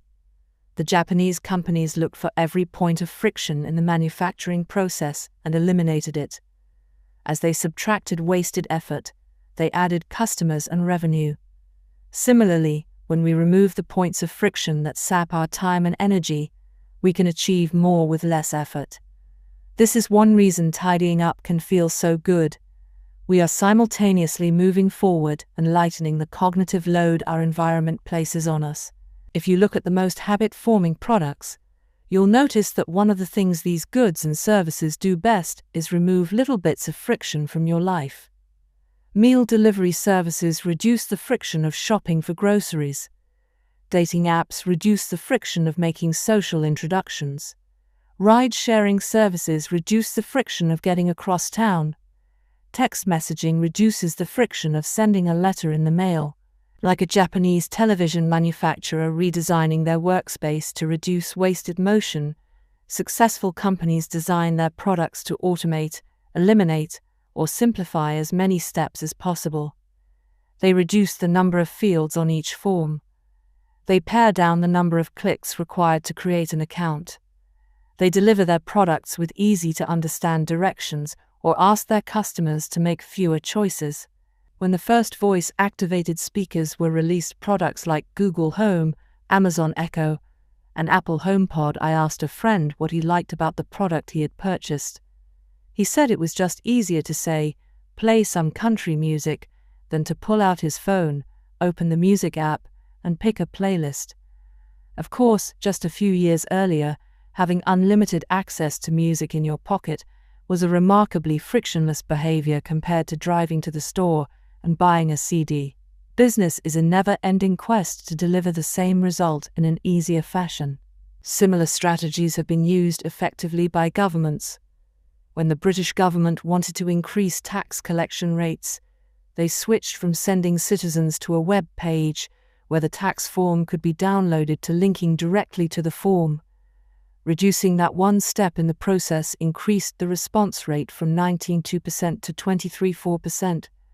For a country like the United Kingdom, those percentage points represent millions in tax revenue. The central idea is to create an environment where doing the right thing is as easy as possible. Much of the battle of building better habits comes down to finding ways to reduce the friction associated with our good habits and increase the friction associated with our bad ones. Prime the environment for future use. Oswald Knuckles is an IT developer from Natchez, Mississippi. He is also someone who understands the power of priming his environment. Knuckles dialed in his cleaning habits by following a strategy he refers to as resetting the room. For instance, when he finishes watching television, he places the remote back on the TV stand, arranges the pillows on the couch, and folds the blanket. When he leaves his car, he throws any trash away. Whenever he takes a shower, he wipes down the toilet while the shower is warming up. As he notes, the perfect time to clean the toilet is right before you wash yourself in the shower anyway. The purpose of resetting each room is not simply to clean up after the last action, but to prepare for the next action. When I walk into a room, everything is in its right place, Knuckles wrote. Because I do this every day in every room, stuff always stays in good shape. People think I work hard, but I'm actually really lazy. I'm just proactively lazy. It gives you so much time back. Whenever you organize a space for its intended purpose, you are priming it to make the next action easy. For instance, my wife keeps a box of greeting cards that are presorted by occasion: birthday, sympathy, wedding, graduation, and more. Whenever necessary, she grabs an appropriate card and sends it off. She is incredibly good at remembering to send cards because she has reduced the friction of doing so. For years, I was the opposite. Someone would have a baby and I would think, I should send a card, but then weeks would pass, and by the time I remembered to pick one up at the store, it was too late. The habit wasn't easy. There are many ways to prime your environment so it's ready for immediate use. If you want to cook a healthy breakfast, place the skillet on the stove, set the cooking spray on the counter, and lay out any plates and utensils you'll need the night before. When you wake up, making breakfast will be easy. Want to draw more? Put your pencils, pens, notebooks, and drawing tools on top of your desk, within easy reach. Want to exercise? Set out your workout clothes, shoes, gym bag, and water bottle ahead of time. Want to improve your diet? Chop up a ton of fruits and vegetables on weekends and pack them in containers so you have easy access to healthy, ready-to-eat options during the week.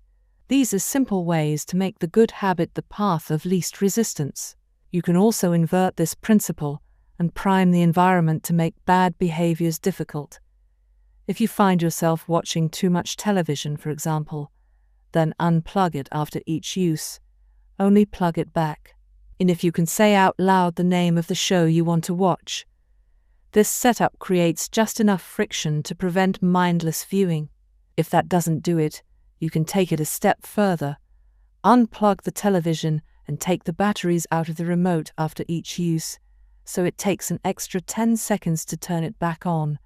And if you're really hardcore, move the television out of the living room and into a closet after each use.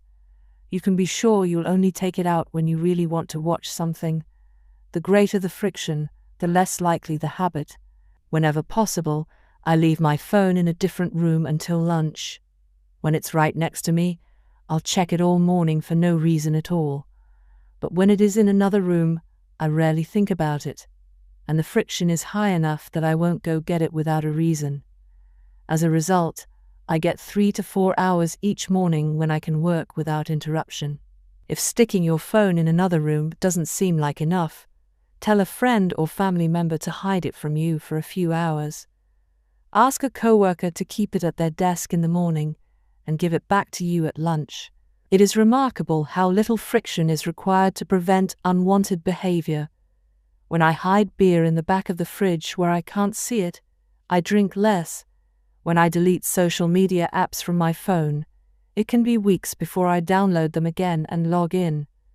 These tricks are unlikely to curb a true addiction, but for many of us, a little bit of friction can be the difference between sticking with a good habit or sliding into a bad one. Imagine the cumulative impact of making dozens of these changes and living in an environment designed to make the good behaviors easier and the bad behaviors harder. Whether we are approaching behavior change as an individual, a parent, a coach, or a leader, we should ask ourselves the same question. How can we design a world where it's easy to do what's right? Redesign your life so the actions that matter most are also the actions that are easiest to do. Chapter summary. Human behavior follows the law of least effort. We will naturally gravitate toward the option that requires the least amount of work. Create an environment where doing the right thing is as easy as possible. Reduce the friction associated with good behaviors. When friction is low, habits are easy. Increase the friction associated with bad behaviors. When friction is high, habits are difficult. Prime your environment to make future actions easier. 13. How to stop procrastinating by using the 2-minute rule. Twyla Tharp is widely regarded as one of the greatest dancers and choreographers of the modern era.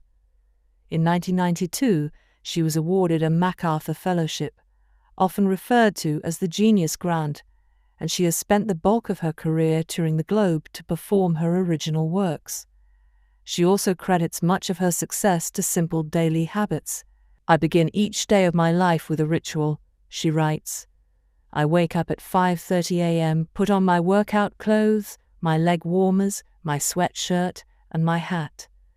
I walk outside my Manhattan home, hail a taxi, and tell the driver to take me to the Pumping Iron Gym at 91st Street and 1st Avenue, where I work out for 2 hours. The ritual is not the stretching and weight training. I put my body through each morning at the gym. The ritual is the cab. The moment I tell the driver where to go, I have completed the ritual. It's a simple act, but doing it the same way each morning habitualizes.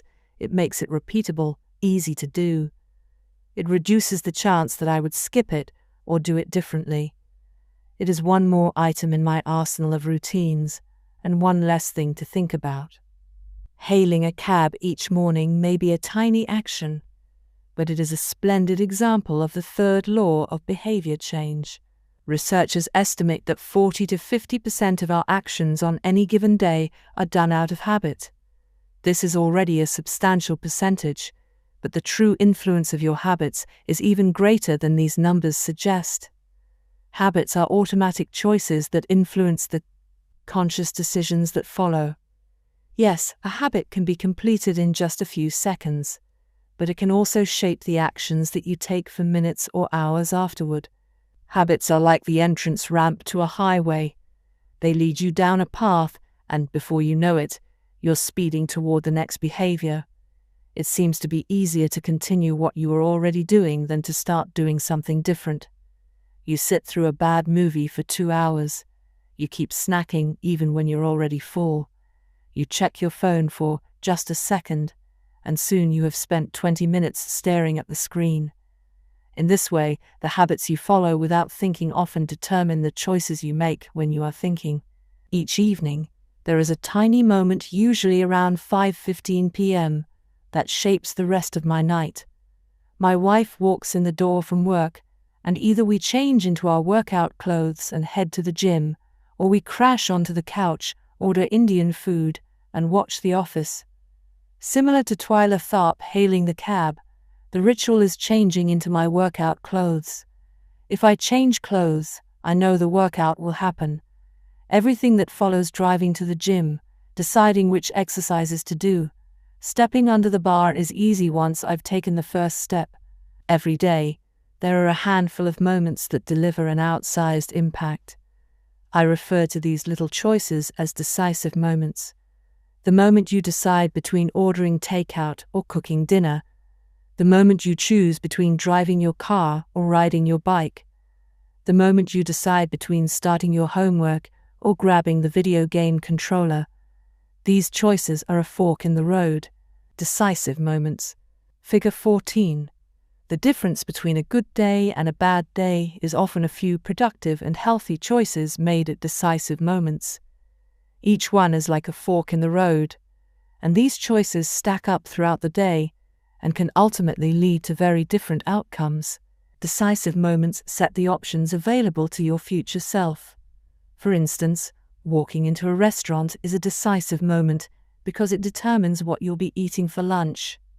Technically, you are in control of what you order, but in a larger sense, you can only order an item if it is on the menu. If you walk into a steakhouse, you can get a sirloin or a ribeye, but not sushi. Your options are constrained by what's available. They are shaped by the first choice. We are limited by where our habits lead us. This is why mastering the decisive moments throughout your day is so important. Each day is made up of many moments, but it is really a few habitual choices that determine the path you take. These little choices stack up, each one setting the trajectory for how you spend the next chunk of time. Habits are the entry point, not the end point. They are the cab, not the gym. The 2-minute rule. Even when you know you should start small, it's easy to start too big. When you dream about making a change, excitement inevitably takes over, and you end up trying to do too much too soon. The most effective way I know to counteract this tendency is to use the 2-minute rule, which states, when you start a new habit, it should take less than 2 minutes to do. You'll find that nearly any habit can be scaled down into a 2-minute version. Read before bed each night becomes read 1 page. Do 30 minutes of yoga becomes take out my yoga mat. Study for class becomes open my notes. Fold the laundry becomes fold 1 pair of socks. Run 3 miles becomes tie my running shoes. The idea is to make your habits as easy as possible to start. Anyone can meditate for 1 minute, read 1 page, or put 1 item of clothing away. And as we have just discussed, this is a powerful strategy because once you've started doing the right thing, it is much easier to continue doing it. A new habit should not feel like a challenge. The actions that follow can be challenging, but the first 2 minutes should be easy. What you want is a gateway habit that naturally leads you down a more productive path. You can usually figure out the gateway habits that will lead to your desired outcome by mapping out your goals on a scale from very easy to very hard. For instance, running a marathon is very hard. Running a 5K is hard. Walking 10,000 steps is moderately difficult. Walking 10 minutes is easy. And putting on your running shoes is very easy. Your goal might be to run a marathon, but your gateway habit is to put on your running shoes. That's how you follow the 2-minute rule. Very easy. Put on your running shoes. Write 1 sentence. Open your notes. Easy. Walk 10 minutes. Write 1 paragraph. Study for 10 minutes. Moderate. Walk 10,000 steps. Write 1,000 words. Study for 3 hours. Hard. Run a 5K. Write a 5,000-word article. Get straight A's. Very hard. Run a marathon. Write a book. Earn a PhD. People often think it's weird to get hyped about reading 1 page, or meditating for 1 minute, or making 1 sales call. But the point is not to do one thing. The point is to master the habit of showing up. The truth is, a habit must be established before it can be improved. If you can't learn the basic skill of showing up, then you have little hope of mastering the finer details. Instead of trying to engineer a perfect habit from the start, do the easy thing on a more consistent basis. You have to standardize before you can optimize. As you master the art of showing up, the first 2 minutes simply become a ritual at the beginning of a larger routine. This is not merely a hack to make habits easier, but actually the ideal way to master a difficult skill. The more you ritualize the beginning of a process, the more likely it becomes that you can slip into the state of deep focus that is required to do great things. By doing the same warm-up before every workout, you make it easier to get into a state of peak performance. By following the same creative ritual, you make it easier to get into the hard work of creating. By developing a consistent power-down habit, you make it easier to get to bed at a reasonable time each night. You may not be able to automate the whole process, but you can make the first action mindless. Make it easy to start, and the rest will follow. The 2-minute rule can seem like a trick to some people.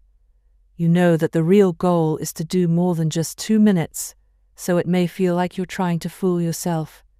Nobody is actually aspiring to read 1 page or do 1 push-up or open their notes. And if you know it's a mental trick, why would you fall for it? If the 2-minute rule feels forced, try this. Do it for 2 minutes and then stop. Go for a run, but you must stop after 2 minutes. Start meditating, but you must stop after 2 minutes. Study Arabic, but you must stop after 2 minutes. It's not a strategy for starting, it's the whole thing. Your habit can only last 120 seconds. One of my readers used this strategy to lose over 100 pounds. In the beginning, he went to the gym each day, but he told himself he wasn't allowed to stay for more than 5 minutes.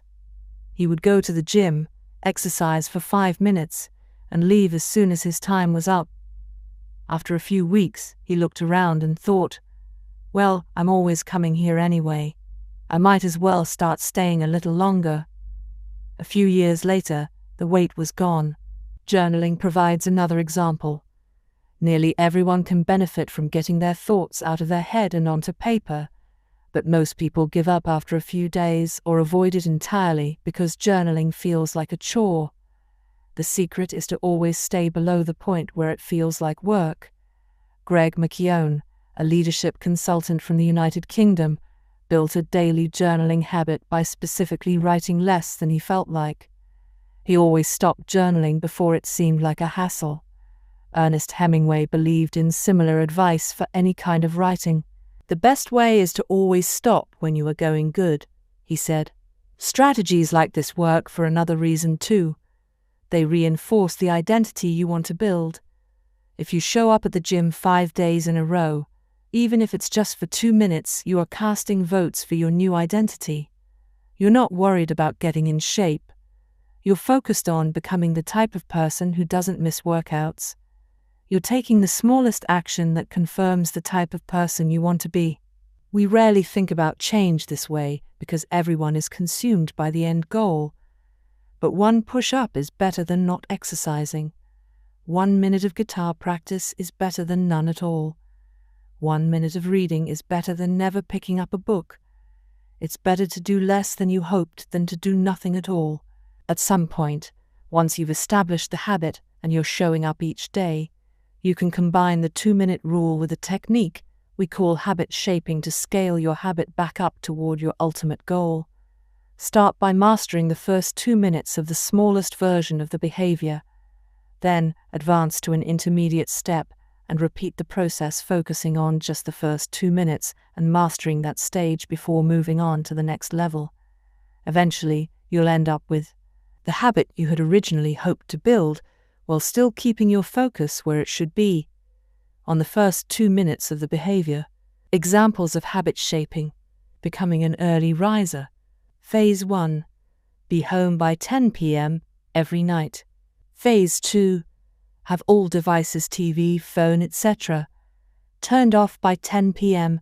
every night. Phase 3. Be in bed by 10 p.m.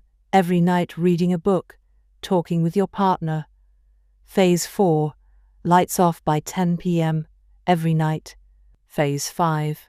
Wake up at 6 a.m. every day. Becoming vegan. Phase 1. Start eating vegetables at each meal. Phase 2. Stop eating animals with 4 legs: cow, pig, lamb, etc. Phase 3. Stop eating animals with 2 legs: chicken, turkey, etc. Phase 4. Stop eating animals with no legs: fish, clams, scallops, etc. Phase 5. Stop eating all animal products: eggs, milk, cheese. Starting to exercise. Phase 1. Change into workout clothes. Phase 2. Step out the door, try taking a walk. Phase 3. Drive to the gym, exercise for 5 minutes, and leave. Phase 4. Exercise for 15 minutes at least once per week. Phase 5. Exercise 3 times per week. Nearly any larger life goal can be transformed into a 2-minute behavior. I want to live a healthy and long life. I need to stay in shape. I need to exercise. I need to change into my workout clothes. I want to have a happy marriage. I need to be a good partner. I should do something each day to make my partner's life easier. I should meal plan for next week. Whenever you are struggling to stick with a habit, you can employ the 2-minute rule. It's a simple way to make your habits easy. Chapter summary. Habits can be completed in a few seconds, but continue to impact your behavior for minutes or hours afterward. Many habits occur at decisive moments, choices that are like a fork in the road and either send you in the direction of a productive day or an unproductive one. The 2-minute rule states, when you start a new habit, it should take less than 2 minutes to do. The more you ritualize the beginning of a process, the more likely it becomes that you can slip into the state of deep focus that is required to do great things. Standardize before you optimize. You can't improve a habit that doesn't exist. 14. How to make good habits inevitable and bad habits impossible. In the summer of 1830, Victor Hugo was facing an impossible deadline. 12 months earlier, the French author had promised his publisher a new book. But instead of writing, he spent that year pursuing other projects, entertaining guests, and delaying his work.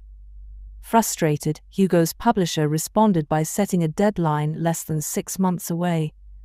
The book had to be finished by February 1831. Hugo concocted a strange plan to beat his procrastination. He collected all of his clothes and asked an assistant to lock them away in a large chest. He was left with nothing to wear except a large shawl.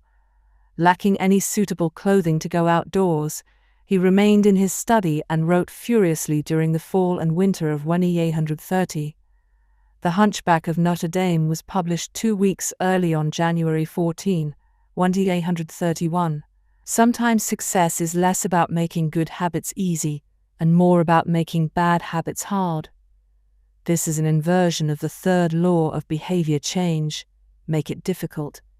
If you find yourself continually struggling to follow through on your plans, then you can take a page from Victor Hugo and make your bad habits more difficult by creating what psychologists call a commitment device. A commitment device is a choice you make in the present that controls your actions in the future. It is a way to lock in future behavior, bind you to good habits, and restrict you from bad ones. When Victor Hugo shut his clothes away so he could focus on writing, he was creating a commitment device. There are many ways to create a commitment device. You can reduce overeating by purchasing food in individual packages rather than in bulk size. You can voluntarily ask to be added to the banned list at casinos and online poker sites to prevent future gambling sprees. I've even heard of athletes who have to make weight for a competition choosing to leave their wallets at home during the week before weigh-in so they won't be tempted to buy fast food. As another example, my friend and fellow habits expert Nur Isle purchased an outlet timer, which is an adapter that he plugged in between his internet router and the power outlet. At 10 p.m. each night, the outlet timer cuts off the power to the router. When the internet goes off, everyone knows it is time to go to bed. Commitment devices are useful because they enable you to take advantage of good intentions before you can fall victim to temptation. Whenever I'm looking to cut calories, for example, I will ask the waiter to split my meal and box half of it to go before the meal is served. If I waited until the meal came out and told myself, I'll just eat half, it would never work. The key is to change the task such that it requires more work to get out of the good habit than to get started on it. If you're feeling motivated to get in shape, schedule a yoga session and pay ahead of time. If you're excited about the business you want to start, email an entrepreneur you respect and set up a consulting call. When the time comes to act, the only way to bail is to cancel the meeting, which requires effort and may cost money. Commitment devices increase the odds that you'll do the right thing in the future by making bad habits difficult in the present. However, we can do even better. We can make good habits inevitable and bad habits impossible. How to automate a habit and never think about it again. John Henry Patterson was born in Dayton, Ohio, in 1844. He spent his childhood doing chores on the family farm and working shifts at his father's sawmill. After attending college at Dartmouth, Patterson returned to Ohio and opened a small supply store for coal miners. It seemed like a good opportunity. The store faced little competition and enjoyed a steady stream of customers, but still struggled to make money. That was when Patterson discovered his employees were stealing from him. In the mid-1800s, employee theft was a common problem. Receipts were kept in an open drawer and could easily be altered or discarded. There were no video cameras to review behavior and no software to track transactions. Unless you were willing to hover over your employees every minute of the day or to manage all transactions yourself, it was difficult to prevent theft. As Patterson mulled over his predicament, he came across an advertisement for a new invention called Ritty's Incorruptible Cashier. Designed by fellow Dayton resident James Ritty, it was the first cash register. The machine automatically locked the cash and receipts inside after each transaction. Patterson bought 2 for $50 each. Employee theft at his store vanished overnight. In the next 6 months, Patterson's business went from losing money to making $5,000 in profit, the equivalent of more than $100,000 today. Patterson was so impressed with the machine that he changed businesses. He bought the rights to Ritty's invention and opened the National Cash Register Company. 10 years later, National Cash Register had over 1,000 employees and was on its way to becoming one of the most successful businesses of its time. The best way to break a bad habit is to make it impractical to do. Increase the friction until you don't even have the option to act. The brilliance of the cash register was that it automated ethical behavior by making stealing practically impossible. Rather than trying to change the employees, It made the preferred behavior automatic. Some actions like installing a cash register pay off again and again. These one-time choices require a little bit of effort up front, but create increasing value over time. I'm fascinated by the idea that a single choice can deliver returns again and again, and I surveyed my readers on their favorite one-time actions that lead to better long-term habits. The table on the following page shares some of the most popular answers. I'd wager that if the average person were to simply do half of the one-time actions on this list, even if they didn't give another thought to their habits, most would find themselves living a better life a year from now. These one-time actions are a straightforward way to employ the third law of behavior change. They make it easier to sleep well, eat healthy, be productive, save money, and generally live better. One-time actions that lock in good habits. Nutrition. Buy a water filter to clean your drinking water. Use smaller plates to reduce caloric intake. Sleep. Buy a good mattress. Get blackout curtains. Remove your television from your bedroom. Productivity. Unsubscribe from emails. Turn off notifications and mute group chats. Set your phone to silent. Use email filters to clear up your inbox. Delete games and social media apps on your phone. Happiness. Get a dog. Move to a friendly, social neighborhood. General health. Get vaccinated. Buy good shoes to avoid back pain. Buy a supportive chair or standing desk. Finance. Enroll in an automatic savings plan. Set up automatic bill pay. Cut cable service. Ask service providers to lower your bills. Of course, there are many ways to automate good habits and eliminate bad ones. Typically, they involve putting technology to work for you. Technology can transform actions that were once hard, annoying, and complicated into behaviors that are easy, painless, and simple. It is the most reliable and effective way to guarantee the right behavior. This is particularly useful for behaviors that happen too infrequently to become habitual. Things you have to do monthly or yearly, like rebalancing your investment portfolio, are never repeated frequently enough to become a habit, so they benefit in particular from technology remembering to do them for you. Other examples include medicine. Prescriptions can be automatically refilled. Personal finance. Employees can save for retirement with an automatic wage deduction. Cooking. Meal delivery services can do your grocery shopping. Productivity. Social media browsing can be cut off with a website blocker. When you automate as much of your life as possible, you can spend your effort on the tasks machines cannot do yet. Each habit that we hand over to the authority of technology frees up time and energy to pour into the next stage of growth. As mathematician and philosopher Alfred North Whitehead wrote, "Civilization advances by extending the number of operations we can perform without thinking about them." Of course, the power of technology can work against us as well. Binge watching becomes a habit because you have to put more effort in to stop looking at the screen than to continue doing so. Instead of pressing a button to advance to the next episode, Netflix or YouTube will autoplay it for you. All you have to do is keep your eyes open. Technology creates a level of convenience that enables you to act on your smallest whims and desires. At the mere suggestion of hunger, you can have food delivered to your door. At the slightest hint of boredom, you can get lost in the vast expanse of social media. When the effort required to act on your desires becomes effectively zero, you can find yourself slipping into whatever impulse arises at the moment. The downside of automation is that we can find ourselves jumping from easy task to easy task without making time for more difficult, but ultimately more rewarding work.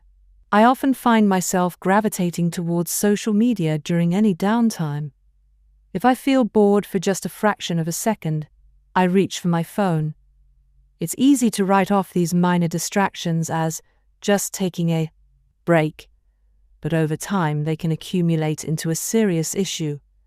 The constant tug of just one more minute can prevent me from doing anything of consequence. I'm not the only one. The average person spends over 2 hours per day on social media. What could you do with an extra 600 hours per year? During the year I was writing this book, I experimented with a new time management strategy. Every Monday, my assistant would reset the passwords on all my social media accounts, which logged me out on each device. All week I worked without distraction. On Friday, she would send me the new passwords. I had the entire weekend to enjoy what social media had to offer until Monday morning when she would do it again. If you don't have an assistant, team up with a friend or family member and reset each other's passwords each week. One of the biggest surprises was how quickly I adapted. Within the first week of locking myself out of social media, I realized that I didn't need to check it nearly as often as I had been, and I certainly didn't need it each day. It had simply been so easy that it had become the default. Once my bad habit became impossible, I discovered that I did actually have the motivation to work on more meaningful tasks. After I removed the mental candy from my environment, it became much easier to eat the healthy stuff. When working in your favor, automation can make your good habits inevitable and your bad habits impossible. It is the ultimate way to lock in future behavior rather than relying on willpower in the moment. By utilizing commitment devices, strategic one-time decisions, and technology, you can create an environment of inevitability, a space where good habits are not just an outcome you hope for, but an outcome that is virtually guaranteed. Chapter summary: the inversion of the third law of behavior change is make it difficult. A commitment device is a choice you make in the present that locks in better behavior in the future. The ultimate way to lock in future behavior is to automate your habits. One-time choices like buying a better mattress or enrolling in an automatic savings plan are single actions that automate your future habits and deliver increasing returns over time. Using technology to automate your habits is the most reliable and effective way to guarantee the right behavior. How to create a good habit. The first law: make it obvious. 1.1. Fill out the habits scorecard. Write down your current habits to become aware of them. 1.2. Use implementation intentions. I will behavior at time and location. 1.3. Use habit stacking. After current habit, I will new habit. 1.4. Design your environment. Make the cues of good habits obvious and visible. The second law: make it attractive. 2.1. Use temptation bundling. Pair an action you want to do with an action you need to do. 2.2. Join a culture where your desired behavior is the normal behavior. 2.3. Create a motivation ritual. Do something you enjoy immediately before a difficult habit. The third law: make it easy. 3.1. Reduce friction. Decrease the number of steps between you and your good habits. 3.2. Prime the environment. Prepare your environment to make future actions easier. 3.3. Master the decisive moment. Optimize the small choices that deliver outsized impact. 3.4. Use the 2-minute rule. Downscale your habits until they can be done in 2 minutes or less. 3.5. Automate your habits. Invest in technology and one-time purchases that lock in future behavior. The fourth law: make it satisfying. How to break a bad habit. Inversion of the first law: make it invisible. 1.5. Reduce exposure. Remove the cues of your bad habits from your environment. Inversion of the second law: make it unattractive. 2.4. Reframe your mindset.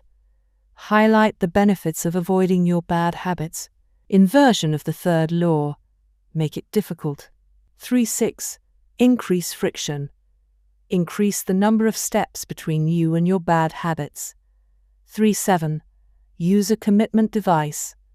Restrict your future choices to the ones that benefit you. Inversion of the fourth law: make it unsatisfying. You can download a printable version of this habits cheat sheet at Atomic Habits Cheat. The fourth law: make it satisfying. 15. The cardinal rule of behavior change. In the late 1990s, a public health worker named Stephen Luby left his hometown of Omaha, Nebraska, and bought a one-way ticket to Karachi, Pakistan. Karachi was one of the most populous cities in the world. By 1998, over 9 million people called it home. It was the economic center of Pakistan and a transportation hub, with some of the most active airports and seaports in the region. In the commercial parts of town, you could find all of the standard urban amenities and bustling downtown streets. But Karachi was also one of the least livable cities in the world. Over 60% of Karachi's residents lived in squatter settlements and slums. These densely packed neighborhoods were filled with makeshift houses cobbled together from old boards, cinder blocks, and other discarded materials. There was no waste removal system, no electricity grid, no clean water supply. When dry, the streets were a combination of dust and trash. When wet, they became a muddy pit of sewage. Mosquito colonies thrived in pools of stagnant water, and children played among the garbage. The unsanitary conditions lead to widespread illness and disease. Contaminated water sources caused epidemics of diarrhea, vomiting, and abdominal pain. Nearly 1/3 of the children living there were malnourished. With so many people crammed into such a small space, viruses and bacterial infections spread rapidly. It was this public health crisis that had brought Stephen Luby to Pakistan. Luby and his team realized that in an environment with poor sanitation, the simple habit of washing your hands could make a real difference in the health of the residents. But they soon discovered that many people were already aware that hand washing was important. And yet, despite this knowledge, many residents were washing their hands in a haphazard fashion. Some people would just run their hands under the water quickly. Others would only wash one hand. Many would simply forget to wash their hands before preparing food. Everyone said hand washing was important, but few people made a habit out of it. The problem wasn't knowledge. The problem was consistency. That was when Luby and his team partnered with Procter & Gamble to supply the neighborhood with Safeguard soap. Compared to your standard bar of soap, using Safeguard was a more enjoyable experience. In Pakistan, Safeguard was a premium soap, Luby told me. The study participants commonly mentioned how much they liked it. The soap foamed easily, and people were able to lather their hands with suds. It smelled great. Instantly, hand washing became slightly more pleasurable. I see the goal of hand washing promotion not as behavior change, but as habit adoption, Luby said. It is a lot easier for people to adopt a product that provides a strong, positive sensory signal, for example the mint taste of toothpaste, than it is to adopt a habit that does not provide pleasurable sensory feedback, like flossing one's teeth. The marketing team at Procter & Gamble talked about trying to create a positive hand-washing experience. Within months, the researchers saw a rapid shift in the health of children in the neighborhood. The rate of diarrhea fell by 52%, pneumonia by 48%, and impetigo, a bacterial skin infection, by 35%. The long-term effects were even better. We went back to some of the households in Karachi 6 years after, Luby told me.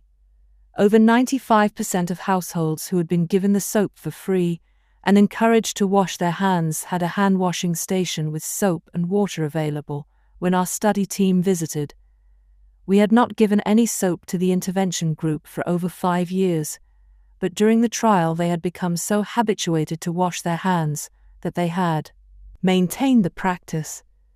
It was a powerful example of the fourth and final law of behavior change: make it satisfying.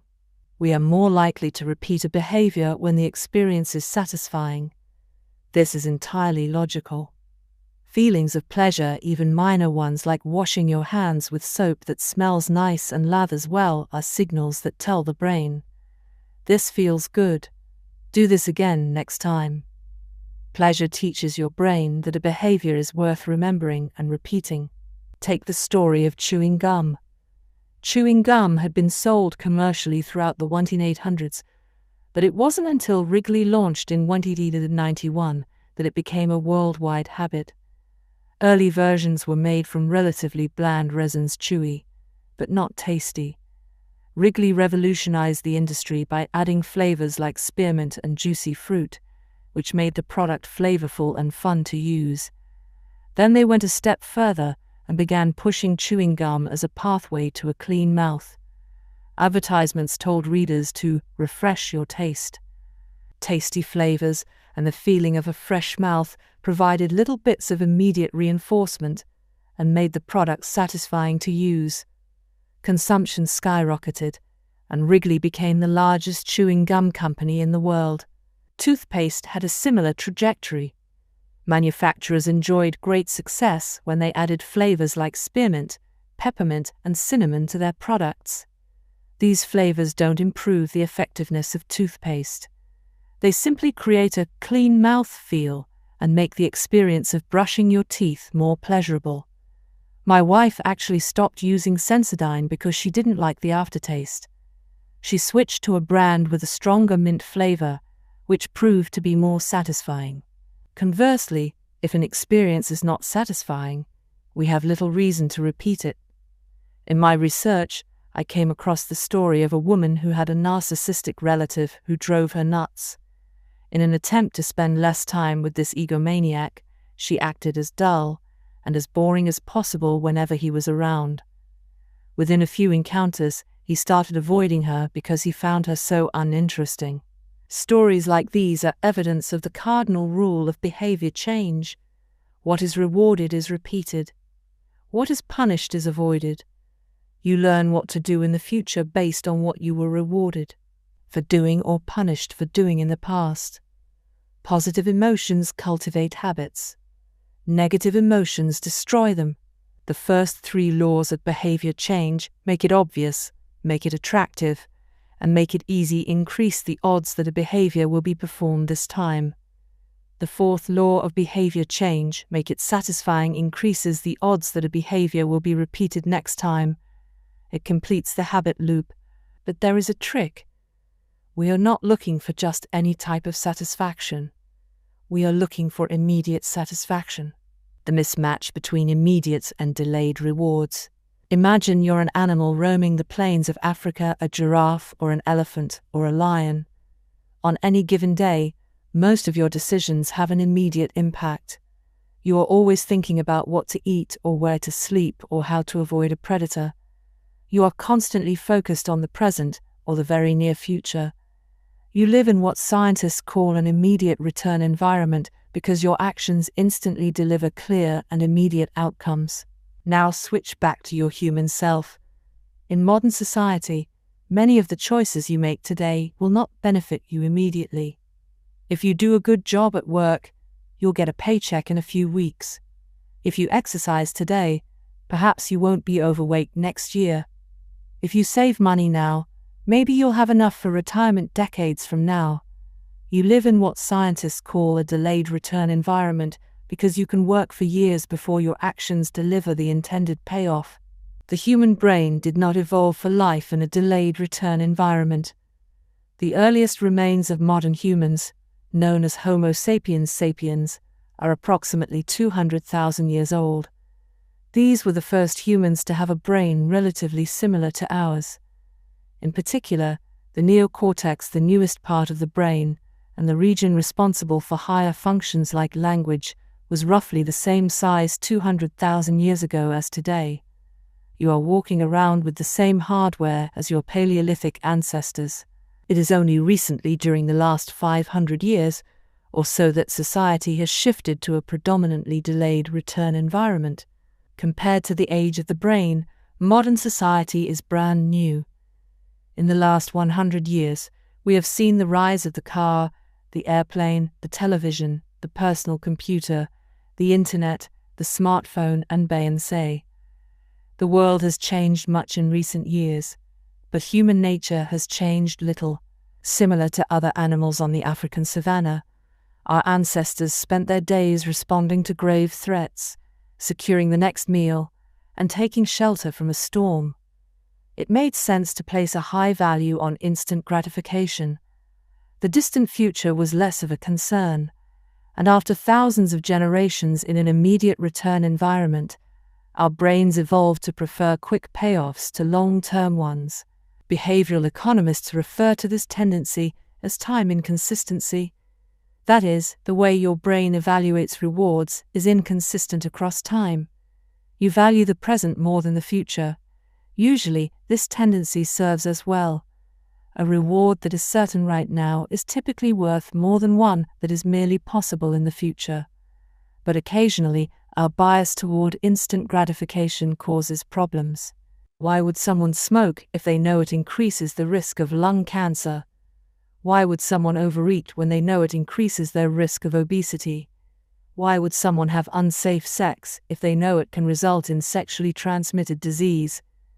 Once you understand how the brain prioritizes rewards, the answers become clear.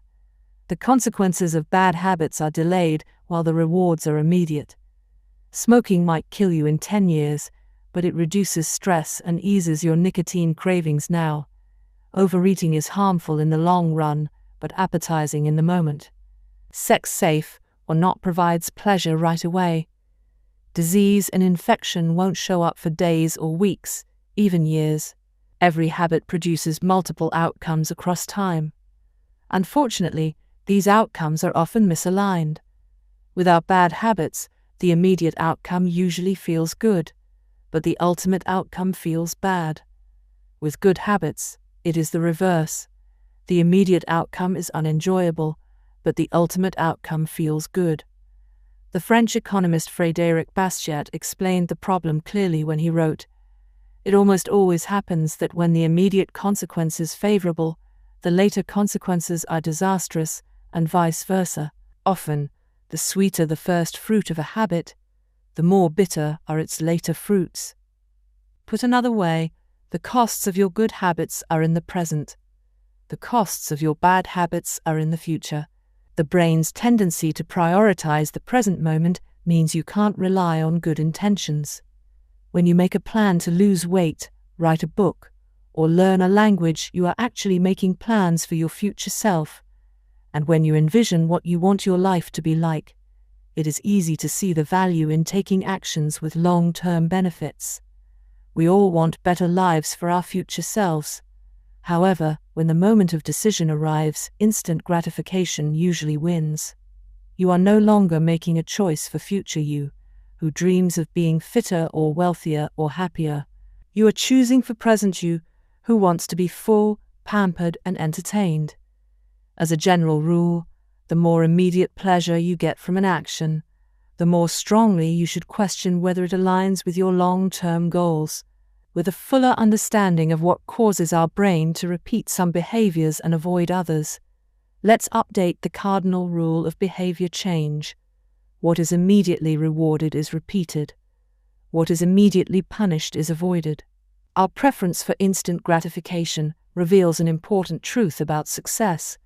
Because of how we are wired, most people will spend all day chasing quick hits of satisfaction.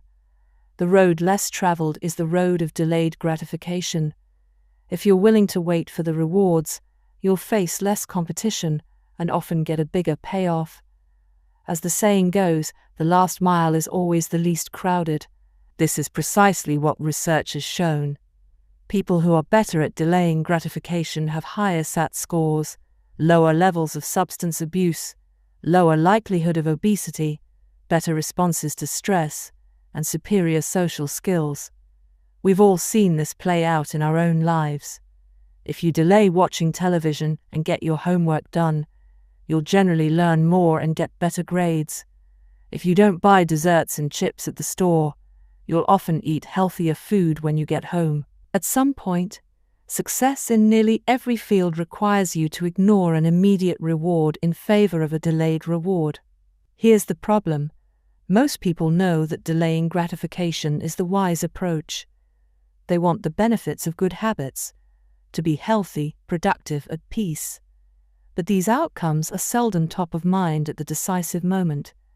Thankfully, it's possible to train yourself to delay gratification, but you need to work with the grain of human nature, not against it. The best way to do this is to add a little bit of immediate pleasure to the habits that pay off in the long run, and a little bit of immediate pain to ones that don't. How to turn instant gratification to your advantage. The vital thing in getting a habit to stick is to feel successful, even if it's in a small way. The feeling of success is a signal that your habit paid off, and that the work was worth the effort. In a perfect world, the reward for a good habit is the habit itself. In the real world, good habits tend to feel worthwhile only after they have provided you with something. Early on, it's all sacrifice. You've gone to the gym a few times, but you're not stronger or fitter or faster, at least, not in any noticeable sense. It's only months later, once you shed a few pounds or your arms gain some definition, that it becomes easier to exercise for its own sake. In the beginning, you need a reason to stay on track.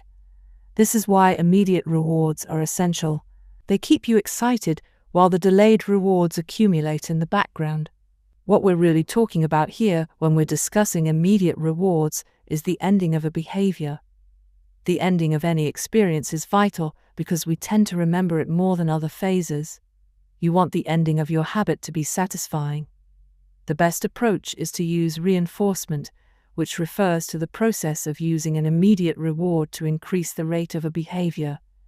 Habit stacking, which we covered in Chapter 5, ties your habit to an immediate cue, which makes it obvious when to start. Reinforcement ties your habit to an immediate reward, which makes it satisfying when you finish.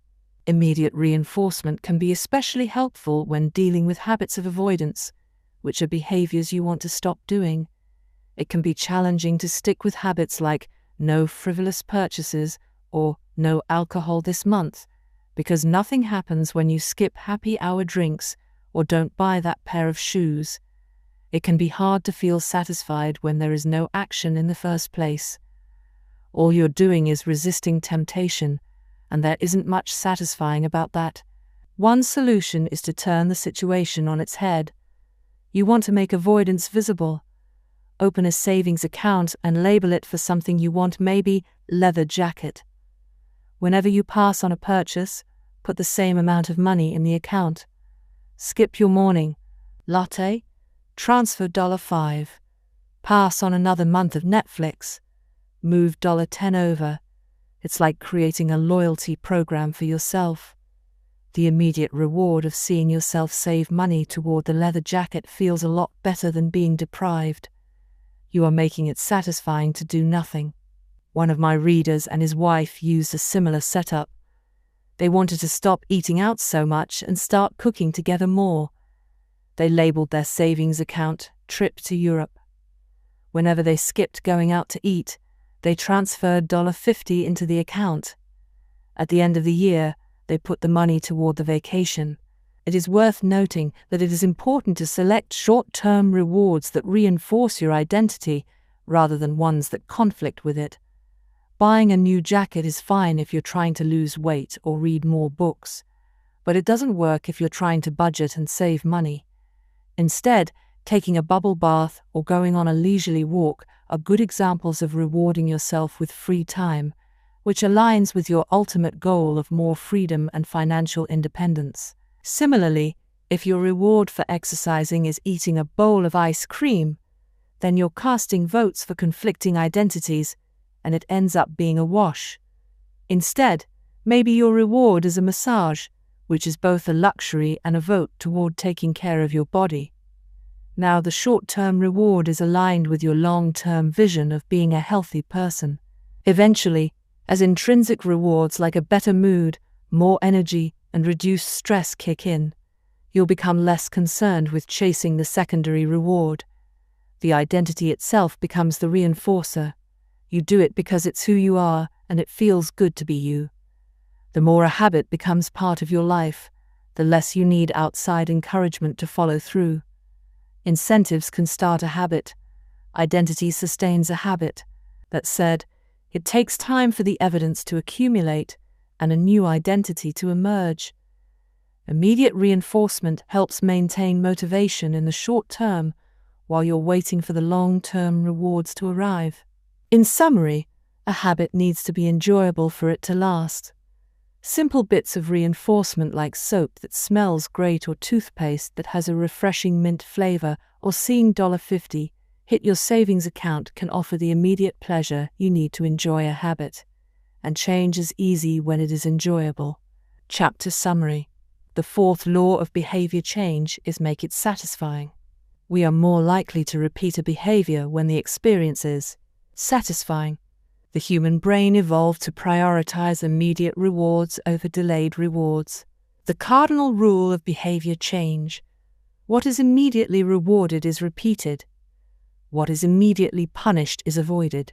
To get a habit to stick, you need to feel immediately successful, even if it's in a small way. The first 3 laws of behavior change: make it obvious, make it attractive, and make it easy increase the odds that a behavior will be performed this time. The fourth law of behavior change, make it satisfying, increases the odds that a behavior will be repeated next time. 16. How to stick with good habits every day. In 1993, a bank in Abbotsford, Canada, hired a 23-year-old stockbroker named Trent Dismid. Abbotsford was a relatively small suburb, tucked away in the shadow of nearby Vancouver, where most of the big business deals were being made. Given the location, and the fact that Dismid was a rookie, nobody expected too much of him. But he made brisk progress thanks to a simple daily habit. Dismid began each morning with 2 jars on his desk. One was filled with 120 paper clips. The other was empty. As soon as he settled in each day, he would make a sales call. Immediately after, he would move 1 paper clip from the full jar to the empty jar, and the process would begin again. Every morning I would start with 120 paper clips in 1 jar, and I would keep dialing the phone until I had moved them all to the second jar, he told me. Within 18 months, Dismid was bringing in $5 million to the firm. By age 24, he was making $75,000 per year, the equivalent of $125,000 today. Not long after, he landed a 6-figure job with another company. I like to refer to this technique as the paperclip strategy, and over the years, I've heard from readers who have employed it in a variety of ways. One woman shifted a hairpin from one container to another whenever she wrote a page of her book. Another man moved a marble from one bin to the next after each set of push-ups. Making progress is satisfying, and visual measures like moving paper clips or hairpins or marbles provide clear evidence of your progress. As a result, they reinforce your behavior and add a little bit of immediate satisfaction to any activity. Visual measurement comes in many forms: food journals, workout logs, loyalty punch cards, the progress bar on a software download, even the page numbers in a book. But perhaps the best way to measure your progress is with a habit tracker. How to keep your habits on track. A habit tracker is a simple way to measure whether you did a habit. The most basic format is to get a calendar and cross off each day you stick with your routine. For example, if you meditate on Monday, Wednesday, and Friday, each of those dates gets an X. As time rolls by, the calendar becomes a record of your habit streak. Countless people have tracked their habits, but perhaps the most famous was Benjamin Franklin. Beginning at age 20, Franklin carried a small booklet everywhere he went and used it to track 13 personal virtues. This list included goals like lose no time, be always employed in something useful, and avoid trifling conversation. At the end of each day, Franklin would open his booklet and record his progress. Jerry Seinfeld reportedly uses a habit tracker to stick with his streak of writing jokes. In the documentary Comedian, he explains that his goal is simply to never break the chain of writing jokes every day. In other words, he is not focused on how good or bad a particular joke is or how inspired he feels. He is simply focused on showing up and adding to his streak. Don't break the chain is a powerful mantra. Don't break the chain of sales calls and you'll build a successful book of business. Don't break the chain of workouts and you'll get fit faster than you'd expect. Don't break the chain of creating every day, and you will end up with an impressive portfolio. Habit tracking is powerful because it leverages multiple laws of behavior change. It simultaneously makes a behavior obvious, attractive, and satisfying. Let's break down each one. Benefit #1. Habit tracking is obvious. Recording your last action creates a trigger that can initiate your next one. Habit tracking naturally builds a series of visual cues like the streak of X's on your calendar or the list of meals in your food log. When you look at the calendar and see your streak, you'll be reminded to act again. Research has shown that people who track their progress on goals like losing weight, quitting smoking, and lowering blood pressure are all more likely to improve than those who don't. One study of more than 1,600 people found that those who kept a daily food log lost twice as much weight as those who did not. The mere act of tracking a behavior can spark the urge to change it. Habit tracking also keeps you honest. Most of us have a distorted view of our own behavior. We think we act better than we do. Measurement offers one way to overcome our blindness to our own behavior and notice what's really going on each day. One glance at the paper clips in the container, and you immediately know how much work you have or haven't been putting in. When the evidence is right in front of you, you're less likely to lie to yourself. Benefit #2. Habit tracking is attractive. The most effective form of motivation is progress. When we get a signal that we are moving forward, we become more motivated to continue down that path. In this way, habit tracking can have an addictive effect on motivation. Each small win feeds your desire. This can be particularly powerful on a bad day. When you're feeling down, it's easy to forget about all the progress you have already made. Habit tracking provides visual proof of your hard work, a subtle reminder of how far you've come.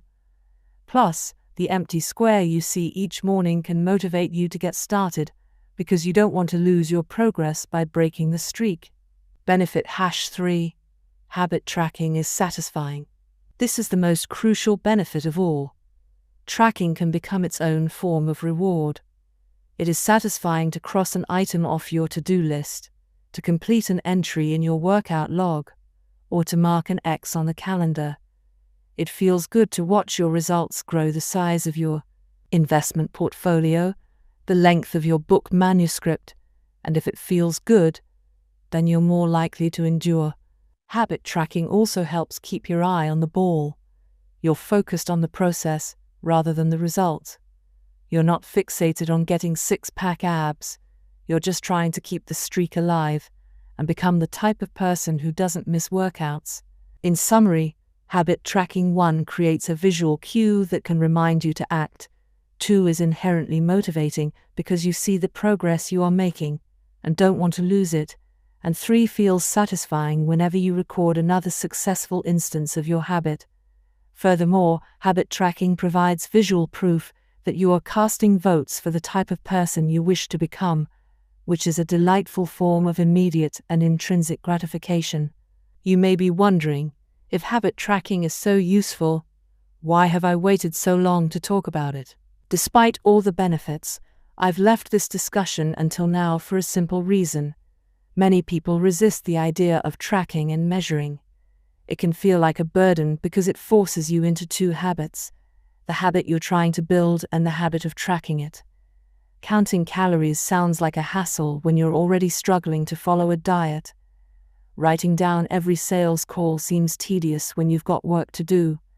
It feels easier to say, "I'll just eat less," or "I'll try harder," or "I'll remember to do it." People inevitably tell me things like, "I have a decision journal, but I wish I used it more." Or, "I recorded my workouts for a week, but then quit." I've been there myself. I once made a food log to track my calories. I managed to do it for 1 meal, and then gave up. Tracking isn't for everyone, and there is no need to measure your entire life. But nearly anyone can benefit from it in some form, even if it's only temporary. What can we do to make tracking easier? First, whenever possible, measurement should be automated. You'll probably be surprised by how much you're already tracking without knowing it. Your credit card statement tracks how often you go out to eat. Your Fitbit registers how many steps you take and how long you sleep. Your calendar records how many new places you travel to each year. Once you know where to get the data, add a note to your calendar to review it each week or each month, which is more practical than tracking it every day. Second, manual tracking should be limited to your most important habits. It is better to consistently track one habit than to sporadically track 10. Finally, record each measurement immediately after the habit occurs. The completion of the behavior is the cue to write it down. This approach allows you to combine the habit stacking method mentioned in Chapter 5 with habit tracking. The habit stacking plus habit tracking formula is: after current habit, I will track my habit. After I hang up the phone from a sales call, I will move one paper clip over. After I finish each set at the gym, I will record it in my workout journal. After I put my plate in the dishwasher, I will write down what I ate. These tactics can make tracking your habits easier. Even if you aren't the type of person who enjoys recording your behavior, I think you'll find a few weeks of measurements to be insightful. It's always interesting to see how you've actually been spending your time.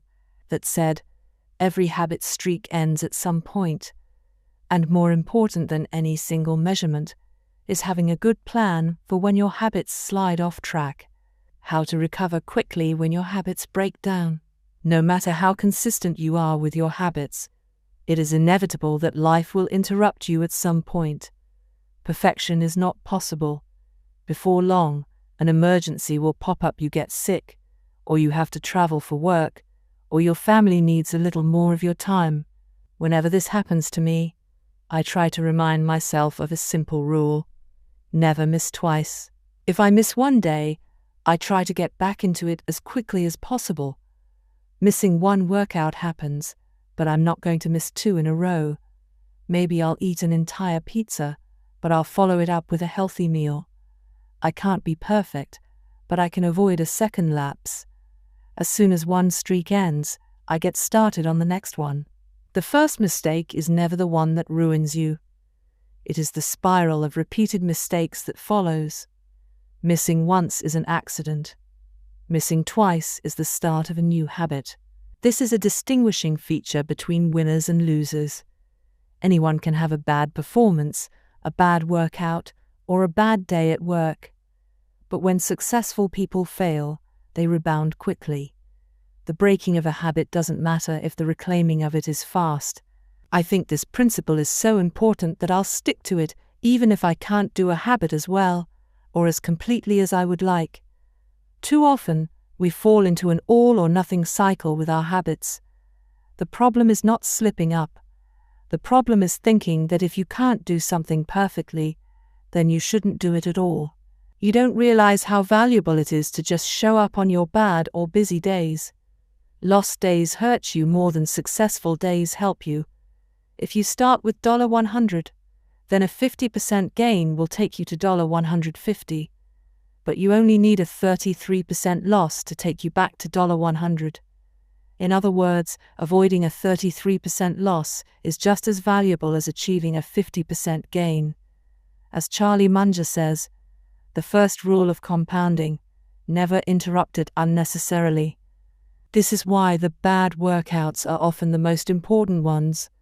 Sluggish days and bad workouts maintain the compound gains you accrued from previous good days. Simply doing something 10 squats, 5 sprints, a push-up, anything really is huge. Don't put up a 0. Don't let losses eat into your compounding. Furthermore, it's not always about what happens during the workout. It's about being the type of person who doesn't miss workouts. It's easy to train when you feel good, but it's crucial to show up when you don't feel like it, even if you do less than you hope. Going to the gym for 5 minutes may not improve your performance, but it reaffirms your identity. The all-or-nothing cycle of behavior change is just one pitfall that can derail your habits.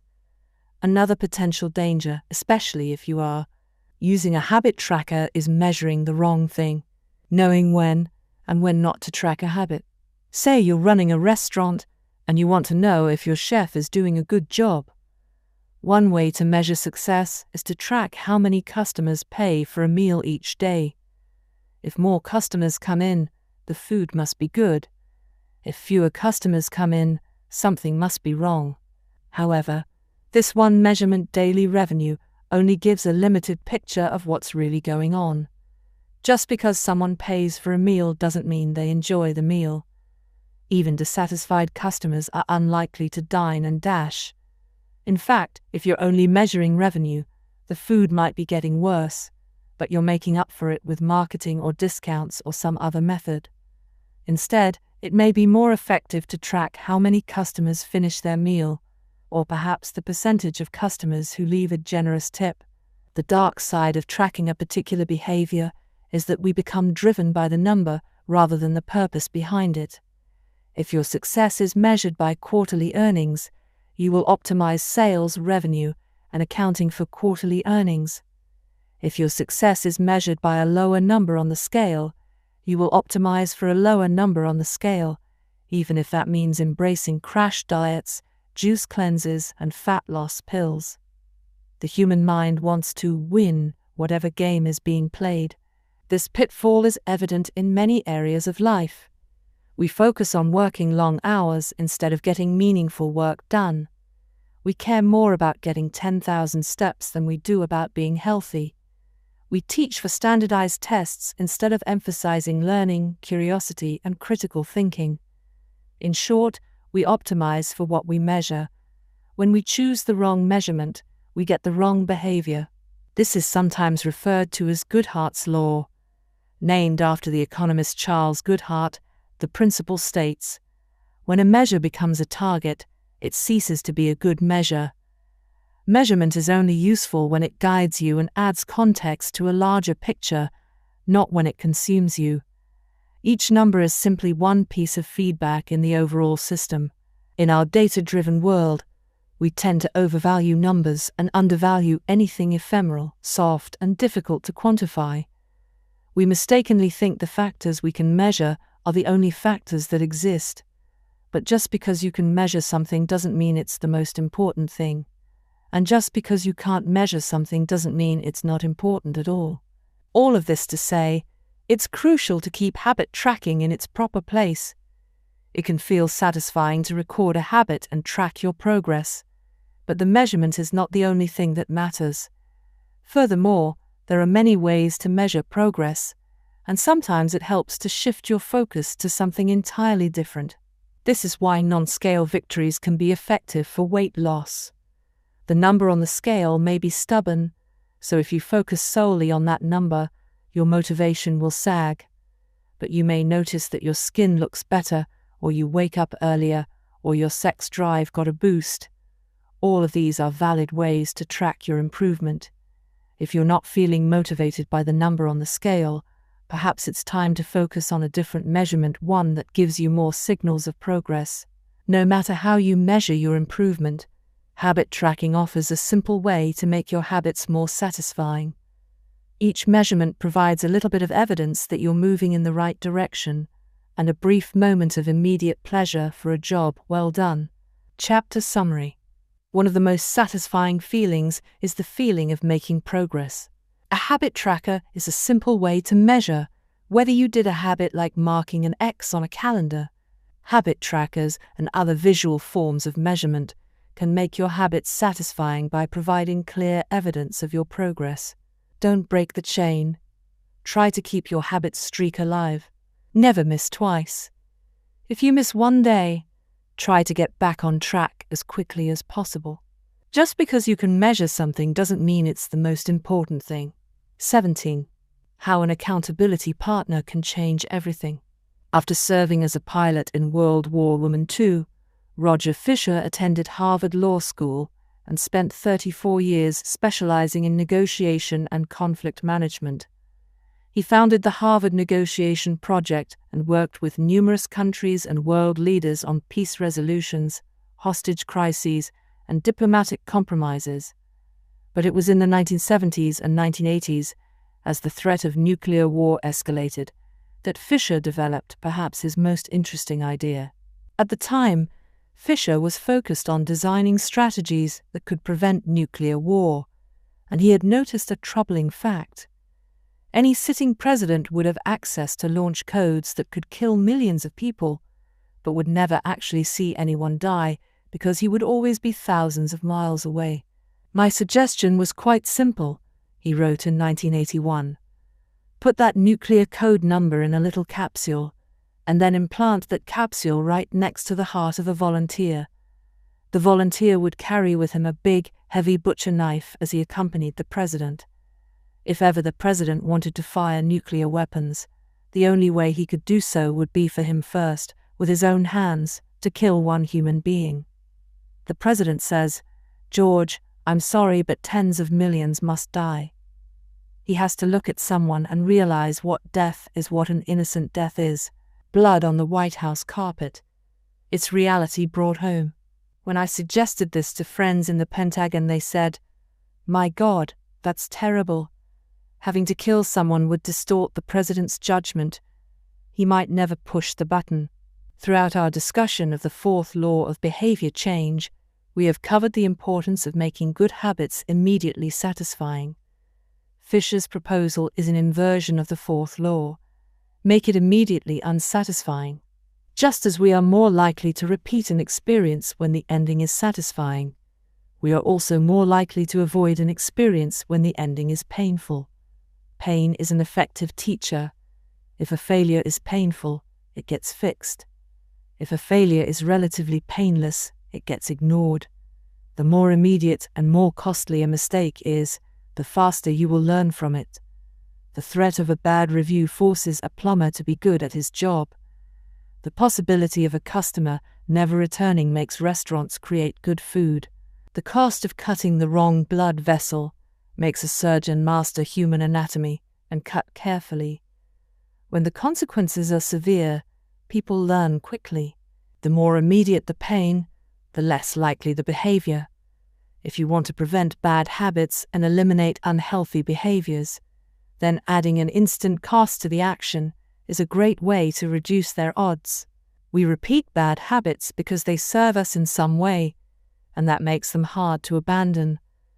The best way I know to overcome this predicament is to increase the speed of the punishment associated with the behavior. There can't be a gap between the action and the consequences. As soon as actions incur an immediate consequence, behavior begins to change. Customers pay their bills on time when they are charged a late fee. Students show up to class when their grade is linked to attendance. We'll jump through a lot of hoops to avoid a little bit of immediate pain. There is, of course, a limit to this. If you're going to rely on punishment to change behavior, then the strength of the punishment must match the relative strength of the behavior it is trying to correct. To be productive, the cost of procrastination must be greater than the cost of action. To be healthy, the cost of laziness must be greater than the cost of exercise. Getting fined for smoking in a restaurant or failing to recycle adds consequence to an action. Behavior only shifts if the punishment is painful enough and reliably enforced. In general, the more local, tangible, concrete, and immediate the consequence, the more likely it is to influence individual behavior. The more global, intangible, vague, and delayed the consequence, the less likely it is to influence individual behavior. Thankfully, there is a straightforward way to add an immediate cost to any bad habit. Create a habit contract. The habit contract. The first seat belt law was passed in New York on December 1, 1984. At the time, just 14% of people in the United States regularly wore a seat belt, but that was all about to change. Within 5 years, over half of the nation had seat belt laws. Today, wearing a seat belt is enforceable by law in 49 of the 50 states. And it's not just the legislation. The number of people wearing seat belts has changed dramatically as well. In 2016, over 88% of Americans buckled up each time they got in a car. In just over 30 years, there was a complete reversal in the habits of millions of people. Laws and regulations are an example of how government can change our habits by creating a social contract. As a society, we collectively agree to abide by certain rules and then enforce them as a group. Whenever a new piece of legislation impacts behavior, seatbelt laws, banning smoking inside restaurants, mandatory recycling, it is an example of a social contract shaping our habits. The group agrees to act in a certain way, and if you don't follow along, you'll be punished. Just as governments use laws to hold citizens accountable, you can create a habit contract to hold yourself accountable. A habit contract is a verbal or written agreement in which you state your commitment to a particular habit and the punishment that will occur if you don't follow through. Then you find one or two people to act as your accountability partners and sign off on the contract with you. Brian Harris, an entrepreneur from Nashville, Tennessee, was the first person I saw put this strategy into action. Shortly after the birth of his son, Harris realized he wanted to shed a few pounds. He wrote up a habit contract between himself, his wife, and his personal trainer. The first version read, Brian's #1 objective for Q1 of 2017 is to start eating correctly again, so he feels better, looks better, and is able to hit his long-term goal of 200 pounds at 10% body fat. Below that statement, Harris laid out a roadmap for achieving his ideal outcome. Phase #1, get back to a strict, slow-carb diet in Q1. Phase #2, start a strict macronutrient tracking program in Q2. Phase #3, refine and maintain the details of his diet and workout program in Q3. Finally, he wrote out each of the daily habits that would get him to his goal.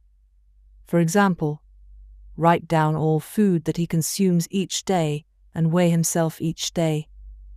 And then he listed the punishment if he failed. If Brian doesn't do these 2 items, then the following consequence will be enforced.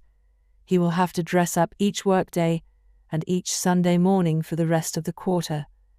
Dress up is defined as not wearing jeans, t-shirts, hoodies, or shorts. He will also give Joey, his trainer, $200 to use as he sees fit if he misses 1 day of logging food. At the bottom of the page, Harris, his wife, and his trainer all signed the contract. My initial reaction was that a contract like this seemed overly formal and unnecessary, especially the signatures. But Harris convinced me that signing the contract was an indication of seriousness. Anytime I skip this part, he said, I start slacking almost immediately. 3 months later, after hitting his targets for Q1, Harris upgraded his goals. The consequences escalated too. If he missed his carbohydrate and protein targets, he had to pay his trainer $100, and if he failed to weigh himself, he had to give his wife $500 to use as she saw fit. Perhaps most painfully, if he forgot to run sprints, he had to dress up for work every day and wear an Alabama hat the rest of the quarter, the bitter rival of his beloved Auburn team. The strategy worked, with his wife and trainer acting as accountability partners, and with the habit contract clarifying exactly what to do each day. Harris lost the weight. To make bad habits unsatisfying, your best option is to make them painful in the moment. Creating a habit contract is a straightforward way to do exactly that. Even if you don't want to create a full-blown habit contract, simply having an accountability partner is useful. The comedian Margaret Cho writes a joke or song every day. She does the Song a Day challenge with a friend, which helps them both stay accountable. Knowing that someone is watching can be a powerful motivator. You are less likely to procrastinate or give up because there is an immediate cost. If you don't follow through, perhaps they'll see you as untrustworthy or lazy. Suddenly, you are not only failing to uphold your promises to yourself, but also failing to uphold your promises to others. You can even automate this process. Thomas Frank, an entrepreneur in Boulder, Colorado, wakes up at 5:55 each morning, and if he doesn't, he has a tweet automatically scheduled that says, It's 6:10 and I'm not up because I'm lazy. Reply to this for $5 via PayPal limit 5, assuming my alarm didn't malfunction. We are always trying to present our best selves to the world. We comb our hair and brush our teeth and dress ourselves carefully because we know these habits are likely to get a positive reaction. We want to get good grades and graduate from top schools to impress potential employers and mates and our friends and family. We care about the opinions of those around us because it helps if others like us. This is precisely why getting an accountability partner or signing a habit contract can work so well. Chapter summary. The inversion of the fourth law of behavior change is make it unsatisfying. We are less likely to repeat a bad habit if it is painful or unsatisfying. An accountability partner can create an immediate cost to inaction. We care deeply about what others think of us, and we do not want others to have a lesser opinion of us. A habit contract can be used to add a social cost to any behavior. It makes the costs of violating your promises public and painful. Knowing that someone else is watching you can be a powerful motivator. How to create a good habit. The first law, make it obvious. 1-1. Fill out the habit scorecard. Write down your current habits to become aware of them. 1-2. Use implementation intentions. I will behavior at time in location. 1-3. Use habit stacking. After current habit, I will new habit.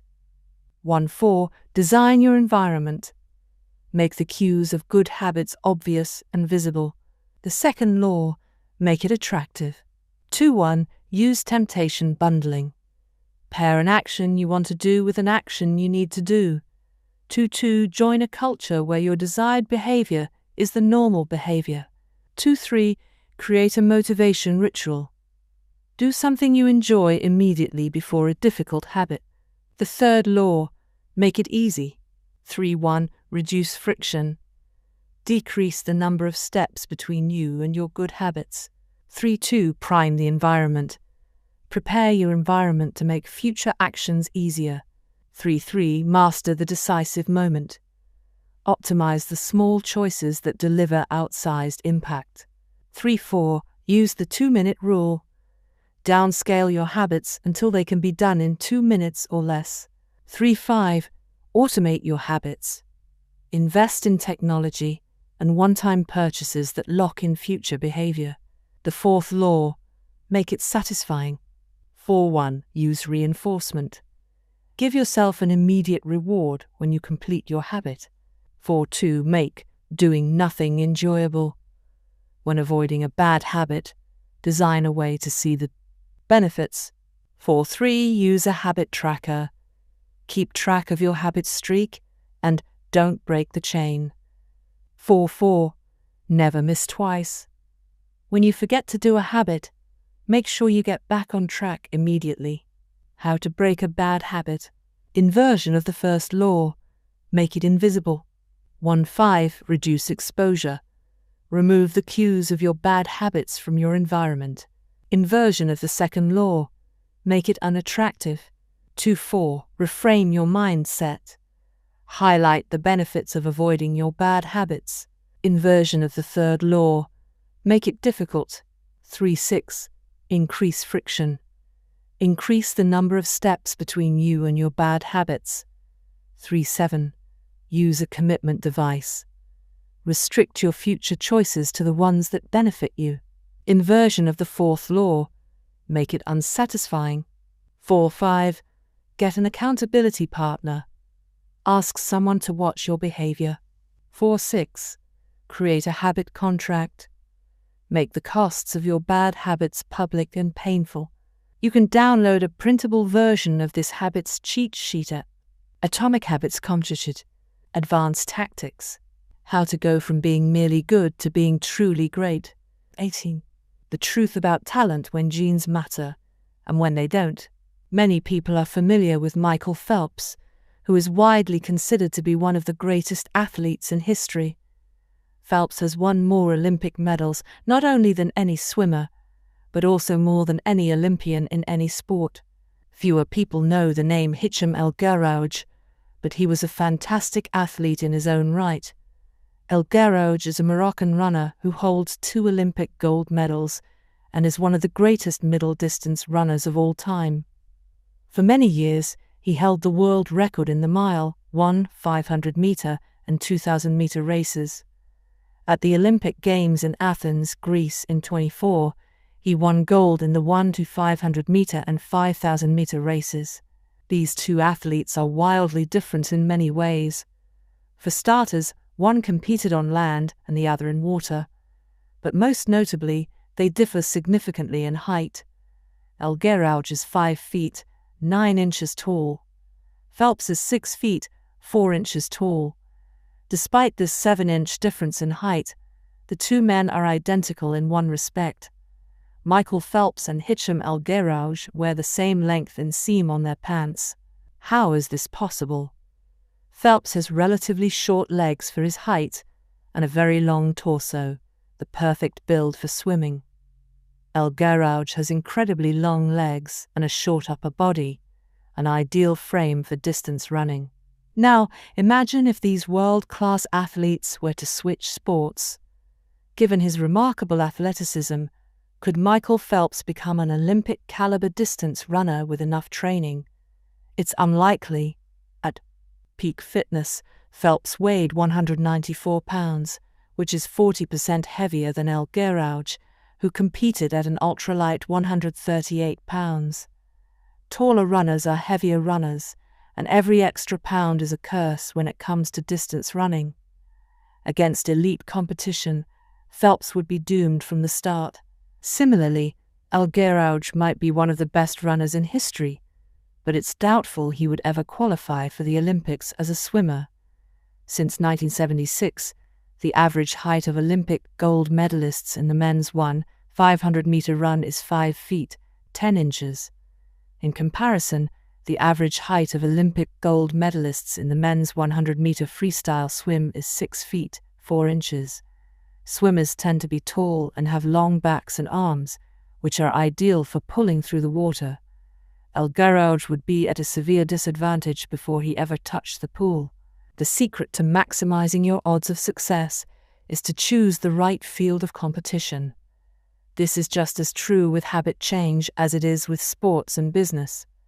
Habits are easier to perform and more satisfying to stick with when they align with your natural inclinations and abilities. Like Michael Phelps in the pool or Hicham El Guerrouj on the track, you want to play a game where the odds are in your favor. Embracing this strategy requires the acceptance of the simple truth that people are born with different abilities. Some people don't like to discuss this fact. On the surface, your genes seem to be fixed, and it's no fun to talk about things you cannot control. Plus, phrases like biological determinism makes it sound like certain individuals are destined for success and others doomed to failure. But this is a short-sighted view of the influence of genes on behavior. The strength of genetics is also their weakness. Genes cannot be easily changed, which means they provide a powerful advantage in favorable circumstances and a serious disadvantage in unfavorable circumstances. If you want to dunk a basketball, being 7 feet tall is very useful. If you want to perform a gymnastics routine, being 7 feet tall is a great hindrance. Our environment determines the suitability of our genes and the utility of our natural talents. When our environment changes, so do the qualities that determine success. This is true not just for physical characteristics, but for mental ones as well.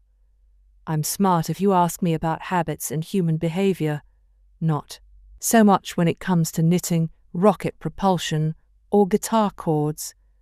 Competence is highly dependent on context. The people at the top of any competitive field are not only well trained, they are also well suited to the task. And this is why, if you want to be truly great, selecting the right place to focus is crucial. In short, genes do not determine your destiny. They determine your areas of opportunity. As physician Gabor Mate notes, genes can predispose, but they don't predetermine. The areas where you are genetically predisposed to success are the areas where habits are more likely to be satisfying.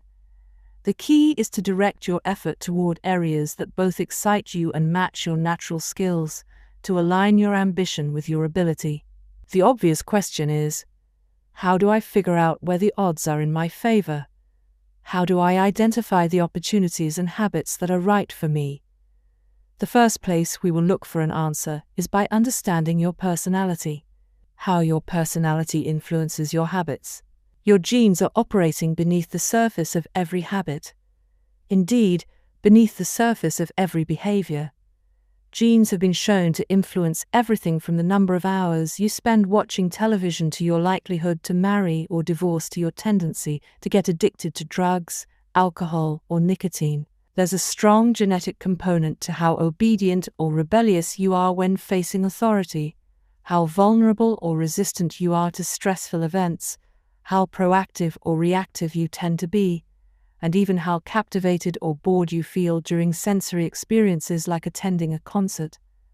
As Robert Plomin, a behavioral geneticist at King's College in London, told me, it is now at the point where we have stopped testing to see if traits have a genetic component, because we literally can't find a single one that isn't influenced by our genes.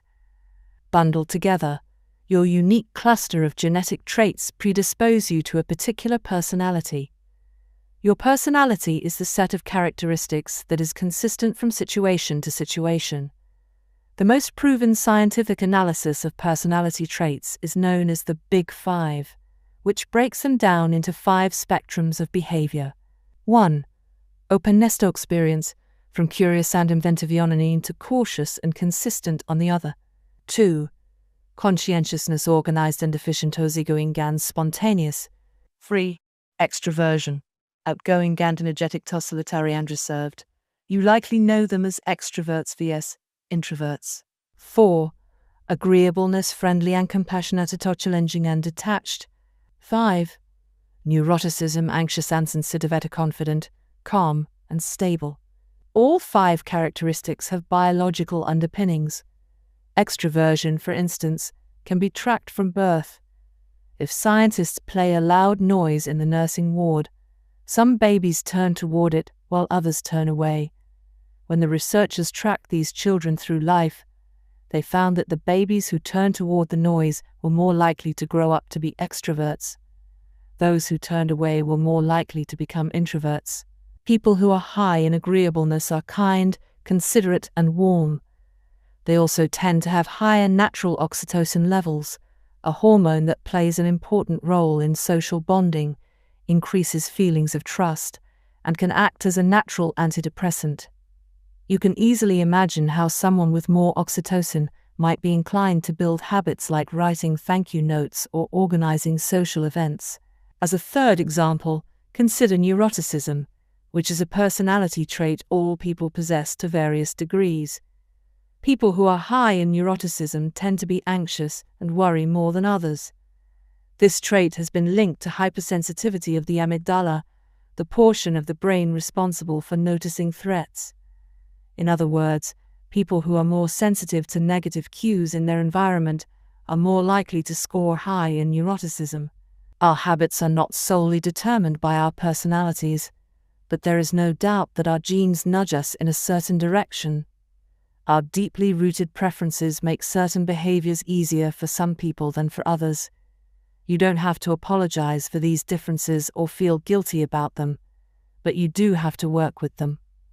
A person who scores lower on conscientiousness, for example, will be less likely to be orderly by nature and may need to rely more heavily on environment design to stick with good habits. As a reminder for the less conscientious readers among us, environment design is a strategy we discussed in chapters 6 and 12. The takeaway is that you should build habits that work for your personality. People can get ripped working out like a bodybuilder, but if you prefer rock climbing or cycling or rowing, then shape your exercise habit around your interests. If your friend follows a low-carb diet, but you find that low-fat works for you, then more power to you. If you want to read more, don't be embarrassed if you prefer steamy romance novels over non-fiction. Read whatever fascinates you. You don't have to build the habits everyone tells you to build. Choose the habit that best suits you. not the one that is most popular. There is a version of every habit that can bring you joy and satisfaction. Find it. Habits need to be enjoyable if they are going to stick. This is the core idea behind the fourth law. Tailoring your habits to your personality is a good start, but this is not the end of the story. Let's turn our attention to finding and designing situations where you're at a natural advantage. How to find a game where the odds are in your favor. Learning to play a game where the odds are in your favor is critical for maintaining motivation and feeling successful. In theory, you can enjoy almost anything. In practice, you are more likely to enjoy the things that come easily to you. People who are talented in a particular area tend to be more competent at that task, and are then praised for doing a good job. They stay energized because they are making progress where others have failed, and because they get rewarded with better pay and bigger opportunities, which not only makes them happier, but also propels them to produce even higher quality work.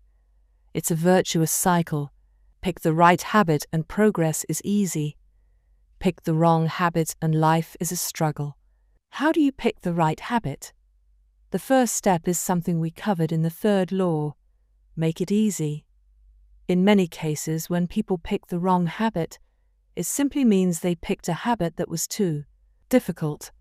When a habit is easy, you are more likely to be successful. When you are successful, you are more likely to feel satisfied. However, there is another level to consider. In the long run, if you continue to advance and improve, any area can become challenging. At some point, you need to make sure you're playing the right game for your skill set. How do you figure that out? The most common approach is trial and error. Of course, there's a problem with this strategy. Life is short. You don't have time to try every career, date every eligible bachelor, or play every musical instrument. Thankfully, there is an effective way to manage this conundrum, and it is known as the explore-exploit trade-off.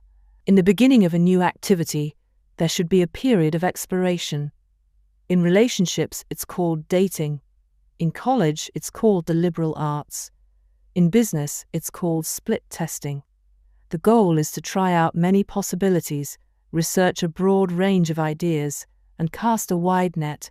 After this initial period of exploration, shift your focus to the best solution you found, but keep experimenting occasionally. The proper balance depends on whether you're winning or losing. If you are currently winning, you exploit, exploit, exploit. If you are currently losing, you continue to explore, explore, explore. In the long run, it is probably most effective to work on the strategy that seems to deliver the best results about 80 to 90% of the time, and keep exploring with the remaining 10 to 20%. Google famously asks employees to spend 80% of the workweek on their official job and 20% on projects of their choice, which has led to the creation of blockbuster products like AdWords and Gmail. The optimal approach also depends on how much time you have. If you have a lot of time, like someone at the beginning of their career, it makes more sense to explore, because once you find the right thing, you still have a good amount of time to exploit it. If you're pressed for time, say, as you come up on the deadline for a project, you should implement the best solution you found so far and get some results. As you explore different options, there are a series of questions you can ask yourself to continually narrow in on the habits and areas that will be most satisfying to you. What feels like fun to me, but work to others? The mark of whether you are made for a task is not whether you love it, but whether you can handle the pain of the task easier than most people. When are you enjoying yourself while other people are complaining? The work that hurts you less than it hurts others is the work you were made to do. What makes me lose track of time? Flow is the mental state you enter when you are so focused on the task at hand that the rest of the world fades away. This blend of happiness and peak performance is what athletes and performers experience when they are in the zone. It is nearly impossible to experience a flow state and not find the task satisfying, at least to some degree. Where do I get greater returns than the average person? We are continually comparing ourselves to those around us, and a behavior is more likely to be satisfying when the comparison is in our favor.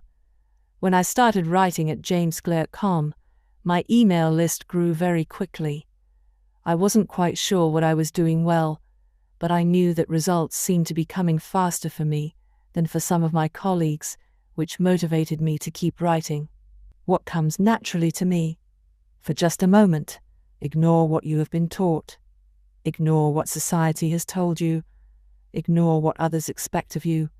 Look inside yourself and ask, what feels natural to me? When have I felt alive? When have I felt like the real me? No internal judgments or people-pleasing. No second-guessing or self-criticism. Just feelings of engagement and enjoyment. Whenever you feel authentic and genuine, you are headed in the right direction. To be honest, some of this process is just luck. Michael Phelps and Hicham El Guerrouj were lucky to be born with a rare set of abilities that are highly valued by society, and to be placed in the ideal environment for those abilities.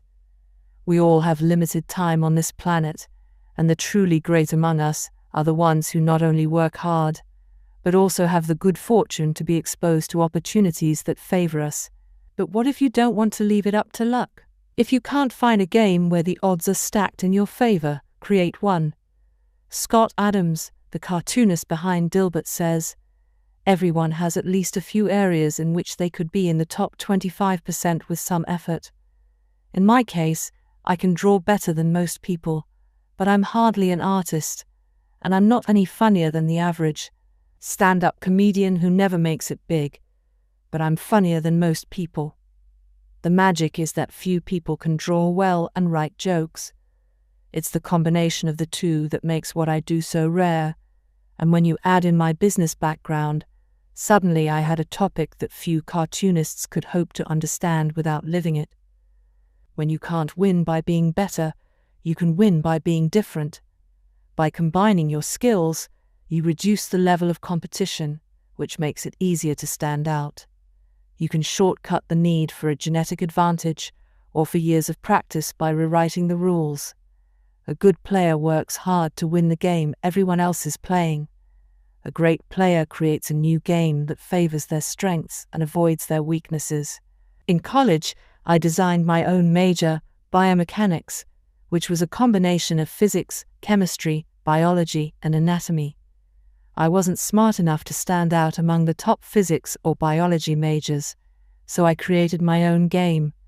And because it suited me, I was only taking the courses I was interested in studying felt like less of a chore.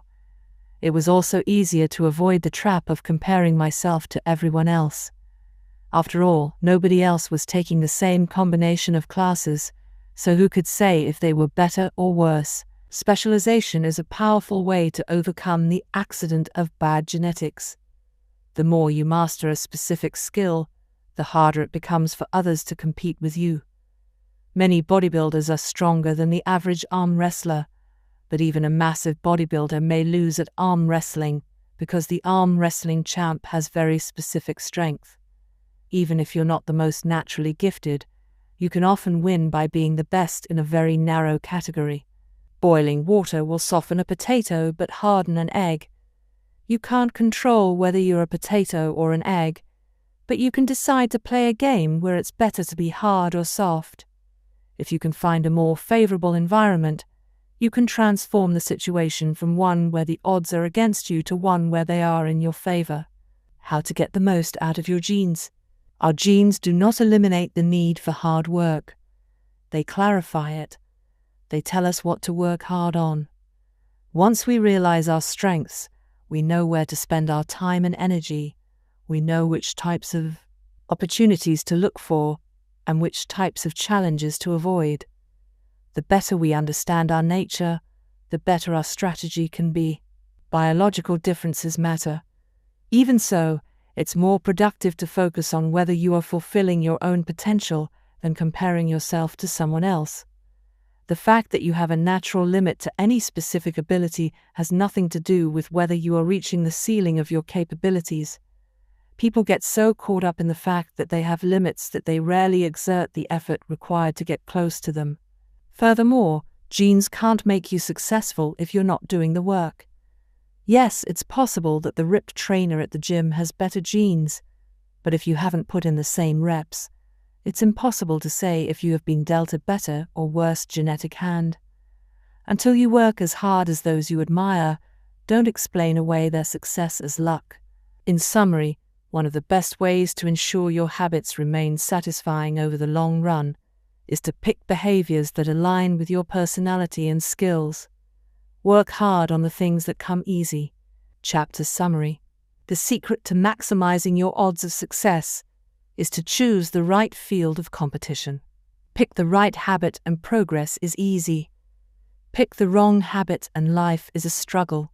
Genes cannot be easily changed, which means they provide a powerful advantage in favorable circumstances and a serious disadvantage in unfavorable circumstances. Habits are easier when they align with your natural abilities. Choose the habits that best suit you. Play a game that favors your strengths. If you can't find a game that favors you, create one. Genes do not eliminate the need for hard work. They clarify it.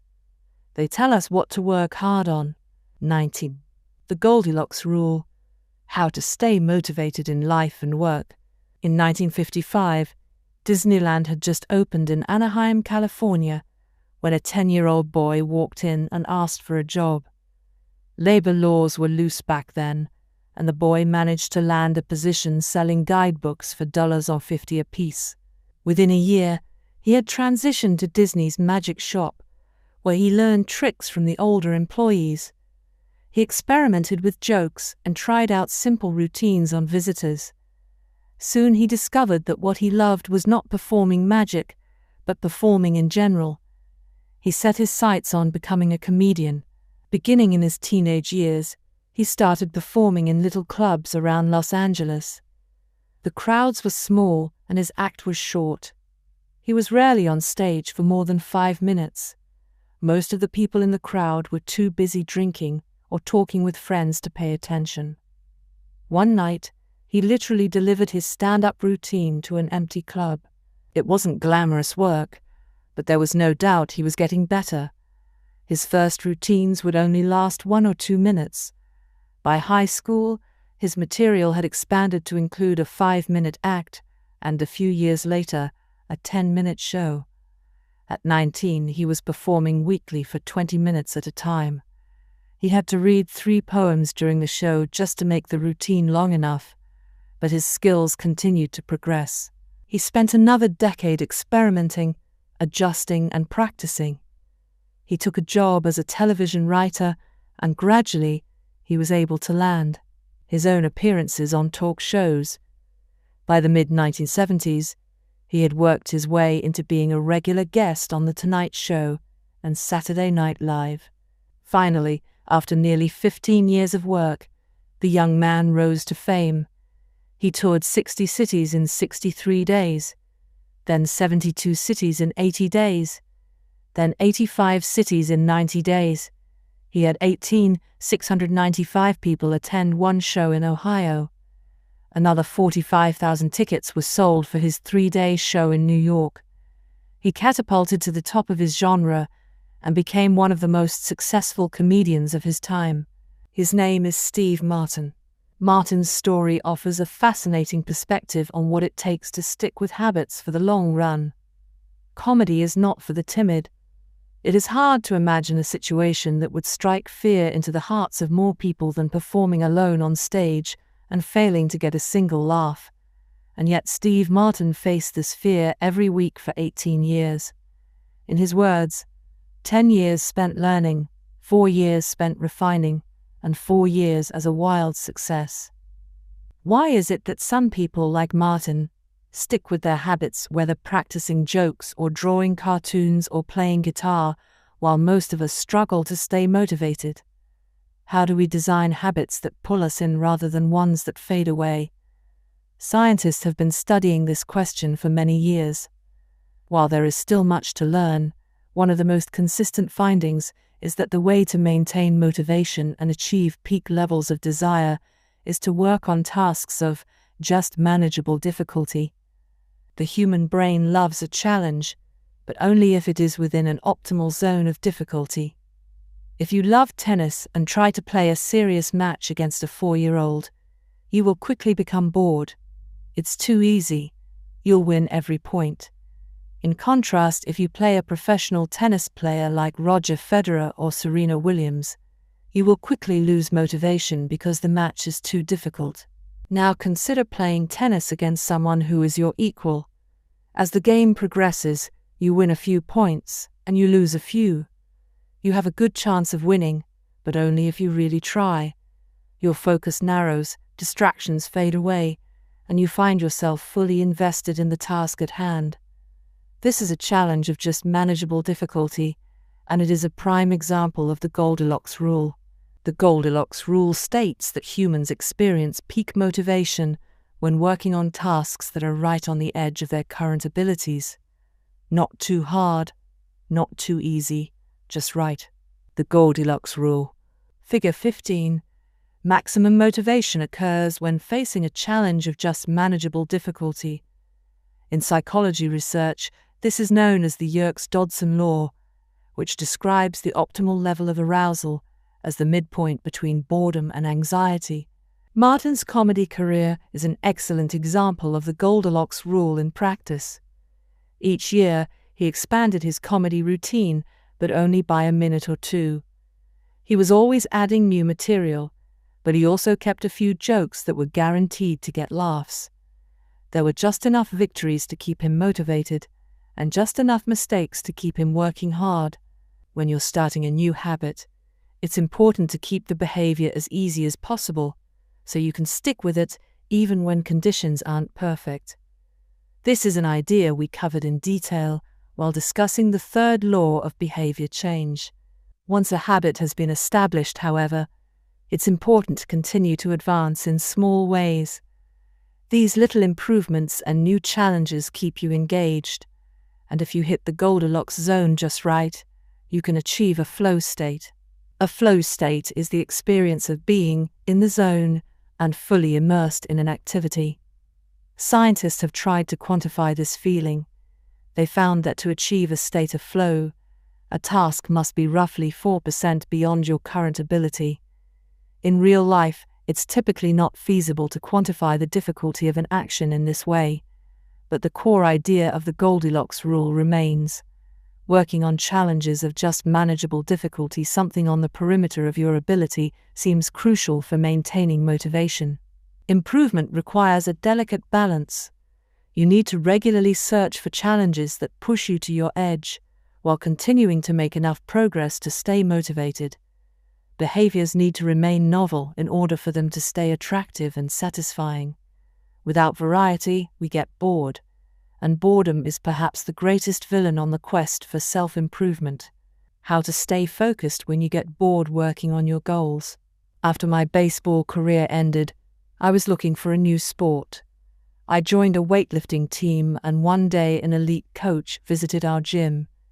He had worked with thousands of athletes during his long career, including a few Olympians. I introduced myself, and we began talking about the process of improvement. "What's the difference between the best athletes and everyone else?" I asked. "What do the really successful people do that most don't?" He mentioned the factors you might expect: genetics, luck, talent. But then he said something I wasn't expecting. At some point it comes down to who can handle the boredom of training every day, doing the same lifts over and over and over. His answer surprised me because it's a different way of thinking about work ethic. People talk about getting amped up to work on their goals. Whether it's business or sports or art, you hear people say things like, "It all comes down to passion," or "You have to really want it." As a result, many of us get depressed when we lose focus or motivation because we think that successful people have some bottomless reserve of passion. But this coach was saying that really successful people feel the same lack of motivation as everyone else. The difference is that they still find a way to show up despite the feelings of boredom. Mastery requires practice, but the more you practice something, the more boring and routine it becomes. Once the beginner gains have been made, and we learn what to expect, our interest starts to fade. Sometimes it happens even faster than that.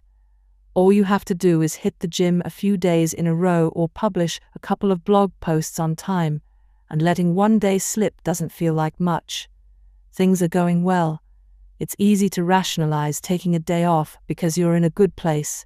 The greatest threat to success is not failure but boredom. We get bored with habits because they stop delighting us. The outcome becomes expected, and as our habits become ordinary, we start derailing our progress to seek novelty. Perhaps this is why we get caught up in a never-ending cycle, jumping from one workout to the next, one diet to the next, one business idea to the next. As soon as we experience the slightest dip in motivation, we begin seeking a new strategy, even if the old one was still working. As Machiavelli noted, men desire novelty to such an extent that those who are doing well wish for a change as much as those who are doing badly. Perhaps this is why many of the most habit-forming products are those that provide continuous forms of novelty. Video games provide visual novelty. Porn provides sexual novelty. Junk foods provide culinary novelty. Each of these experiences offer continual elements of surprise. In psychology, this is known as a variable reward. Slot machines are the most common real-world example. A gambler hits the jackpot every now and then, but not at any predictable interval. The pace of rewards varies. This variance leads to the greatest spike of dopamine, enhances memory recall, and accelerates habit formation. Variable rewards won't create a craving, that is, you can't take a reward people are uninterested in, give it to them at a variable interval, and hope it will change their mind. But they are a powerful way to amplify the cravings we already experience because they reduce boredom. The sweet spot of desire occurs at a 50/50 split between success and failure. Half of the time you get what you want. Half of the time you don't. You need just enough winning to experience satisfaction, and just enough wanting to experience desire. This is one of the benefits of following the Goldilocks rule. If you're already interested in a habit, working on challenges of just manageable difficulty is a good way to keep things interesting. Of course, not all habits have a variable reward component, and you wouldn't want them to. If Google only delivered a useful search result some of the time, I would switch to a competitor pretty quickly.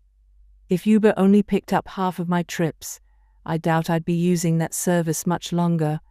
And if I flossed my teeth each night and only sometimes ended up with a clean mouth, I think I'd skip it. Variable rewards or not, no habit will stay interesting forever. At some point, everyone faces the same challenge on the journey of self-improvement. You have to fall in love with boredom.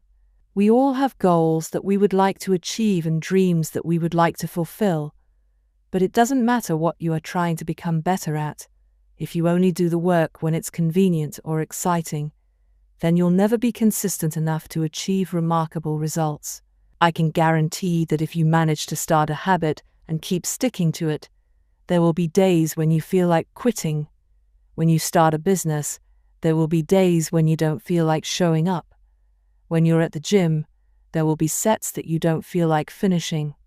When it's time to write, there will be days that you don't feel like typing. But stepping up when it's annoying or painful or draining to do so, that's what makes the difference between a professional and an amateur. Professionals stick to the schedule. Amateurs let life get in the way. Professionals know what is important to them and work toward it with purpose. Amateurs get pulled off course by the urgencies of life. David Kane, an author and meditation teacher, encourages his students to avoid being fair-weather meditators.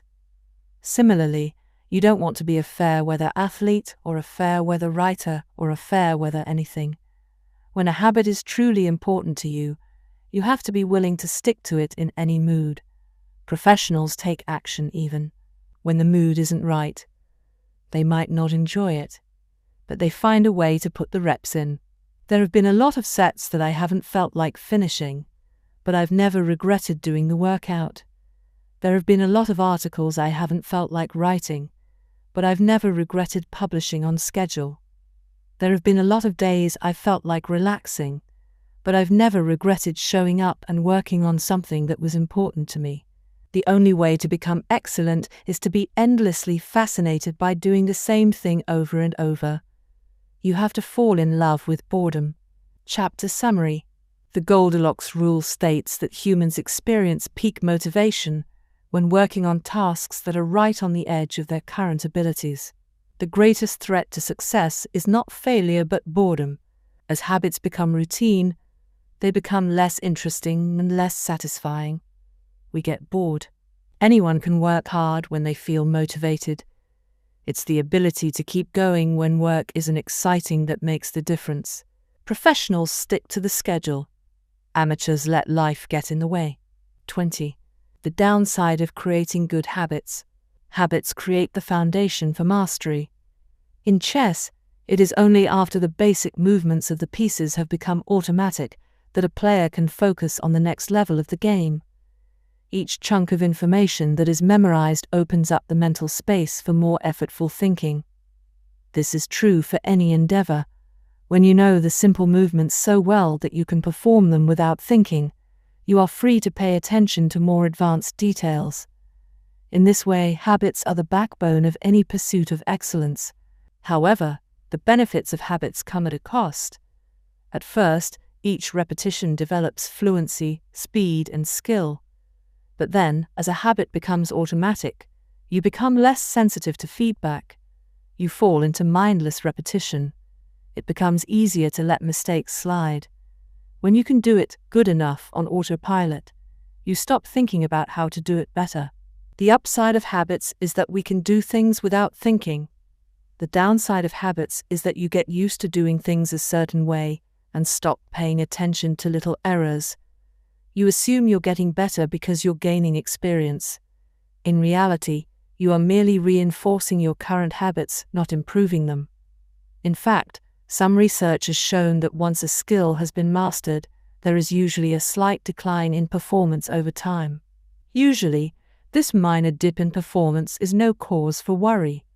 You don't need a system to continuously improve how well you brush your teeth or tie your shoes or make your morning cup of tea. With habits like these, good enough is usually good enough.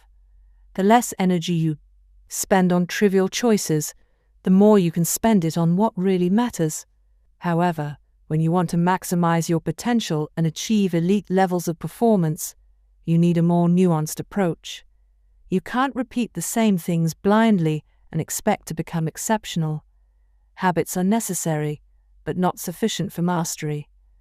What you need is a combination of automatic habits and deliberate practice. Habits plus deliberate practice equals mastery.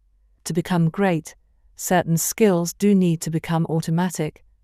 Basketball players need to be able to dribble without thinking before they can move on to mastering layups with their non-dominant hand. Surgeons need to repeat the first incision so many times that they could do it with their eyes closed, so that they can focus on the hundreds of variables that arise during surgery. But after one habit has been mastered, you have to return to the effortful part of the work and begin building the next habit. Mastery is the process of narrowing your focus to a tiny element of success, repeating it until you have internalized the skill, and then using this new habit as the foundation to advance to the next frontier of your development. Old tasks become easier the second time around, but it doesn't get easier overall because now you're pouring your energy into the next challenge. Each habit unlocks the next level of performance. It's an endless cycle. Mastering one habit, mastering a field. Figure 16. The process of mastery requires that you progressively layer improvements on top of one another, each habit building upon the last until a new level of performance has been reached and a higher range of skills has been internalized. Although habits are powerful, what you need is a way to remain conscious of your performance over time, so you can continue to refine and improve. It is precisely at the moment when you begin to feel like you have mastered a skill when things are starting to feel automatic, and you are becoming comfortable that you must avoid slipping into the trap of complacency. The solution: establish a system for reflection and review. How to review your habits and make adjustments. In 1986, the Los Angeles Lakers had one of the most talented basketball teams ever assembled, but they are rarely remembered that way. The team started the 1985-1986 NBA season with an astounding 29-5 record. The pundits were saying that we might be the best team in the history of basketball, head coach Pat Riley said after the season. Surprisingly, the Lakers stumbled in the 1986 playoffs and suffered a season-ending defeat in the Western Conference Finals. The best team in the history of basketball didn't even play for the NBA championship. After that blow, Riley was tired of hearing about how much talent his players had and about how much promise his team held. He didn't want to see flashes of brilliance followed by a gradual fade in performance. He wanted the Lakers to play up to their potential night after night. In the summer of 1986, he created a plan to do exactly that, a system that he called the Career Best Effort Program, or CBE. When players first join the Lakers, Riley explained, we track their basketball statistics all the way back to high school. I call this taking their number. We look for an accurate gauge of what a player can do, then build him into our plan for the team, based on the notion that he will maintain and then improve upon his averages. After determining a player's baseline level of performance, Riley added a key step. He asked each player to improve their output by at least 1% over the course of the season. If they succeeded, it would be a CBE, or Career Best Effort. Similar to the British cycling team that we discussed in Chapter 1, the Lakers sought peak performance by getting slightly better each day. Riley was careful to point out that CBE was not merely about points or statistics, but about giving your best effort spiritually and mentally and physically. Players got credit for allowing an opponent to run into you when you know that a foul will be called against him, diving for loose balls, going after rebounds whether you are likely to get them or not, helping a teammate when the player he's guarding has surged past him, and other unsung hero deeds. As an example, let's say that Magic Johnson's the Lakers' star player at the time had 11 points, 8 rebounds, 12 assists, 2 steals and 5 turnovers in a game. Magic also got credit for an unsung hero deed by diving after a loose ball +1. Finally, he played a total of 33 minutes in this imaginary game. The positive numbers 11 plus 8 plus 12 plus 2 plus 1 add up to 34. Then we subtract the 5 turnovers 34/5 to get 29. Finally, we divide 29 by 33 minutes played. 2933 equals 779. Magic's CBE number here would be 879. This number was calculated for all of a player's games, and it was the average CBE that a player was asked to improve by 1% over the season. Riley compared each player's current CBE to not only their past performances, but also those of other players in the league. As Riley put it, we rank team members alongside league opponents who play the same position and have similar role definitions. Sports writer Jackie McMullen noted, Riley trumpeted the top performers in the league in bold lettering on the blackboard each week and measured them against the corresponding players on his own roster. Solid, reliable players generally rated a score in the 600s, while elite players scored at least 800. Magic Johnson, who submitted 138 triple-doubles in his career, often scored over 1,000. The Lakers also emphasized year-over-year progress by making historical comparisons of CBE data. Riley said, we stacked the month of November 1986 next to November 1985 and showed the players whether they were doing better or worse than at the same point last season. Then we showed them how their performance figures for December 1986 stacked up against November's. The Lakers rolled out CBE in October 1986. 8 months later, they were NBA champions. The following year, Pat Riley led his team to another title as the Lakers became the first team in 20 years to win back-to-back NBA championships. Afterward, he said, "Sustaining an effort is the most important thing for any enterprise. The way to be successful is to learn how to do things right, then do them the same way every time." The CBE program is a prime example of the power of reflection and review. The Lakers were already talented. CBE helped them get the most out of what they had, and made sure their habits improved rather than declined. Reflection and review enables the long-term improvement of all habits because it makes you aware of your mistakes and helps you consider possible paths for improvement. Without reflection, we can make excuses, create rationalizations, and lie to ourselves. We have no process for determining whether we are performing better or worse compared to yesterday. Top performers in all fields engage in various types of reflection and review, and the process doesn't have to be complex.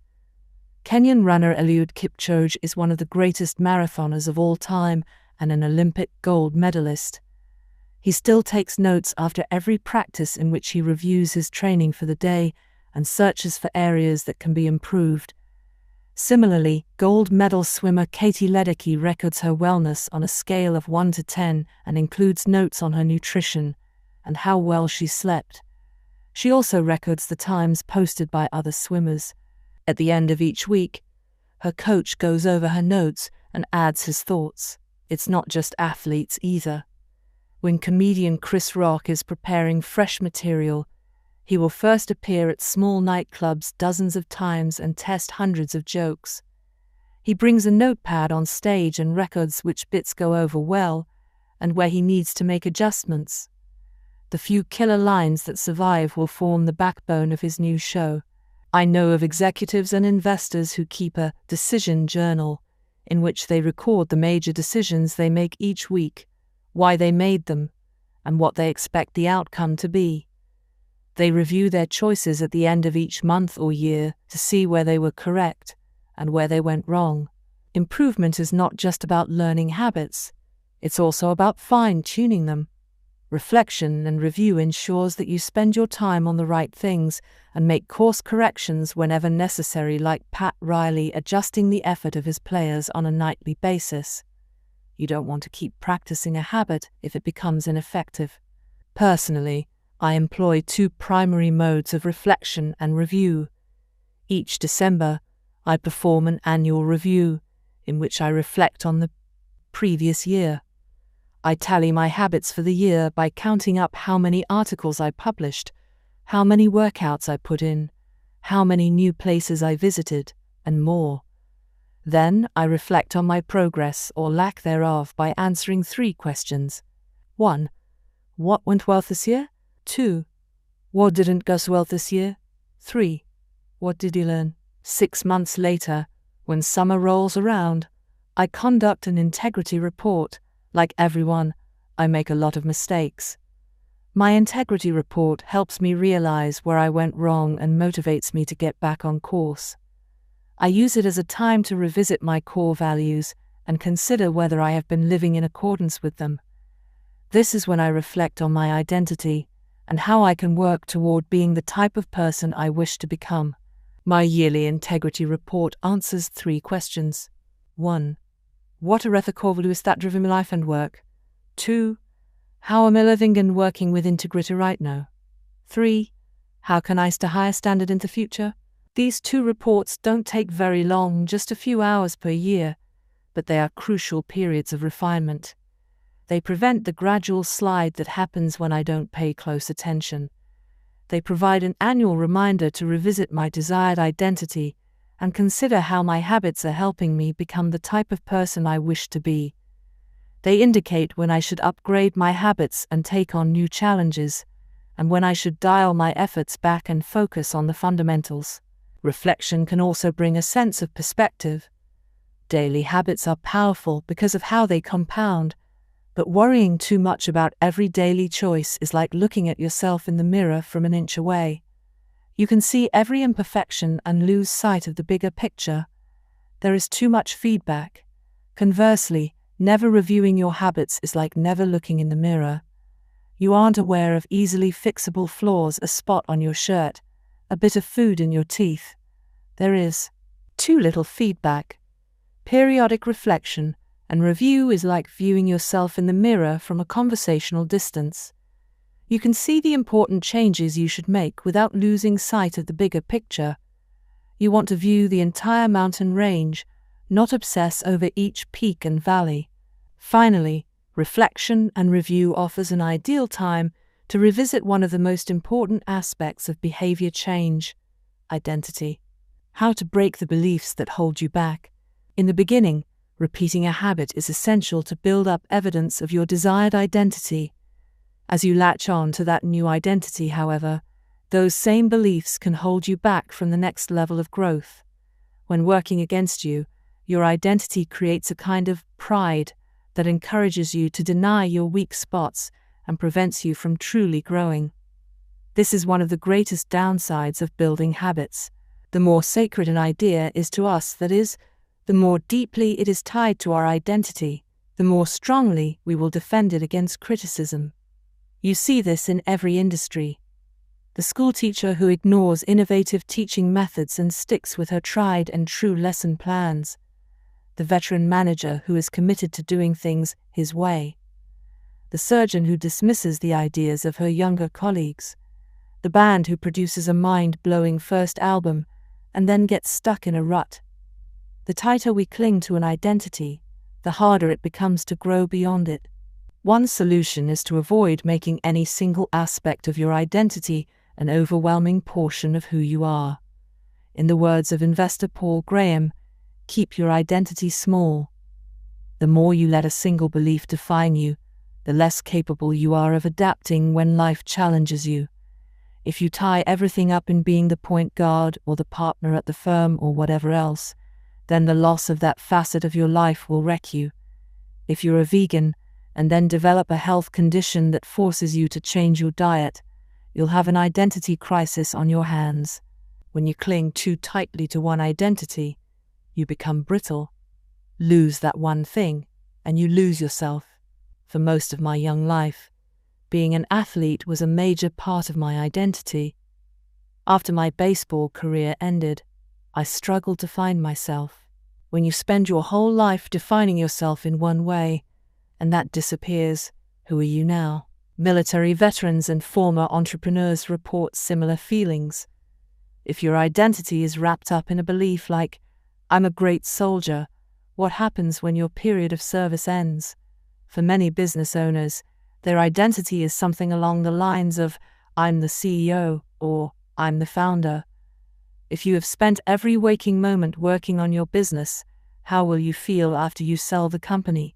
The key to mitigating these losses of identity is to redefine yourself such that you get to keep important aspects of your identity, even if your particular role changes.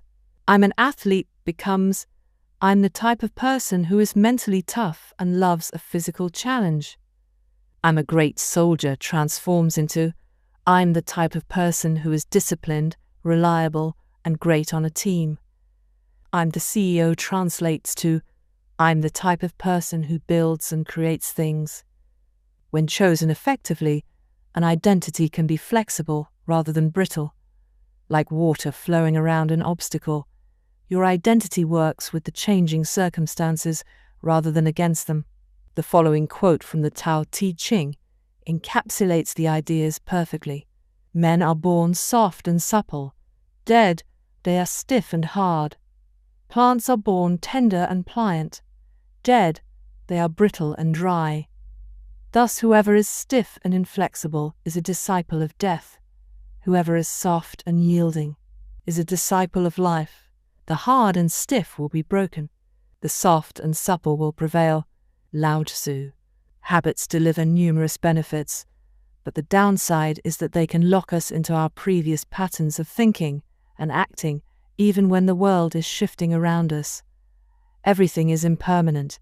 Life is constantly changing, so you need to periodically check in to see if your old habits and beliefs are still serving you. A lack of self-awareness is poison. Reflection and review is the antidote. Chapter summary. The upside of habits is that we can do things without thinking. The downside is that we stop paying attention to little errors.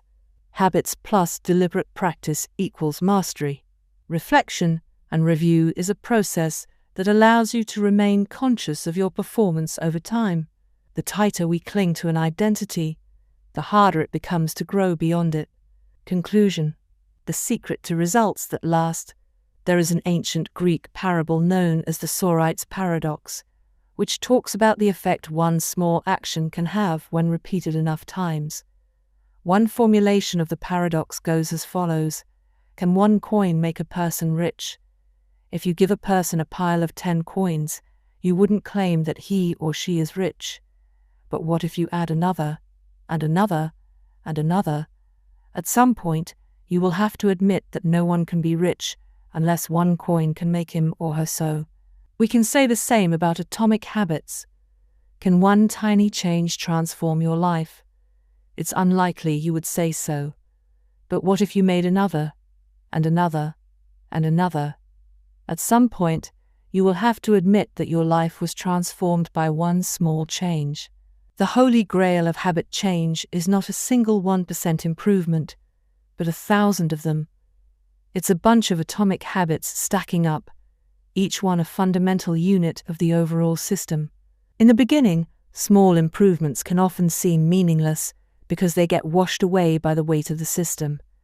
Just as one coin won't make you rich, one positive change like meditating for 1 minute or reading 1 page each day is unlikely to deliver a noticeable difference.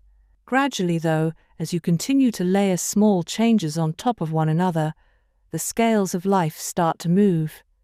Each improvement is like adding a grain of sand to the positive side of the scale, slowly tilting things in your favor. Eventually, if you stick with it, you hit a tipping point. Suddenly, it feels easier to stick with good habits. The weight of the system is working for you rather than against you. Over the course of this book, we've looked at dozens of stories about top performers. We've heard about Olympic gold medalists, award-winning artists, business leaders, life-saving physicians, and star comedians who have all used the science of small habits to master their craft and vault to the top of their field. Each of the people, teams, and companies we have covered has faced different circumstances, but ultimately progressed in the same way, through a commitment to tiny, sustainable, unrelenting improvements. Success is not a goal to reach or a finish line to cross. It is a system to improve, an endless process to refine.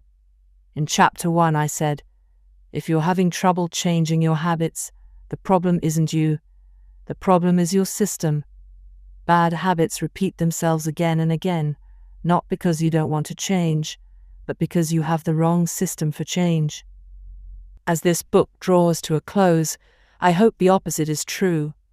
With the 4 laws of behavior change, you have a set of tools and strategies that you can use to build better systems and shape better habits. Sometimes a habit will be hard to remember, and you'll need to make it obvious. Other times you won't feel like starting, and you'll need to make it attractive. In many cases, you may find that a habit will be too difficult, and you'll need to make it easy. And sometimes you won't feel like sticking with it, and you'll need to make it satisfying. Behaviors are effortless here. Obvious, attractive, easy, satisfying. Behaviors are difficult here. Invisible, unattractive, hard, unsatisfying.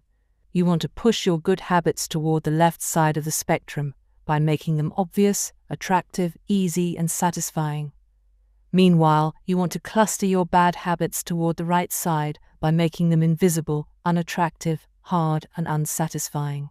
This is a continuous process. There is no finish line.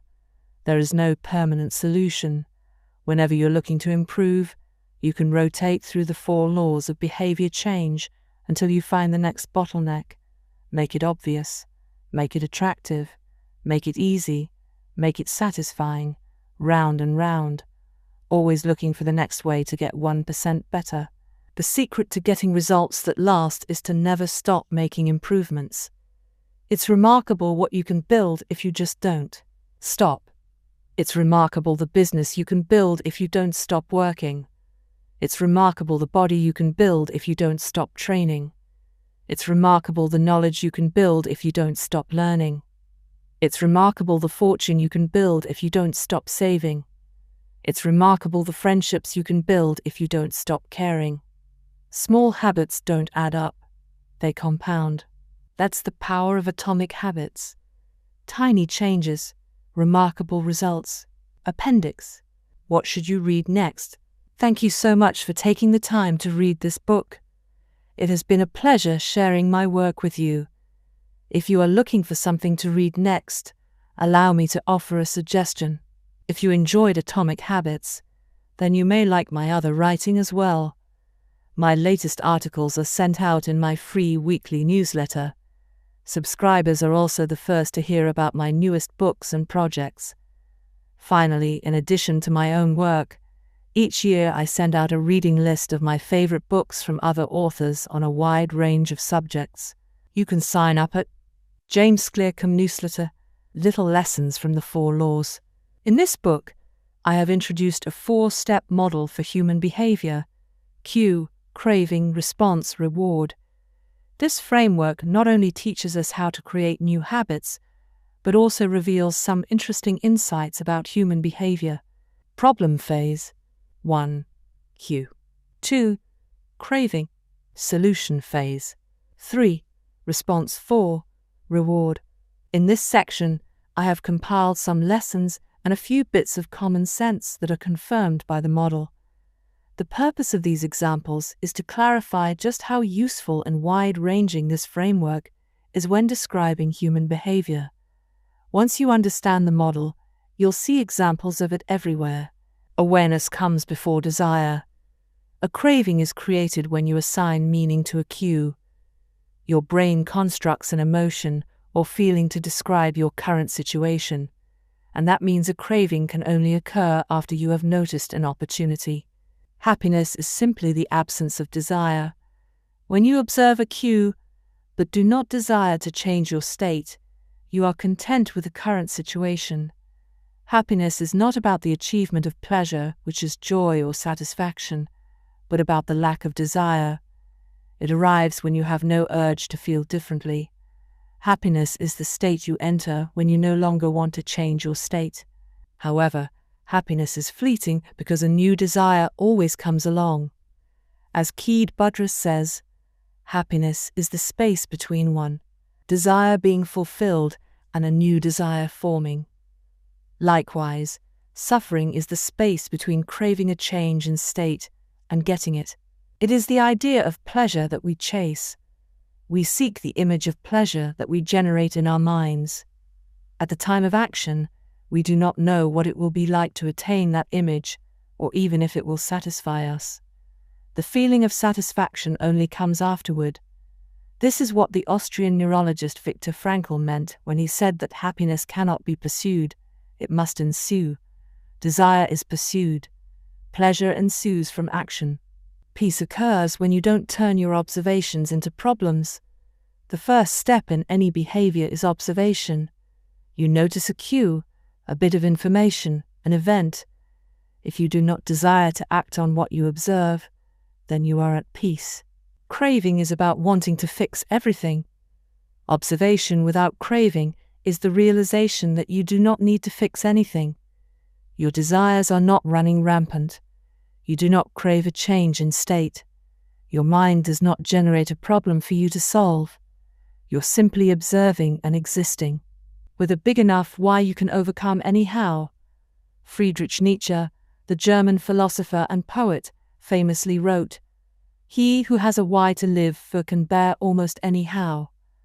This phrase harbors an important truth about human behavior.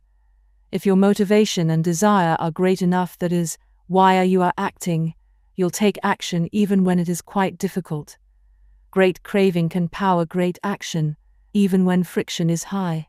Being curious is better than being smart.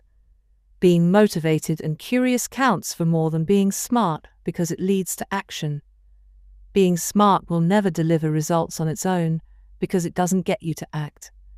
It is desire, not intelligence, that prompts behavior. As Naval Ravikant says, "The The trick to doing anything is first cultivating a desire for it. Emotions drive behavior. Every decision is an emotional decision at some level. Whatever your logical reasons are for taking action, you only feel compelled to act on them because of emotion.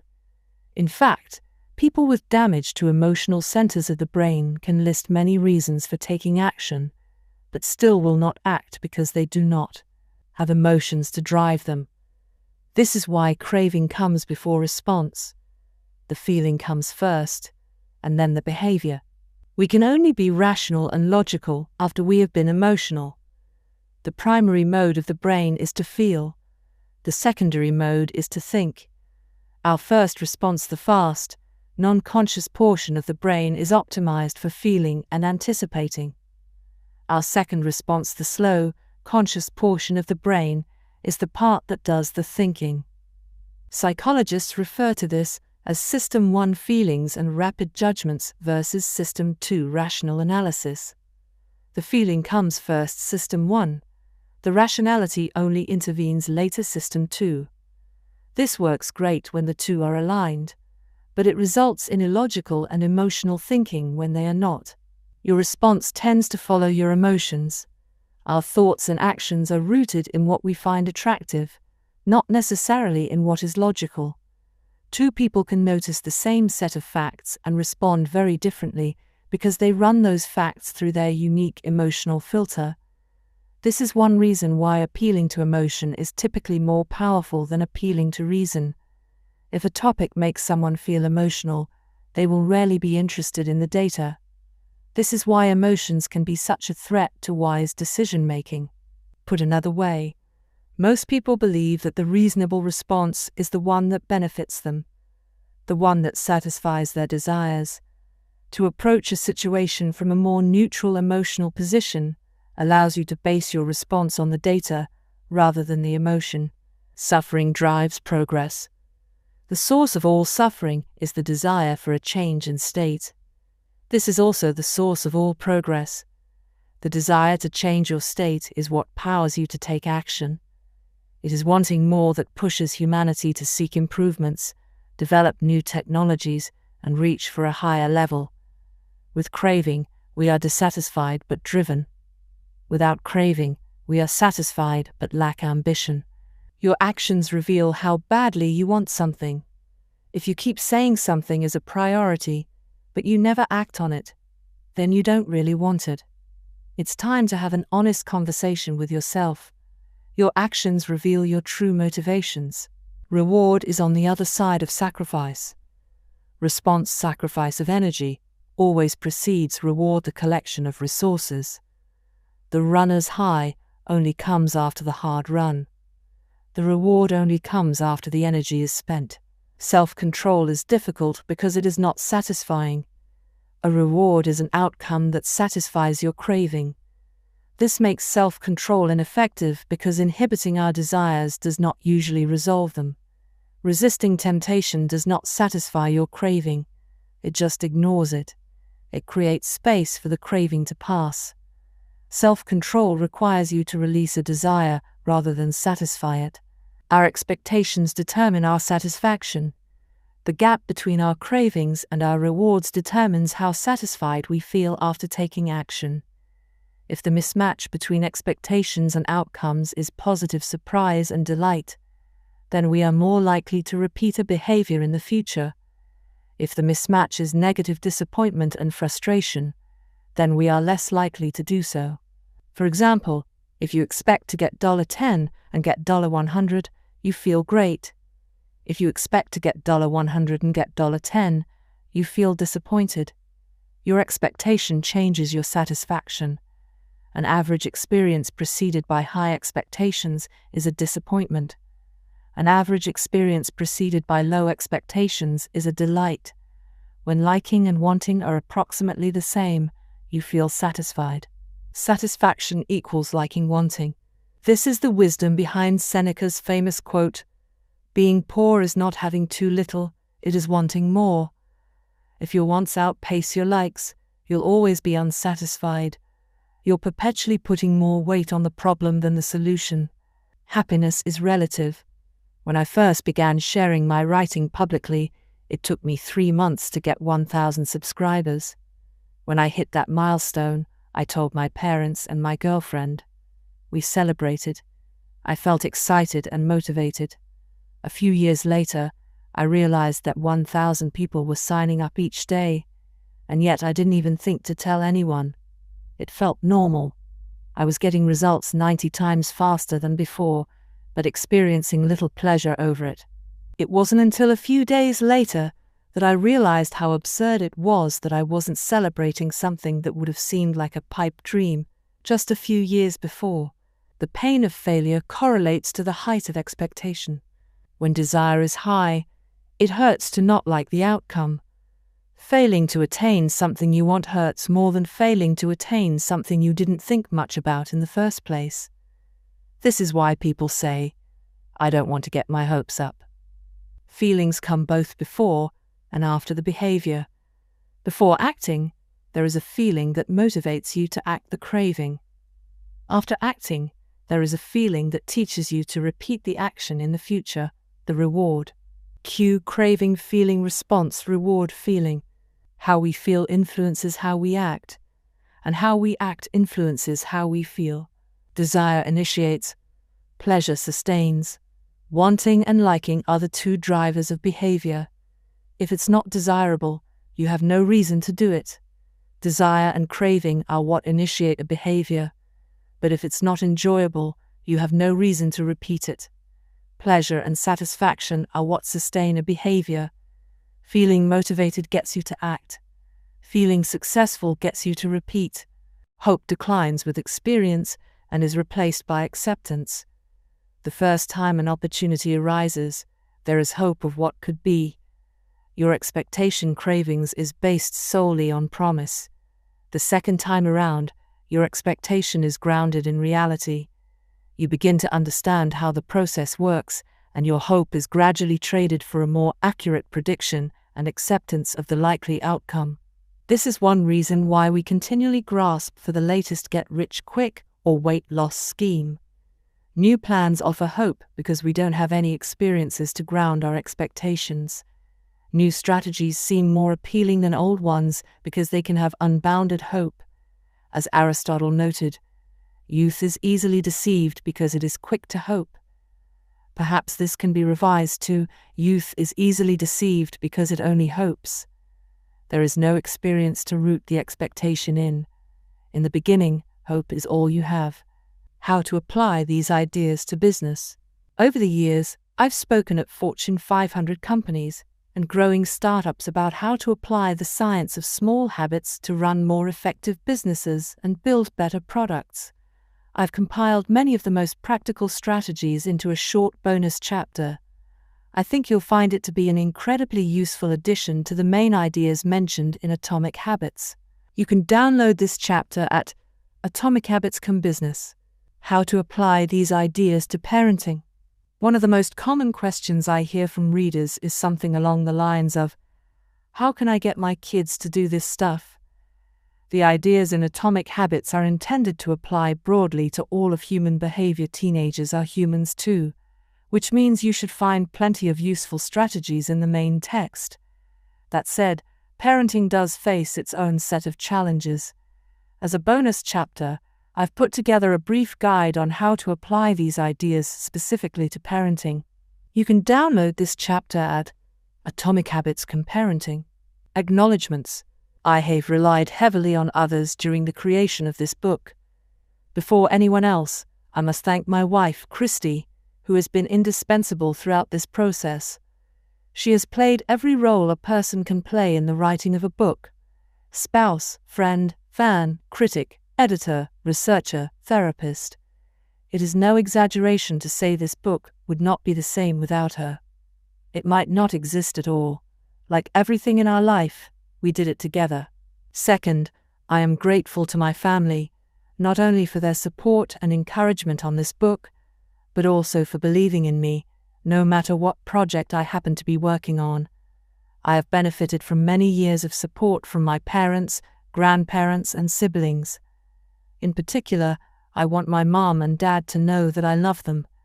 It is a special feeling to know that your parents are your greatest fans. Third, to my assistant, Lindsay Knuckles.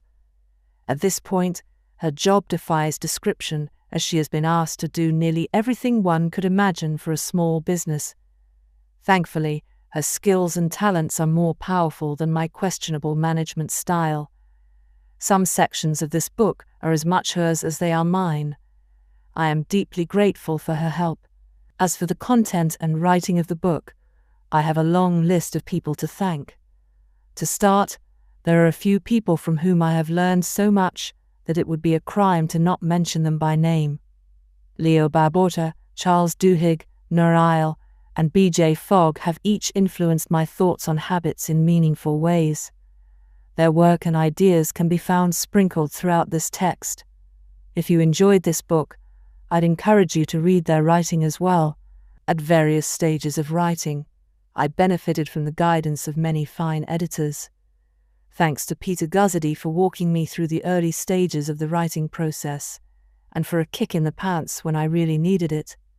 I am indebted to Blake Atwood and Robin Delabow for transforming my ugly and insanely long first drafts into a tight, readable manuscript. And I am thankful to Anne Barngrover for her ability to add a little class and poetic style to my writing. I'd like to thank the many people who read early versions of the manuscript, including Bruce Ammons, Darcy Ansell, Tim Ballard, Vishal Bhardwaj, Charlotte Blank, Jerem Burt, Sim Campbell, Al Carlos, Nikki Case, Julie Chang, Jason Collins, Deborah Croy, Roger Dooley, Tigo Forte, Matt Gartland, Andrew Gira, Randy Giffen, John Giganti, Adam Gilbert, Stefan Guyanet, Jeremy Hendon, Jane Horvath, Joaquin Jansen, Josh Kaufman, Anne Kavanagh, Chris Klaus, Zeke Lopez, Katie Macon, Sid Madsen, Kiera McGrath, Amy Mitchell, Anna Moyes, Stacey Morris, Tara Nichol Nelson, Taylor Pearson, Max Shank, Trey Shelton, Jason Shen, Jacob Zangelides, and Ari Zelmano. The book benefited greatly from your feedback. To the team at Avery and Penguin Random House who made this book a reality, thank you. I owe a debt of special thanks to my publisher, Megan Newman, for her endless patience as I continually pushed back deadlines. She gave me the space I needed to create a book I was proud of and championed my ideas at every step. To Nina, for her ability to transform my writing while still retaining my original message. To Lindsay, Farron Casey, and the rest of the PRH team for spreading the message of this book to more people than I could ever reach on my own. To Pete Garso, for designing a beautiful cover for this book.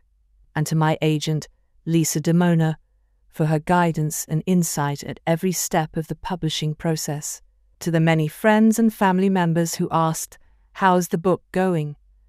and offered a word of encouragement when I inevitably replied, slowly, "Thank you."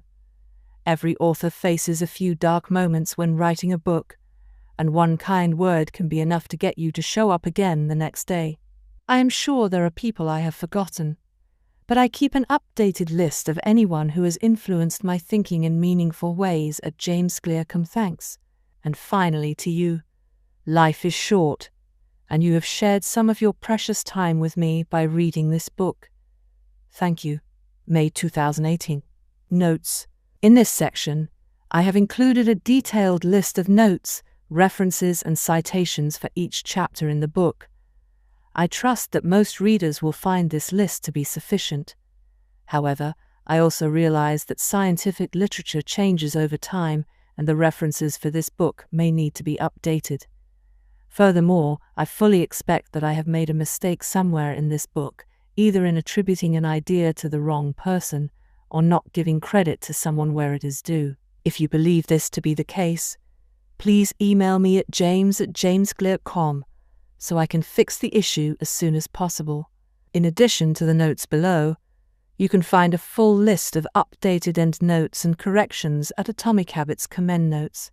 Introduction. We all deal with setbacks.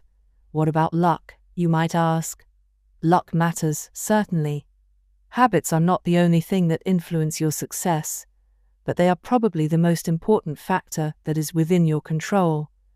and the only self-improvement strategy that makes any sense is to focus on what you can control. The entrepreneur and investor Naval Ravikant at Naval. To write a great book, you must first become the book. Twitter, May 15, 2018. https twitter.com naval status 996,460,948,029,360,176. Stimulus Response Reward. B. F. Skinner, The Behavior of Organisms, New York. Appleton Century Crofts, 1938. Q. Routine Reward. Charles Duhigg, The Power of Habit. Why We Do What We Do in Life and Business, New York. Random House, 2014. Chapter 1. Just a single gold medal at the Olympic Games. Matt Slater. How GB Cycling Went from Tragic to Magic. BBC Sport, April 14, 2008. http news BBC Coexport 2 He Olympic Cycling 7,534,73 STM. The Tour de France. Tom Fordyce. Tour de France 2017. Is Chris Froome Britain's least loved great sportsman? BBC Sport, July 23, 2017. https www.bbc.com Sport Cycling 40,690,2045. One of the top bike manufacturers in Europe refused to sell bikes. Richard Moore, Mastermind. How Dave Brailsford Reinvented the Wheel, Glasgow. Backpage Press, 2013. The whole principle came from the idea. Matt Slater, Olympic Cycling. Marginal gains underpin Team GB dominance. BBC, August 8, 2012. https www.bbc.com Sport Olympics 19,174,302. Brailsford and his coaches began by making small adjustments. Tim Harford. Marginal gains matter, but game changers transform. Tim Harford, April 2017. http timharford.com 201,704. Marginal gains matter, but game changers transform. They even painted the inside of the team truck white. Eben Harrell. How 1% performance improvements led to Olympic gold. Harvard Business Review, October 30, 2015. https hbr.org 201-510 How 1 performance improvements led to Olympic gold. Kevin Clark. How a cycling team turned the Falcons into NFC champions. The Ringer, September 12, 2017. https www.theringer.com 201,791,216,293,216 Atlanta Falcons Thomas Dimitrov Cycling Team Sky. Just 5 years after Brailsford took over. Technically, the British riders won 57% of the road and track cycling medals at the 2008 Olympics. 14 gold medals were available in road and track cycling events. The Brits won 8 of them. The Brits raised the bar. World and Olympic records set at the 2012 Summer Olympics. Wikipedia, December 8, 2017. https Wikipedia Wiki World and Olympic records set at the 2012 Summer Olympics. Bradley Wiggins became the first British cyclist. Andrew Longmore. Bradley Wiggins, Encyclopaedia Britannica, https www.britannica.com Biography Bradley Wiggins, last modified April 21, 2018. Chris Froome 1. Karen Sparks. Chris Froome, Encyclopaedia Britannica, https www.britannica.com Biography Chris Froome, last modified October 23, 2017. During the 10-year span from 2007 to 2017, medals won by the Great Britain cycling team at World Championships, Olympic Games and Paralympic Games since 2000. British cycling, https www.britishcycling.org Use of cycling team article GB cycling team medal history 0C equals N #K0 Dwapch 84 CV8 WZW99 accessed June 8, 2018. You'll end up 37 times better. Jason Shen, an entrepreneur and writer, received an early look at this book. After reading this chapter, he remarked, If the gains were linear, you'd predict to be 365x better off. But because it is exponential, the improvement is actually 10x greater. April 3, 2018. Habits are the compound interest. Many people have noted how habits multiply over time. Here are some of my favorite articles and books on the subject. Leo Barbotta, The Power of Habit Investments, Zen Habits, January 28, 2013, https Zenhabits Netbank, Morgan Housel, The Freakishly Strong Base, Collaborative Fund, October 31, 2017, http www.collaborativefund.com blogs, Freakishly Strong Base. Darren Hardy, The Compound Effect, New York, Vanguard Press, 2012. Accomplishing one extra task. As Sam Altman says, a small productivity gain, compounded over 50 years, is worth a lot. Productivity, Sam Altman. April 10, 2018, http blog Sam Altman on Productivity. Habits are a double-edged sword. I'd like to credit Jason Schreier with originally describing habits to me in this way. Jason Schreier at jschreier. They're a double-edged sword. Twitter, February 21, 2018. https twitter.com /# 966 quadrillion 430 trillion 907 billion 371 million 433 984. The more tasks you can handle without thinking. Michael at MA3R. The foundation of productivity is habits. The more you do automatically, the more you're subsequently freed to do. This effect compounds. Twitter, April 10, 2018. https twitter.com MA3R status 983 quadrillion 837 trillion 519 billion 274 million 889 216. Each book you read not only teaches this idea that learning new ideas increases the value of your old ideas is something I first heard about from Patrick O'Shaughnessy, who writes, "This is why knowledge compounds. Old stuff that was a 410 in value can become a 1010, unlocked by another book in the future." http investorfieldguide.com reading Tweetstorm. Cancer spends 80% of its life undetectable. How to live a longer, higher quality life, with Peter Attia, MD, Investors Field Guide, March 7, 2017, http investorfieldguide.com. The San Antonio Spurs, Matt Moore. NBA Finals, a rock, hammer and cracking of Spurs majesty in Game 7. CBS Sports, June 21, 2013, https www.cbssports.com Finals, a rock hammer and cracking of Spurs majesty in Game 7. Inspiration for this drawing came from a tweet titled Deception of Linear vs Exponential by at Mlikalwa. May 19, 2018. https twitter.com status 997 quadrillion 878 trillion 86 billion 132 million 817 20. The seed of every habit. This paragraph was inspired by a quote from Mr. Mercier, an account on Twitter, who wrote, "Each habit began its life as a single decision." https twitter.com Mr. Mercier. The goal cannot be what differentiates the winners from the losers. Hat tip to CrossFit coach Ben Bergeron for inspiring this quote during a conversation I had with him on February 28, 2017. You fall to the level of your systems. This line was inspired by the following quote from Archilochus. We don't rise to the level of our expectations, we fall to the level of our training. Chapter 2. You can imagine them like the layers of an onion. Hat tip to Simon Sinek.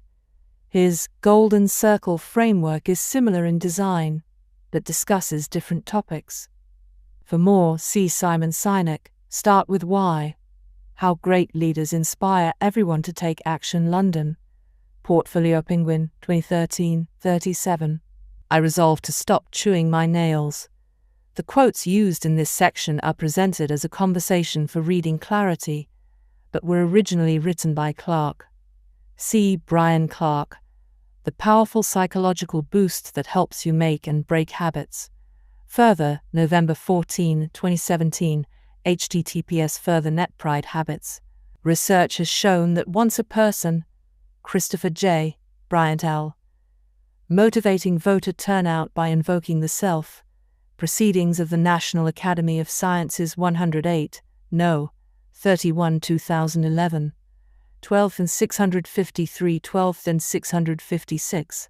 There is internal pressure. Leon Festinger, A Theory of Cognitive Dissonance, Stanford Ca. Stanford University Press, 1957. Your identity is literally your repeated beingness. Technically, identitym is a word belonging to the late Latin language. Also, thanks to Tamer Shippeny, a reader of James Clear Com, who originally told me about the etymology of the word identity, which she looked up in the American Heritage Dictionary.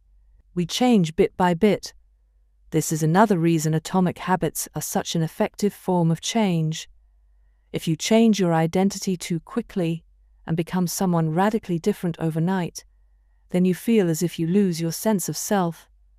But if you update and expand your identity gradually, you will find yourself reborn into someone totally new and yet still familiar. Slowly, habit by habit, vote by vote, you become accustomed to your new identity. Atomic habits and gradual improvement are the keys to identity change without identity loss. Chapter 3. Edward Thorndike conducted an experiment. Peter Gray, Psychology, 6th ed., New York. Worth, 2011, 108-109. By some simple act, such as pulling at a loop of cord. Edward L. Thorndike. Animal Intelligence. An experimental study of the associative processes in animals. Psychological Review. Monograph Supplements 2, No. 4-1-898, doi 10-1037 H0s 92987. Behaviors followed by satisfying consequences.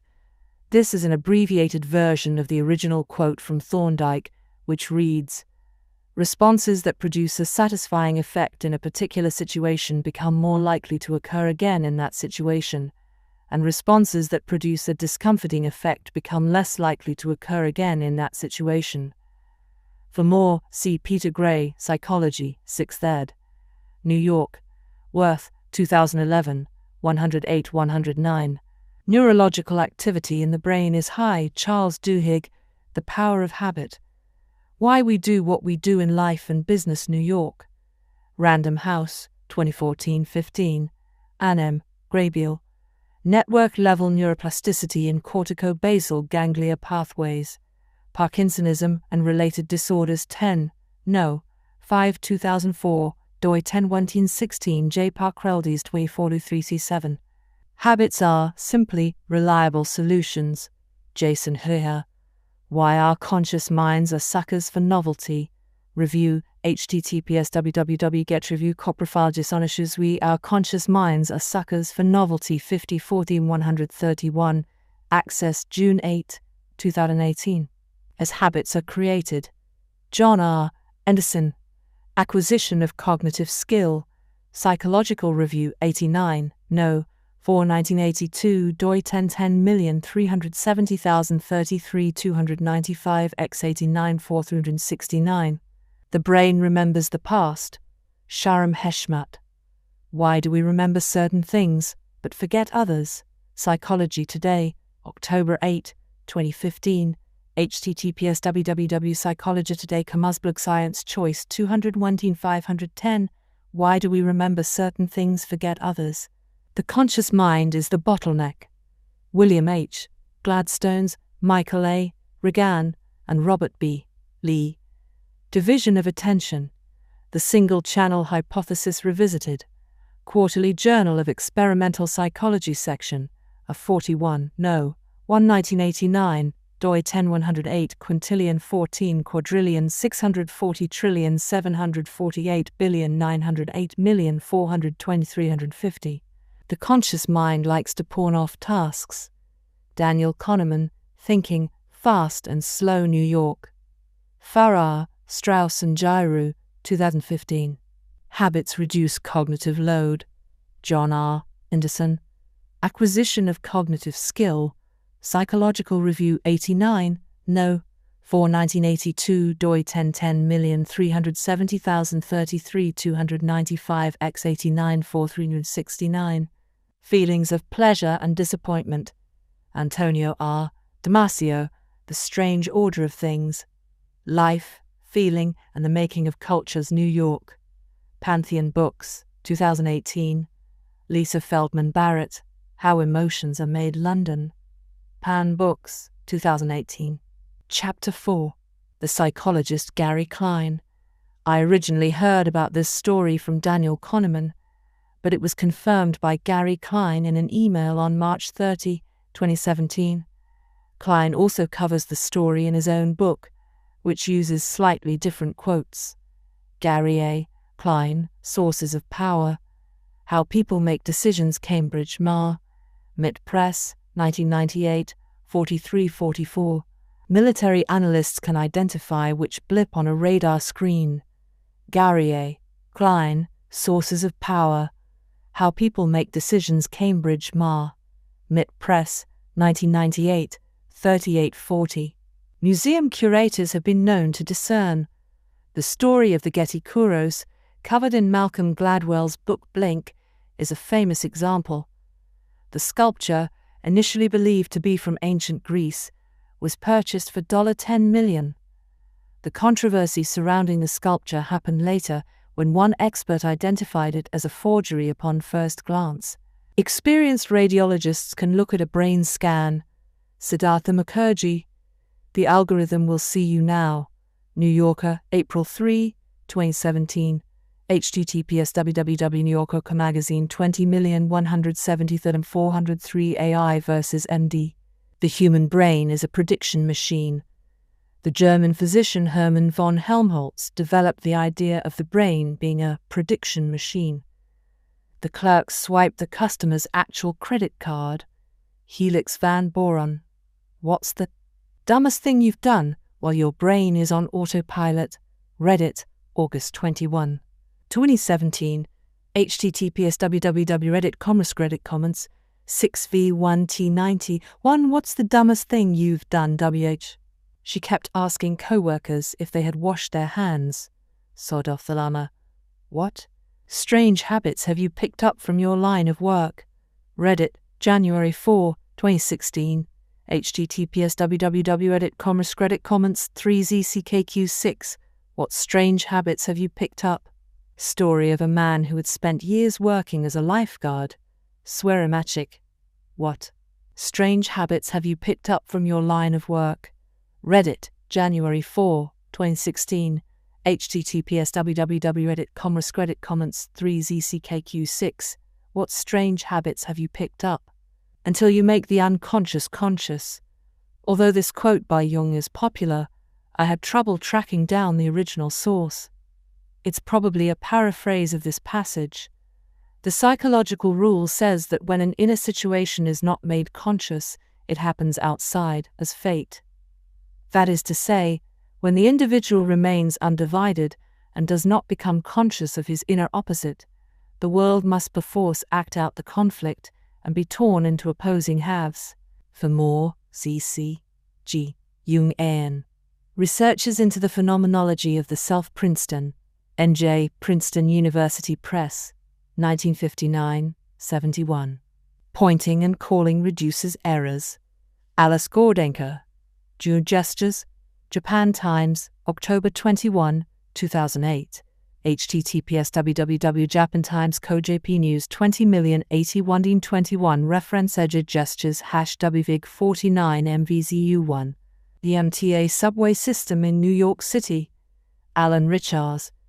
Why Japan's rail workers can't stop pointing at things.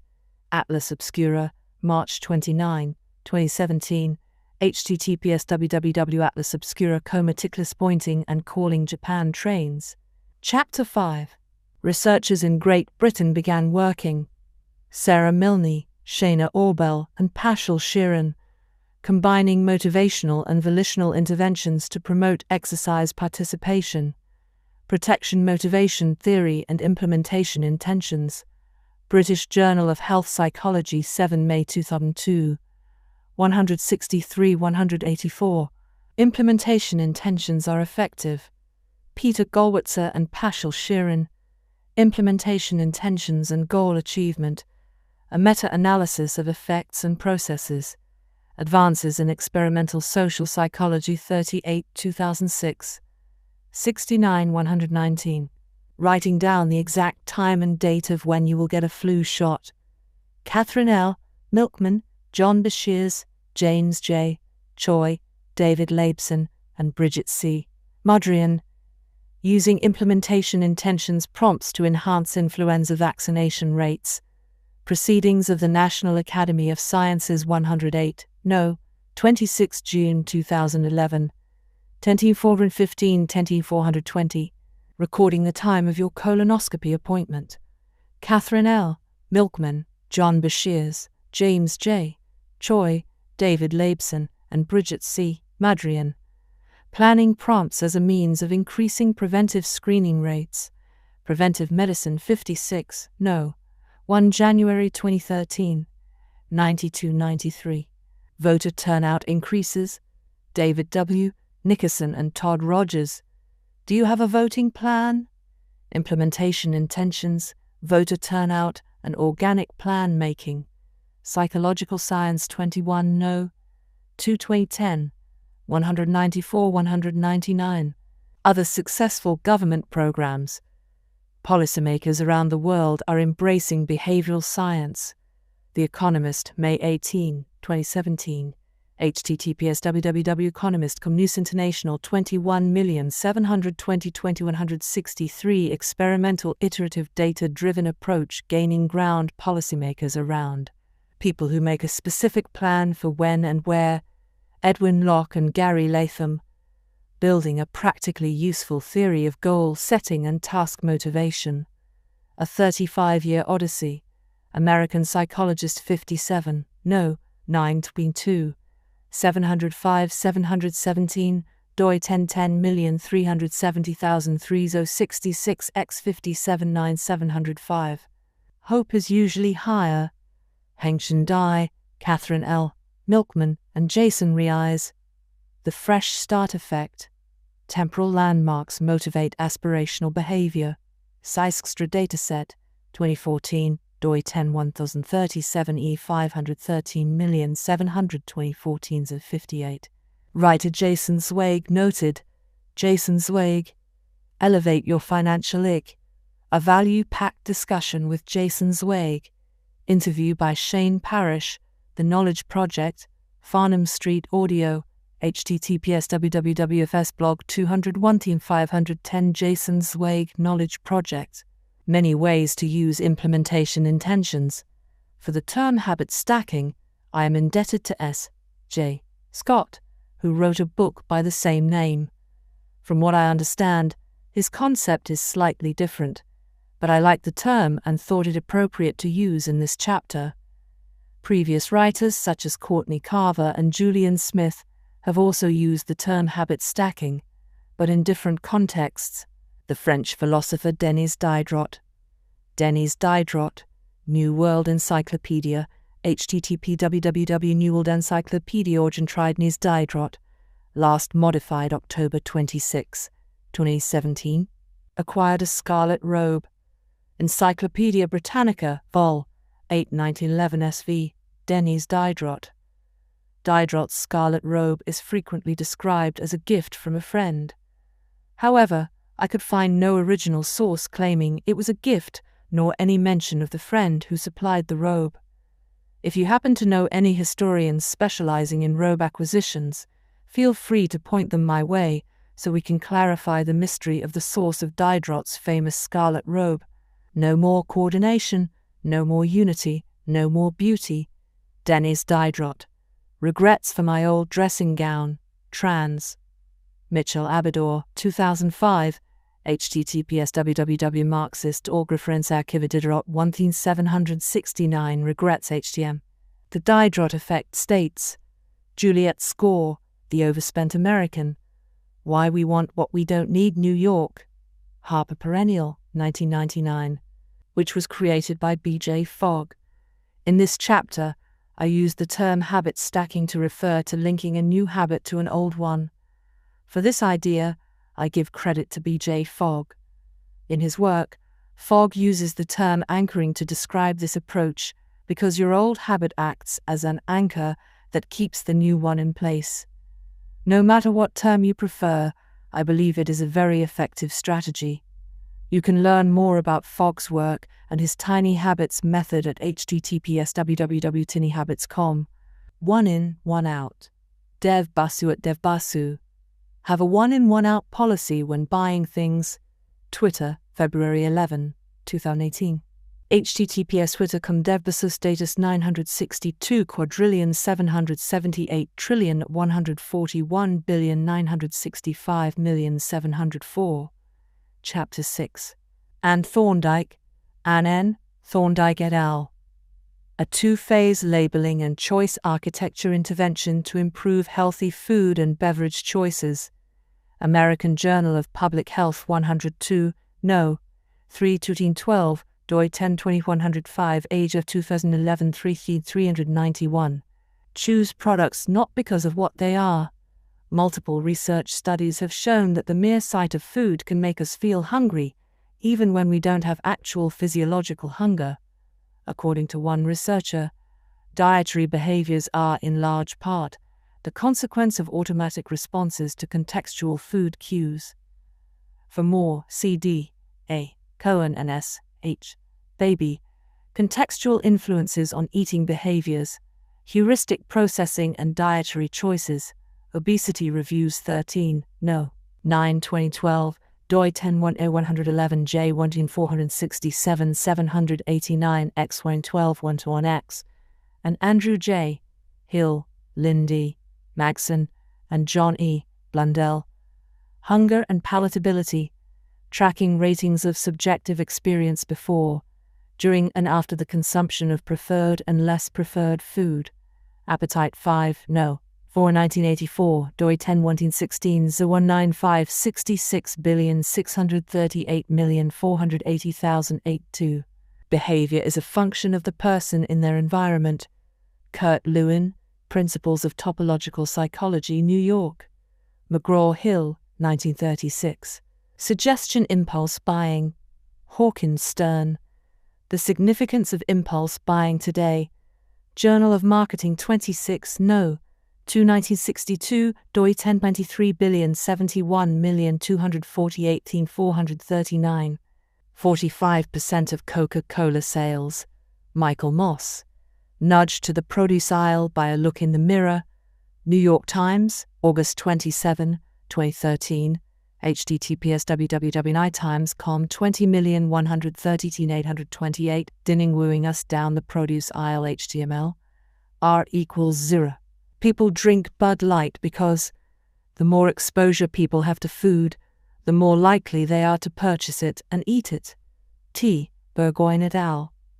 Associations between exposure to takeaway food outlets, takeaway food consumption, and body weight in Cambridgeshire, UK population-based, cross-sectional study. British Medical Journal 348, No. 5 2014, doi 10.136 BMJG 1T464. The human body has about 11 million sensory receptors. Timothy D. Wilson, Strangers to Ourselves. Discovering the Adaptive Unconscious, Cambridge, Ma. Belknap Press, 2004-24. Half of the brain's resources are used on vision. B. R. Sheth et al. Orientation Maps of Subjective Contours in Visual Cortex. Science 274, No. 5 295 1996. doi 10/1T126 Science to 74 5 295 2110. When their energy use was obvious and easy to track. This story was told to Donella Meadows at a conference in Kolokol, Denmark, in 1973. For more, see Donella Meadows and Diana Wright, Thinking in Systems. A Primer White River Junction VT Chelsea Green, 2015, 109. The stickers cut bathroom cleaning costs. The actual estimate was 8%, but given the variables used, anywhere between 5% and 10% savings annually is a reasonable guess. Blake Evans Pritchard, Aiming to Reduce Cleaning Costs, Works That Work, Winter 2013, https worksthatwork.com 1 urinal fly. Sleeping was the only action that happened in that room. Techniques involving stimulus control have even been successfully used to help people with insomnia. In short, those who had trouble falling asleep were told to only go to their room and lie in their bed when they were tired. If they couldn't fall asleep, they were told to get up and change rooms. Strange advice, but over time, researchers found that by associating the bed with "it's time to go to sleep," and not with other activities, reading a book, just lying there, etc., participants were eventually able to quickly fall asleep due to the repeated process. It became almost automatic to fall asleep in their bed because a successful trigger had been created. For more, see Charles M. Morin et al. Psychological and Behavioral Treatment of Insomnia. Update of the Recent Evidence 1998-2004.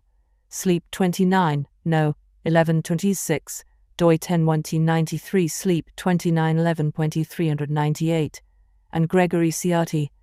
The Best Way to Change Your Habits? Control Your Environment. Sparring Mind, https www.sparringmind.com. Changing Habits. Habits can be easier to change in a new environment. S. Thompson, J. Michelson, S. Abdullah, V. Johnson, D. Morris, K. Riley, and A. Sims. Moments of Change as Opportunities for Influencing Behavior. A report to the Department for Environment, Food and Rural Affairs, London. Defray, 2011, http randifrag.gov. Document asks. Document equals Moments of Change of the 5/6 Final Report NOV 20-112 PDF. When you step outside your normal environment, various research studies have found that it is easier to change your behavior when your environment changes. For example, students change their television watching habits when they transfer schools. Wendy Wood and David T. Neal, Healthy Through Habit, Interventions for Initiating and Maintaining Health Behavior Change, Behavioral Science and Policy 2, No. 1 2016, doi 10.353 BSP.16 Wake W. Wood, L. Tam, and M. G. Witt. Changing Circumstances, Disrupting Habits, Journal of Personality and Social Psychology 88, No. 6 2005, doi 1010317322 88 6 18. You aren't battling old environmental cues.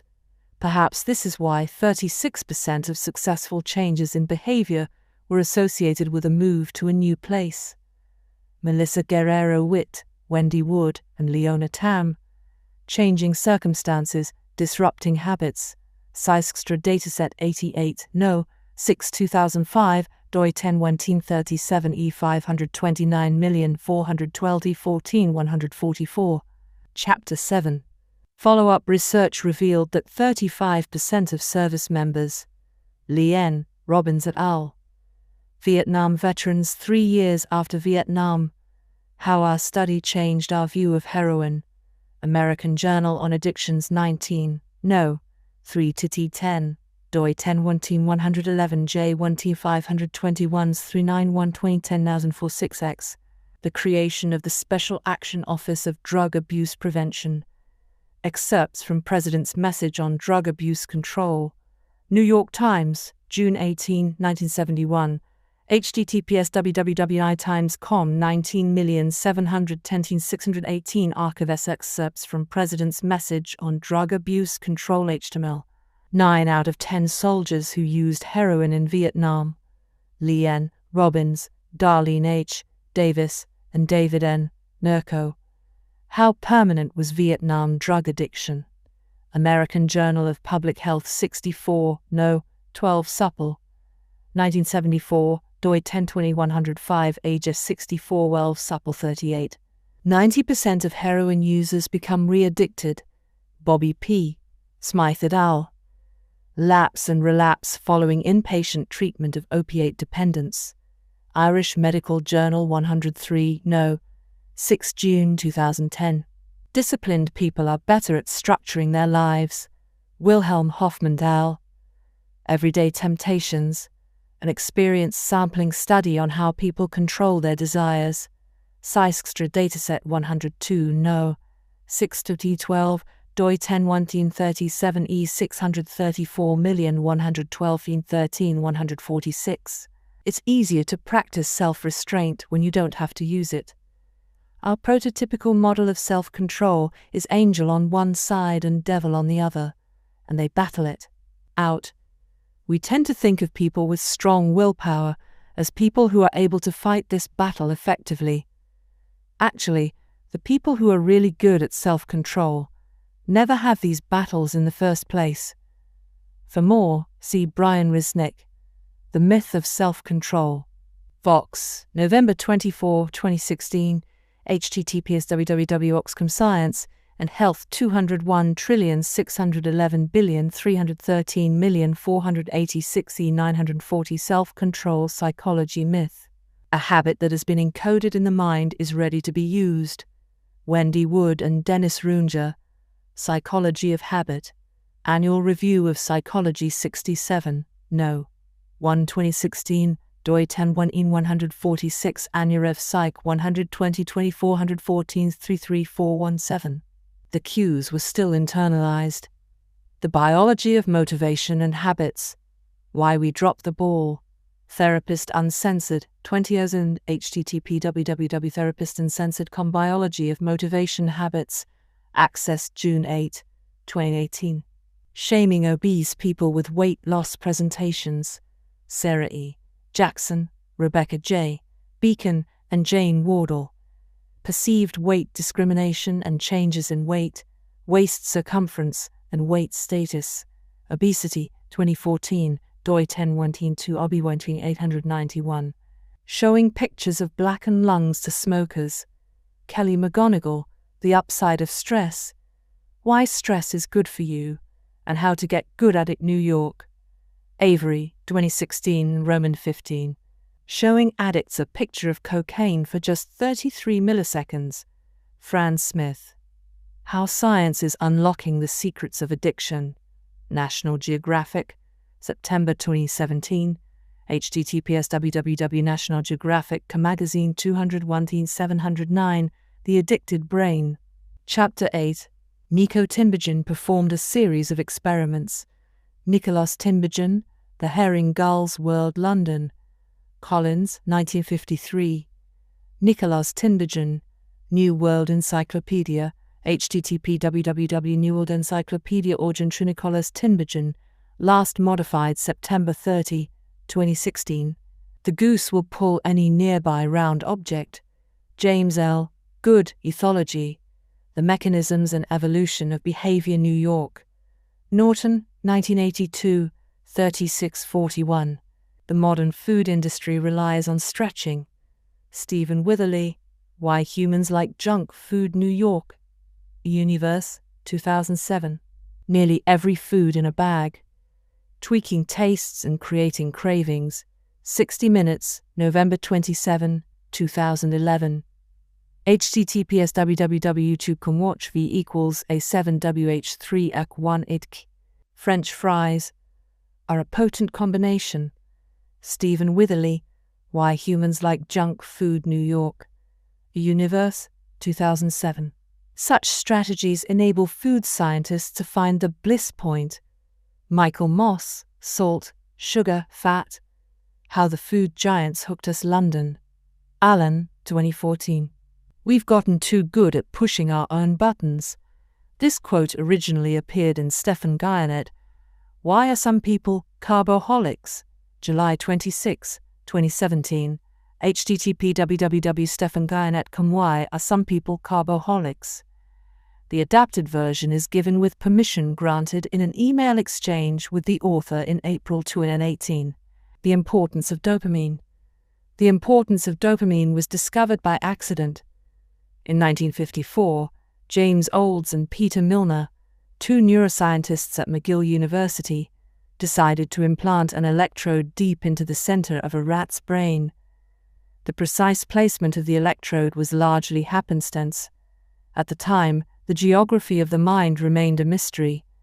But Olds and Milner got lucky. They inserted the needle right next to the nucleus accumbens nac, a part of the brain that generates pleasurable feelings. Whenever you eat a piece of chocolate cake, or listen to a favorite pop song, or watch your favorite team win the World Series, it is your nac that helps you feel so happy. But Olds and Milner quickly discovered that too much pleasure can be fatal. They placed the electrodes in several rodents' brains, and then ran a small current into each wire, making the nacs continually excited.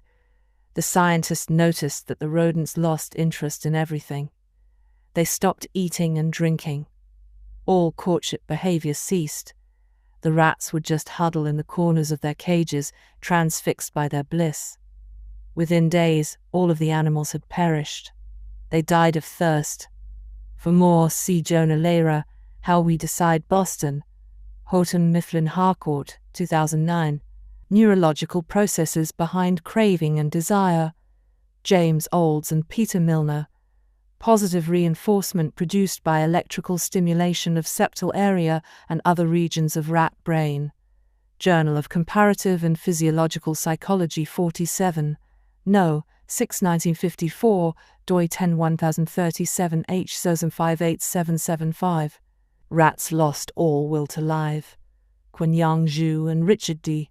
Pometer. Dopamine-deficient mice are severely hypoactive, adipsic and aphagic. Cell 83 No. 7 1995, doi 1010,160,092 86,749,590 145 0. Without desire, action stopped. Kent C. Berridge, Isabel L. Venia, and Terry E. Robinson. Taste reactivity analysis of 6-hydroxydopamine-induced aphasia.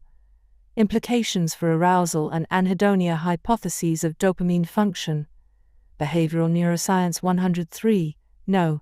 1 1989, doi 1010,370 and 735 7044 103 136. The mice developed a craving so strong. Ross A., McDivitt et al. Serotonergic versus non-serotonergic dorsal RAF projection neurons. Differential participation in reward circuitry. Cell Reports 8, No. 6 2014, doi 10-1-16 J Cell Rep 2014-37. The Average Slot Machine Player. Natasha Dow-Schul, Addiction by Design. Machine Gambling in Las Vegas Princeton, NJ Princeton University Press, 2014-55. Habits are a dopamine-driven feedback loop. I first heard the term dopamine-driven feedback loop from Chamath Palihapitiya. For more, see Chamath Palihapitiya, founder and CEO Social Capital, on Money as an Instrument of Change. Stanford Graduate School of Business, November 13, 2017. https www.youtube.com/. V = P multiplies 06. Dopamine plays a central role in many neurological processes. Researchers later discovered that endorphins and opioids were responsible for pleasure responses. For more, C.V. S. Chakravarthi, Denny Joseph, and Raju S. Bapi. What do the basal ganglia do? A modeling perspective. Biological Cybernetics 103, No. 3 10, doi 10-1-7s, 422-10s 401y. Dopamine is released not only when you experience pleasure, Wolfram Schultz, neuronal reward and decision signals, from theories to data, Physiological Reviews 95, No. 3 2015, doi 10-1-152 Feisrefus into 3.14, Fig. 8, Fran Smith. How Science is Unlocking the Secrets of Addiction, National Geographic, September 2017, https www.National Geographic Magazine 201-709, The Addicted Brain. Whenever dopamine rises, so does your motivation. Dopamine compels you to seek, explore, and take action. Dopamine energized, this mesolimbic seeking system, arising from the ventral tegmental area VTA, encourages foraging, exploration, investigation, curiosity, interest, and expectancy. Dopamine fires each time the rat or human explores its environment. I can look at the animal and tell when I'm tickling its seeking system because it is exploring and sniffing. For more, see Karin Bat, Depressed? Your seeking system might not be working. A conversation with neuroscientist Jock Panksepp. Huffington Post, December 6, 2017. http www.huffingtonpost.com. Karin Bat, Depressed? You're seeking CB 3,616,967 HTML. The reward system that is activated in the brain. Wolfram Schultz. Multiple reward signals in the brain. Nature Reviews Neuroscience 1 No. 3 2000 doi 10 103,835,044,563. 100% of the nucleus accumbens is activated during wanting. Kent Berridge, Conversation with Author, March 8, 2017. Bayern hacked his stationary bike. Hackster staff, Netflix and Cycle. Hackster, July 12, 2017. https blog Hackster Netflix and Cycle 17734 Deezer 179 Deb. Eliminating obesity one Netflix binge at a time. Sickflix. Exercise-powered entertainment. Roboro, July 8, 2017. https www.youtube.com watch v equals NCZOLB.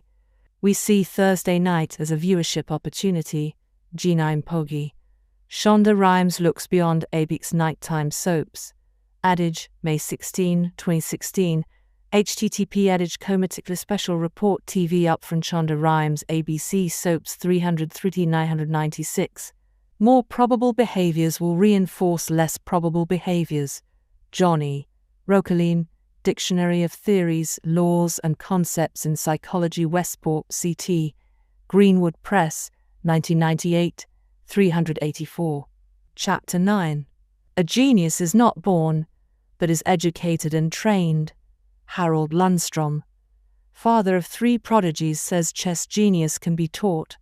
Deseret News, December 25, 1992. https www.deseretnews comatical 260-16-378 Father of 3 prodigies says chess genius can be taught. HTML PG = all. We imitate the habits of 3 groups. Peter J. Richardson and Robert Boyd. Not by genes alone. How Culture Transformed Human Evolution. Chicago. University of Chicago Press, 2006. A person's chances of becoming obese increased by 57%.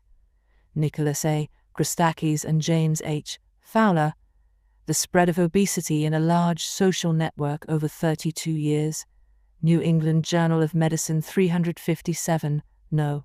4227, doi 10-156 Negenses 66 is weight 2, J. A. Stockman. The Spread of Obesity in a Large Social Network Over 32 Years. Yearbook of Pediatrics 29 2009, doi 10-16 439,540,879,134.6. If one person in a relationship lost weight. Amy A. Gorint L. Randomized controlled trial examining the ripple effect of a nationally available weight management program on untreated spouses. Obesity 26 No. 3 2018, doi 10-112 Obi 2098. Of the 10 people in the class, 4 became astronauts. Mike Massimino.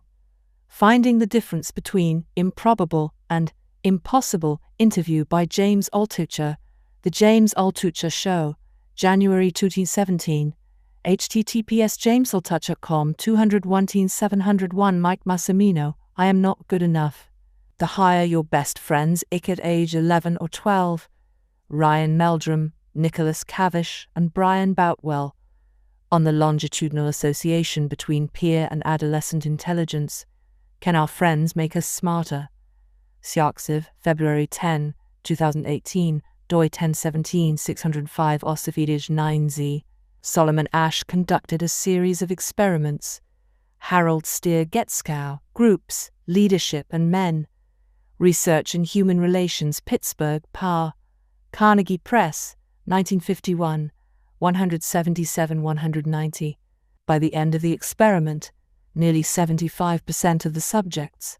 Follow-up studies show that if there was just one actor in the group who disagreed with the group, then the subject was far more likely to state their true belief that the lines were different lengths.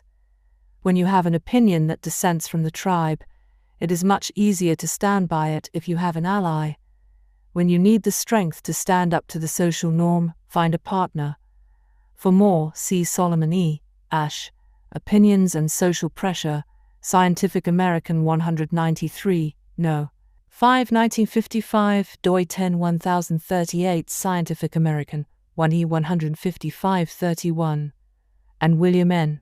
Morris and Robert S. Miller, The Effects of Consensus Breaking and Consensus Preempting Partners on Reduction of Conformity.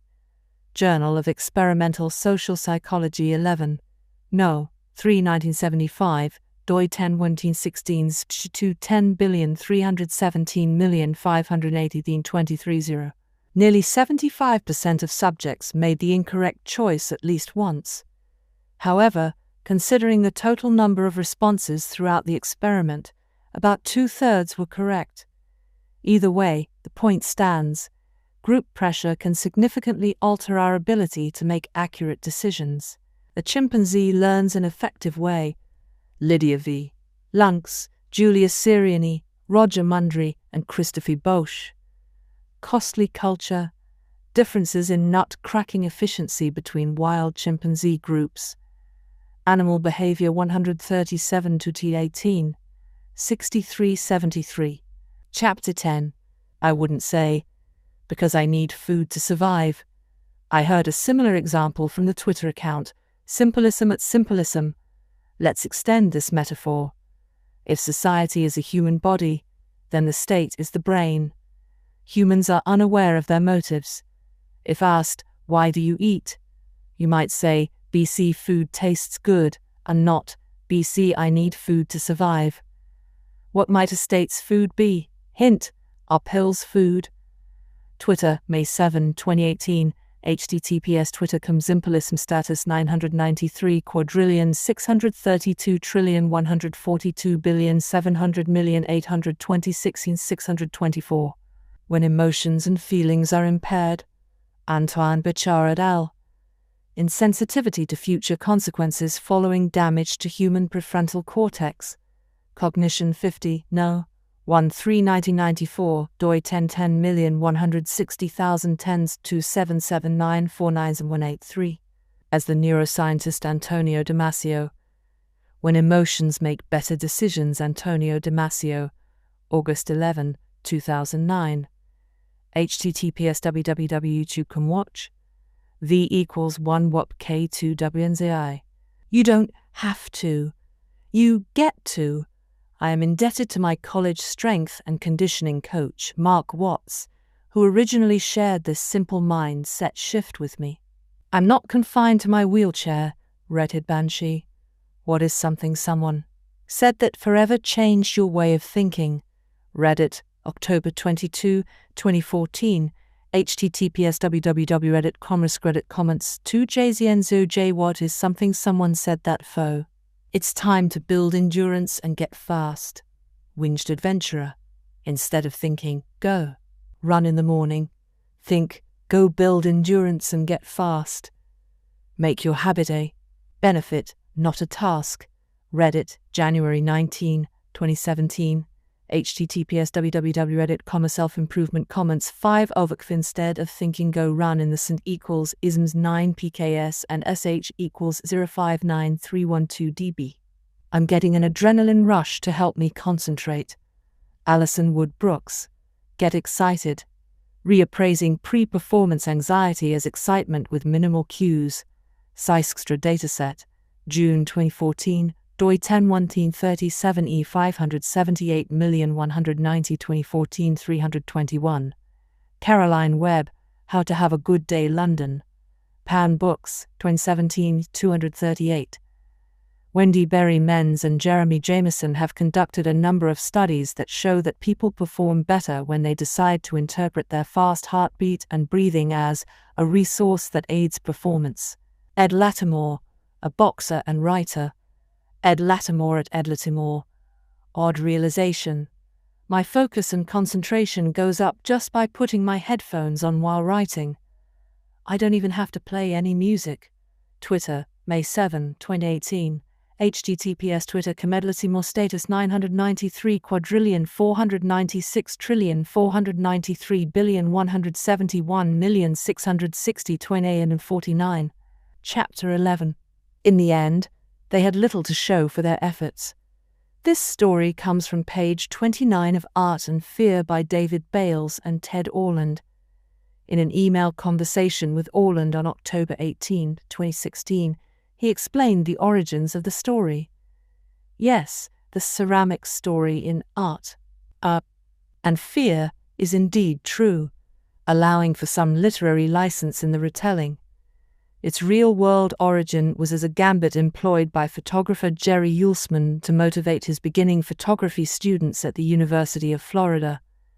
As retold in Art and Fear, it faithfully captures the scene as Jerry told it to me, except I replaced photography with ceramics as the medium being explored.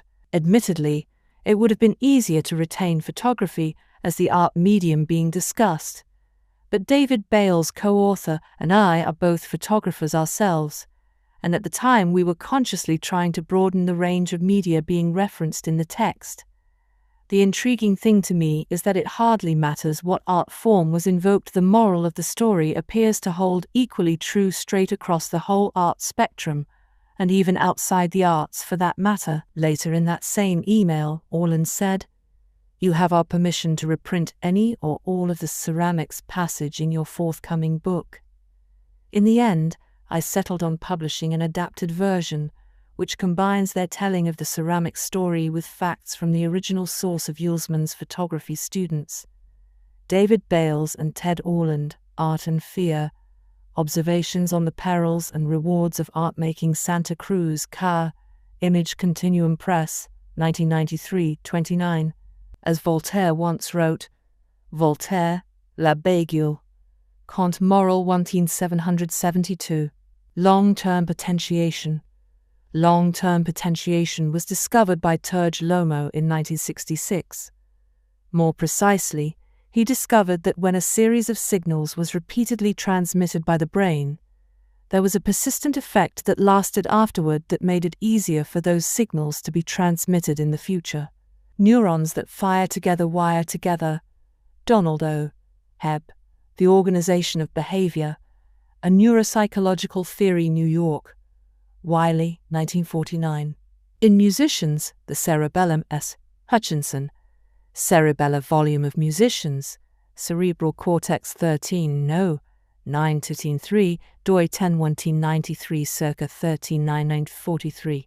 Mathematicians, meanwhile, have increased gray matter, A. Verma, increased gray matter density in the parietal cortex of mathematicians, a voxel-based morphometry study, Yearbook of Neurology and Neurosurgery 2008, doi 10-1916 051351,170,879,083 When scientists analyzed the brains of taxi drivers in London, Elena A. McGuire et al., navigation-related structural change in the hippocampi of taxi drivers, Proceedings of the National Academy of Sciences 97, No. 8 2000, doi 10-1973 Pine Samsithanine 597, Catherine Woollett and Elena A.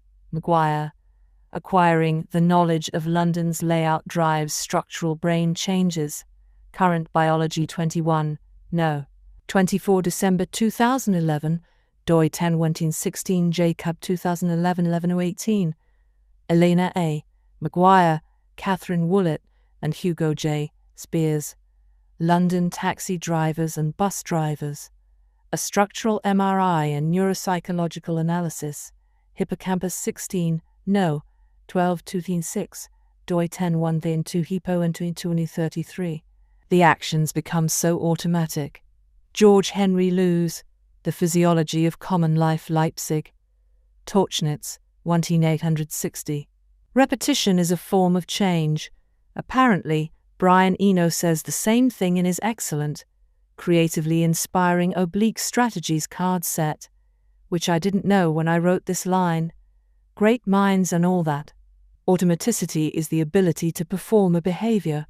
Philippa Lally et al. How are habits formed? Modeling habit formation in the real world. European Journal of Social Psychology 40, No. 6 2009, doi 101002 edge 674. Habits form based on frequency, not time. Hermann Ebbinghaus was the first person to describe learning curves in his 1885 book Über das Gedächtnis. Hermann Ebbinghaus. Memory. A Contribution to Experimental Psychology, United States. Scholar Select, 2016. Chapter 12. This difference in shape played a significant role in the spread of agriculture. Jared Diamond, Guns, Germs and Steel. The Fates of Human Societies, New York. Norton, 1997. It is human nature to follow the law of least effort. Deepak Chopra uses the phrase law of least effort to describe one of his 7 spiritual laws of yoga. This concept is not related to the principle I am discussing here, a garden hose that is bent in the middle. This analogy is a modified version of an idea Josh Waitzkin mentioned in his interview with Tim Ferriss. The Tim Ferriss Show, Episode 2, Josh Waitzkin, May 2, 2014 audio, https SoundCloud, Tim Ferriss Show Episode 2 Josh Waitzkin. It took American workers 3 times as long to assemble their sets. James Sarowiecki. Better All the Time. New Yorker, November 10, 2014. https www.newyorker magazine 20,140,110 Better Time. Addition by subtraction. Addition by subtraction is an example of a larger principle known as inversion, which I have written about previously at https jamesclear.com inversion.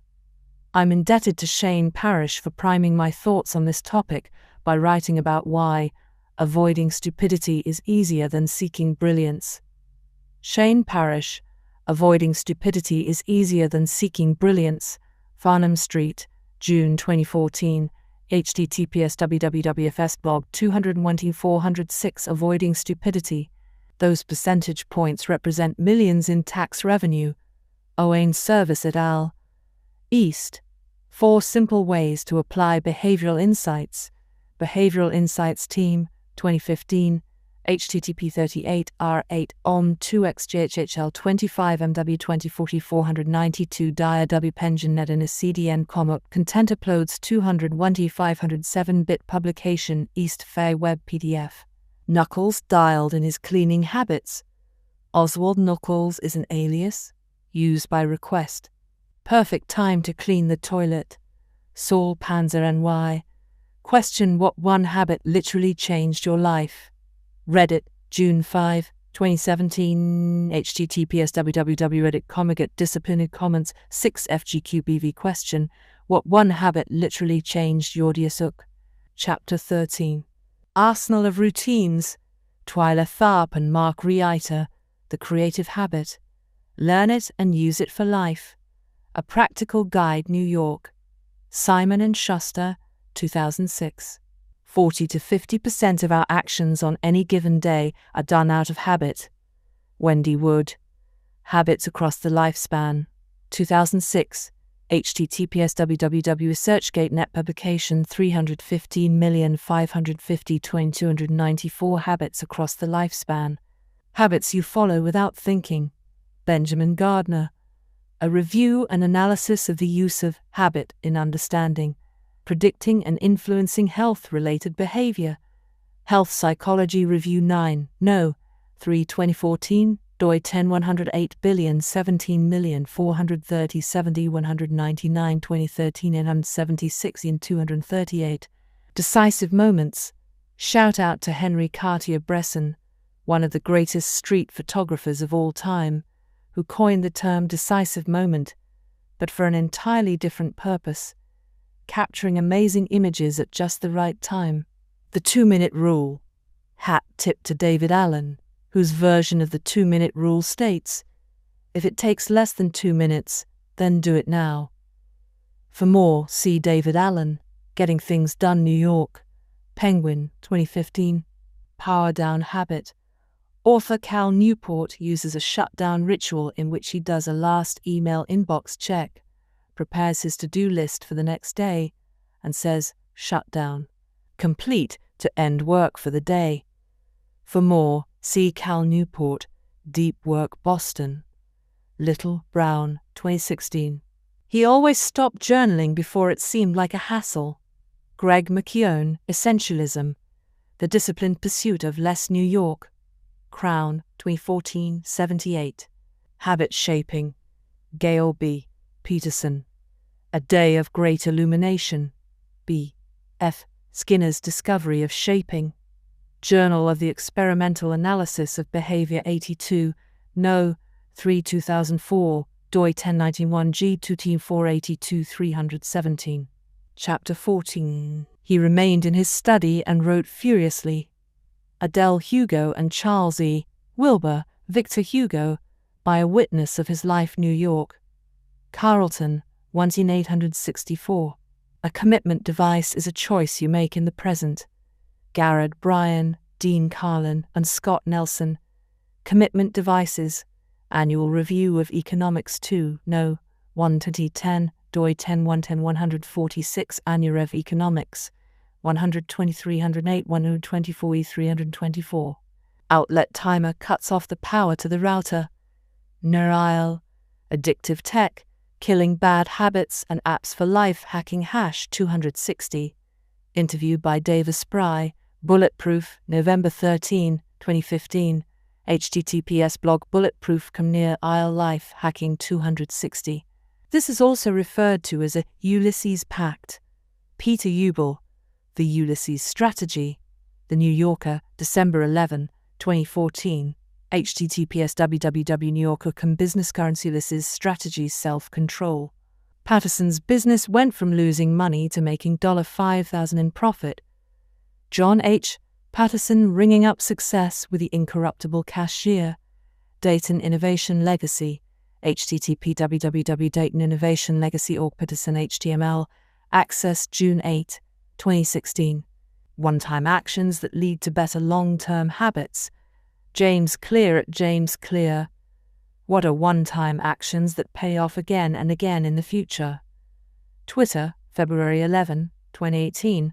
https twitter.com James Clear status 962,794,722,702,790,659. Civilization advances by extending the number of operations. Alfred North Whitehead, Introduction to Mathematics, Cambridge, UK, Cambridge University Press, 1911, 166. The average person spends over 2 hours per day on social media. GWI Social, Global Web Index, 2017 Q3, https CDN2 HubSpot Methops 349 and 27 downloads GWI% 20 social% 20 summary% 20 Q3% 22017 PD. Chapter 15. Over 9 million people called it home. Population size and growth of major cities. 1998 Census. Population Census Organization. http www.pbs.gov PK Sites Default File Stables Population %20 Size %20 and %20 Growth %2. Over 60% of Karachi's residents. Sabir Askari. Studies on Karachi. Papers presented at the Karachi Conference 2013 Newcastle upon Tyne, UK. Cambridge Scholars, 2015. It was this public health crisis that had brought Stephen Luby to Pakistan. Atul Gawande, The Checklist Manifesto, How to Get Things Right, Gurjan, India. Penguin Random House, 2014. In Pakistan, Safeguard was a premium soap. All quotes in this section are from an email conversation with Stephen Luby on May 28, 2018. The rate of diarrhea fell by 52%. Stephen P. Luby et al. Effect of hand washing on child health. A randomized controlled trial. Lancet 366 No. 9481 2005. 0. doi 10.16 Zilinfo 67,360,560,912 Over 95% of households. Anna Bowen, Mubina Agbotwala, Tracy Ayers, Timothy Tobury, Maria Tariq, and Stephen P. Luby. Sustained improvements in hand-washing indicators more than 5 years after a cluster randomized, community-based trial of hand-washing promotion in Karachi, Pakistan. Tropical Medicine and International Health 18, No. 3 2013. 259-267. https www.ncbi.gov.krt Klesbank 4,626,884. Chewing gum had been sold commercially throughout the 1800s. Mary Bellies. How We Have Bubble Gum Today. ThoughtCo, October 16, 2017. https www.thoughtco.com History of Bubble and Chewing Gum 1,991,856. Wrigley revolutionized the industry. Jennifer P. Matthews Chickle. The Chewing Gum of the Americas, from the Ancient Maya to William Wrigley Tuckson. University of Arizona Press, 289, 44-46. Wrigley became the largest chewing gum company. William Wrigley Jr. Encyclopedia Britannica, https www.britannica.com Biography William Wrigley Jr. Access June 8, 2018. Toothpaste had a similar trajectory. Charles Duhigg, The Power of Habit. Why We Do What We Do in Life and Business, New York. Random House, 2014 Chap. 2. He started avoiding her. Sparkly Alpaca. What are the coolest psychology tricks that you know or have used? Reddit, November 11, 2016. https www.reddit.com Reddit comments 5 CGQBJ What are the coolest psychology tricks? The earliest remains of modern humans. Ian McDougall, Francis H. Brown, and John G. Flegel. Stratigraphic placement and age of modern humans from Kibish, Ethiopia. Nature 433 No. 7027 2005. doi 10-1038 Natures 3258. The neocortex was roughly the same.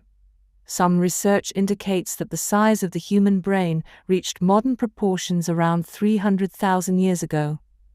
Evolution never stops, of course, and the shape of the structure appears to have continued to evolve in meaningful ways until it reached both modern size and shape, sometime between 100,000 and 35,000 years ago. Simon Neubauer, Jean-Jacques Hublin, and Philip Guntz. The Evolution of Modern Human Brain Shape. Science Advances 4 No. 1 2018. EL 5E 961. Society has shifted to a predominantly delayed return environment.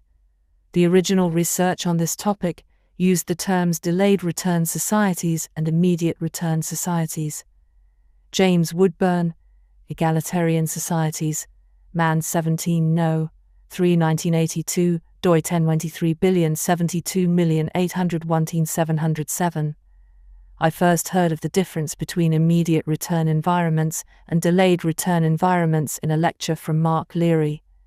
Mark Leary, Understanding the Mysteries of Human Behavior, Chantilly, VAR, Teaching 2012.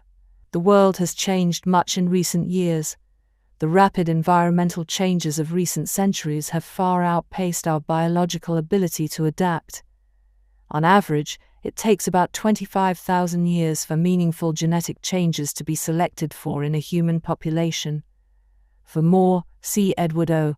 Wilson, Sociobiology, Cambridge, Ma. Belknap Press, 1980, 151. Our brains evolved to prefer quick payoffs to long-term ones. Daniel Gilbert. Humans Wired to Respond to Short-Term Problems.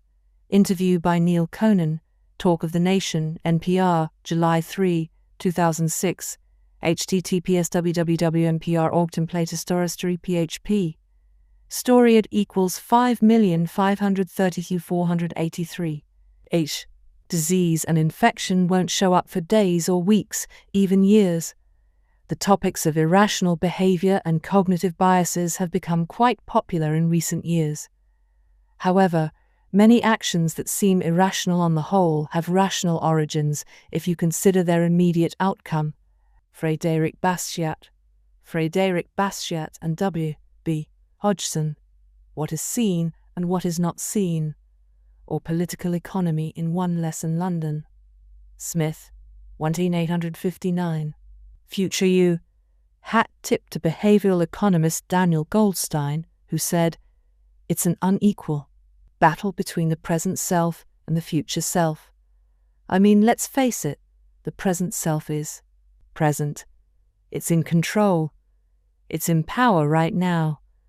It has these strong, heroic arms that can lift donuts into your mouth. And the future self is not even around. It's off in the future. It's weak. It doesn't even have a lawyer present. There's nobody to stick up for. The future self. And so the present self can trounce all over its dreams." For more, see Daniel Goldstein, The Battle Between Your Present and Future Self, Tedsalon, NY 2011, November 2011 video, https://www.tedcom talks Daniel Goldstein, The Battle Between Your Present and Future Self. People who are better at delaying gratification have higher SAT scores. Walter Mischel, Eberson, and Antoinette Raskoff-Zeiss. Cognitive and Attentional Mechanisms in Delay of Gratification. Journal of Personality and Social Psychology 21, No. 2 1972, doi 10-1937 H0321998. W. Mischel, Y.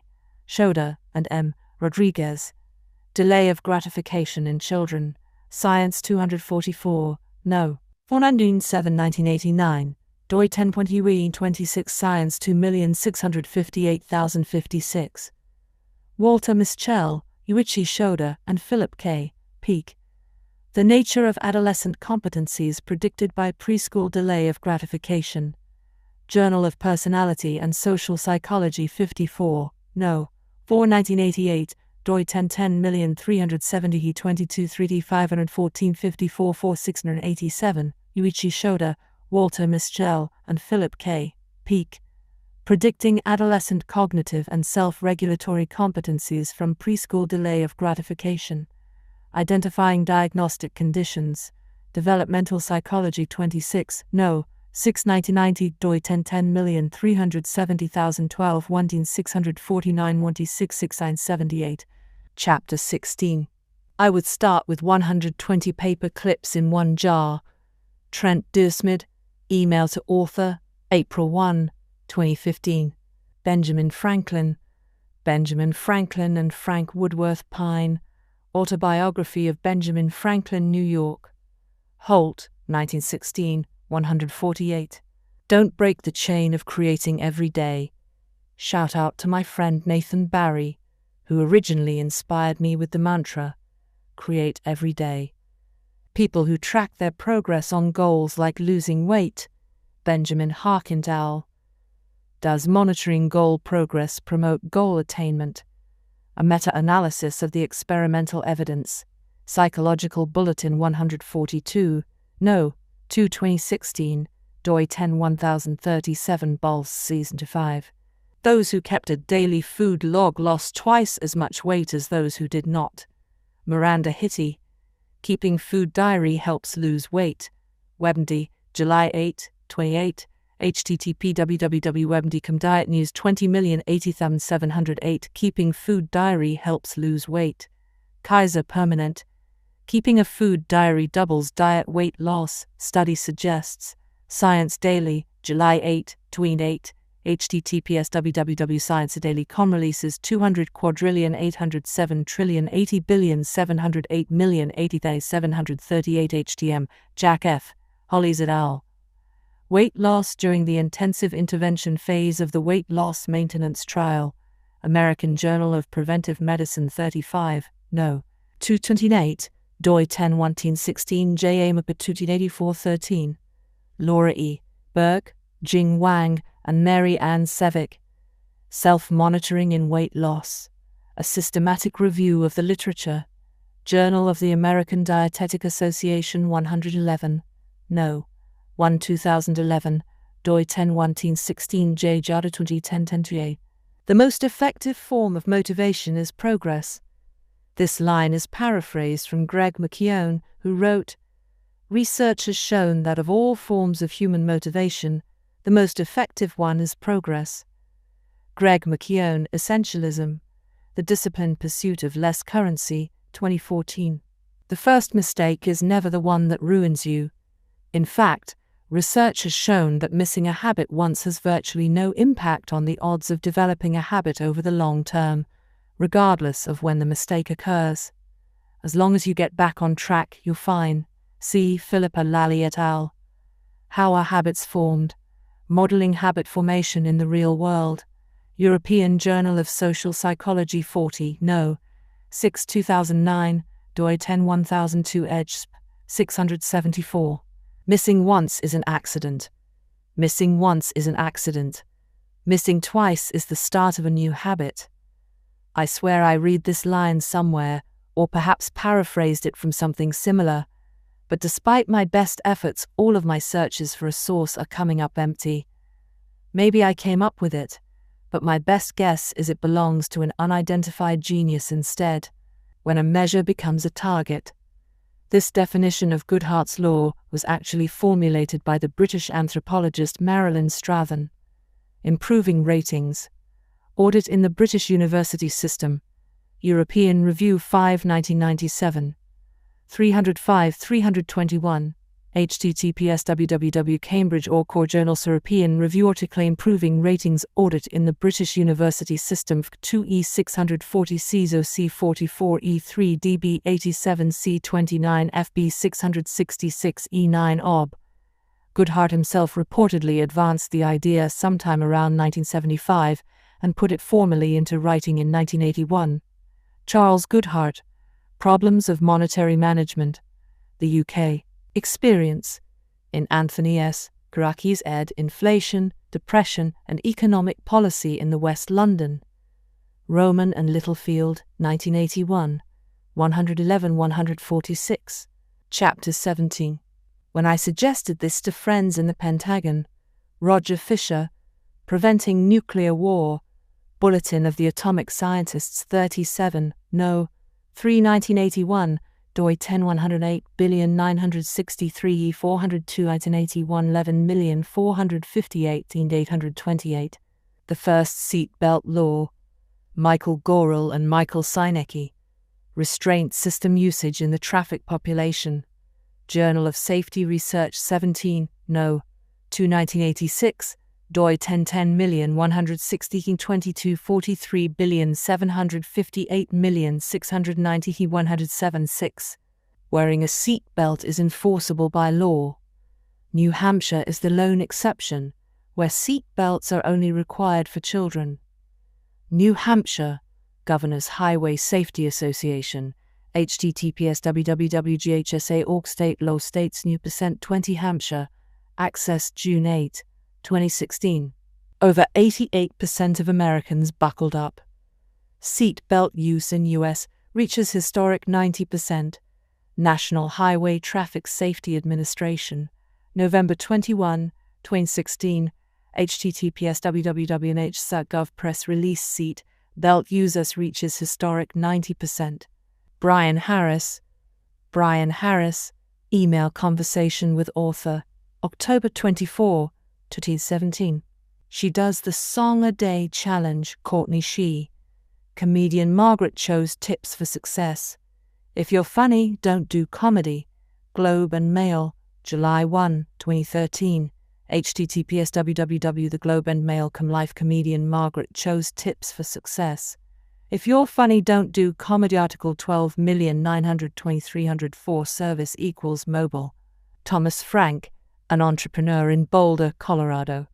Thomas Frank. How buffer forces me to wake up at 5:55 a.m. every day.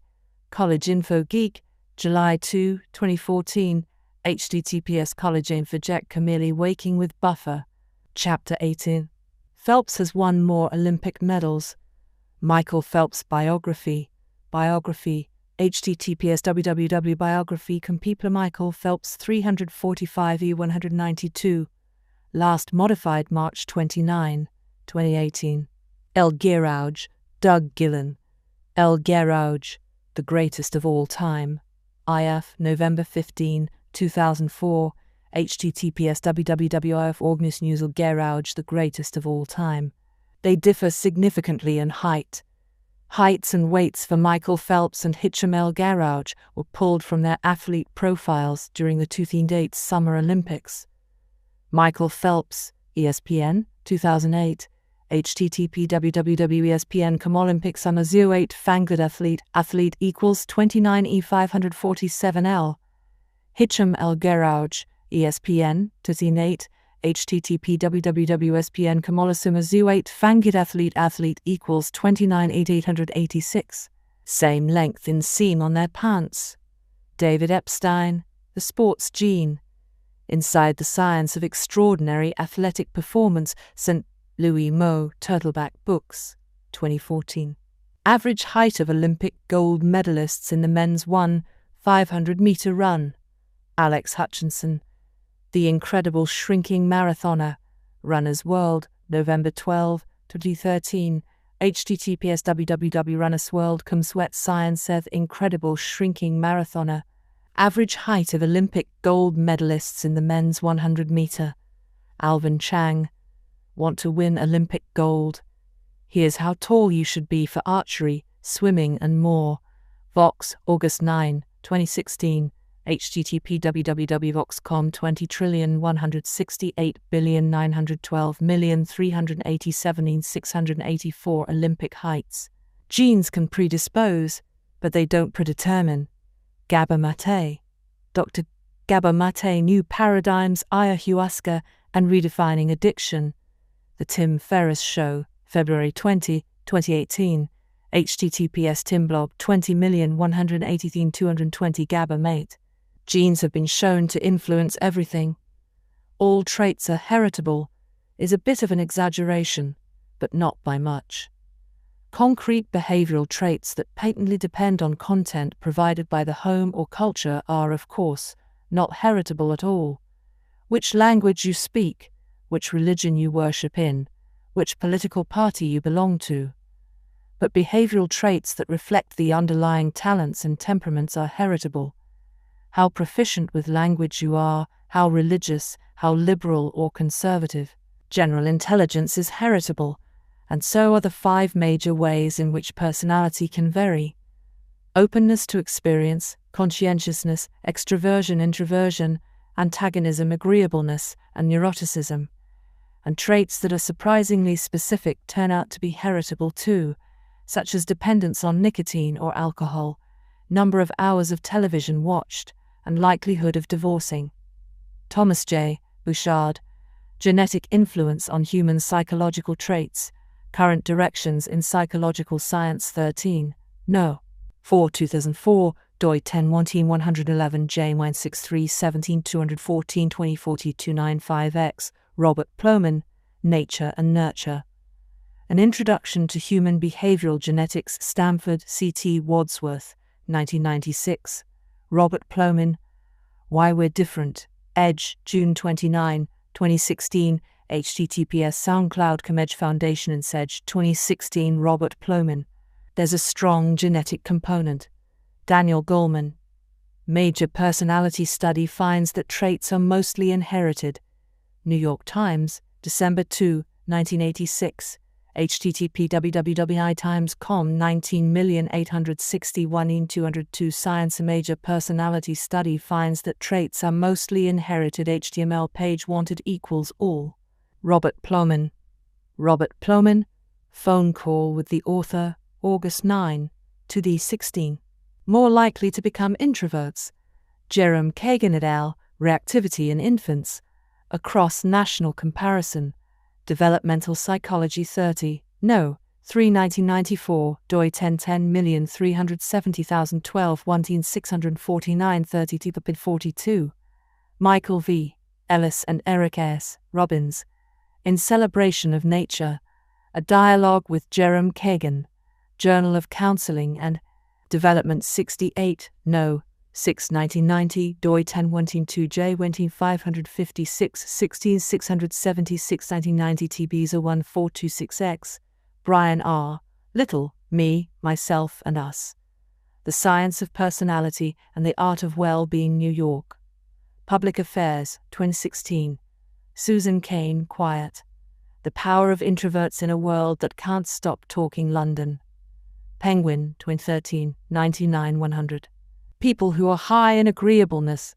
W. G. Graziano and R. M. Tobin.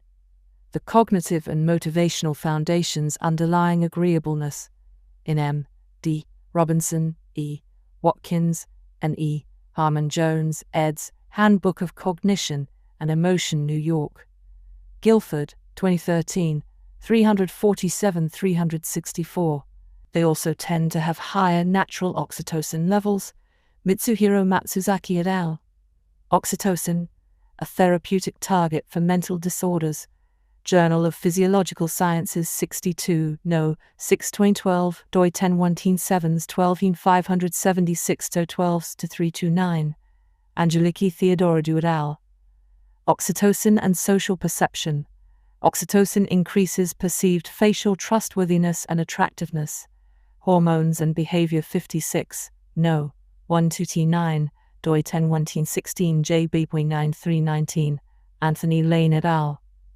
Oxytocin increases willingness to socially share one's emotions. International Journal of Psychology 48, No. 4 2013, doi 10.108.270.594.12 Ixis 70.17.540, Christopher Cardoso et al. Stress-induced negative mood moderates the relation between oxytocin administration and trust. Evidence for the tend and befriend response to stress. Psychoneuroendocrinology 38, No. 11 2013, doi 10.1.16 J. Sinuin 2013 5E6. Hypersensitivity of the amygdala, J. Ormel, A. Bastianson, H.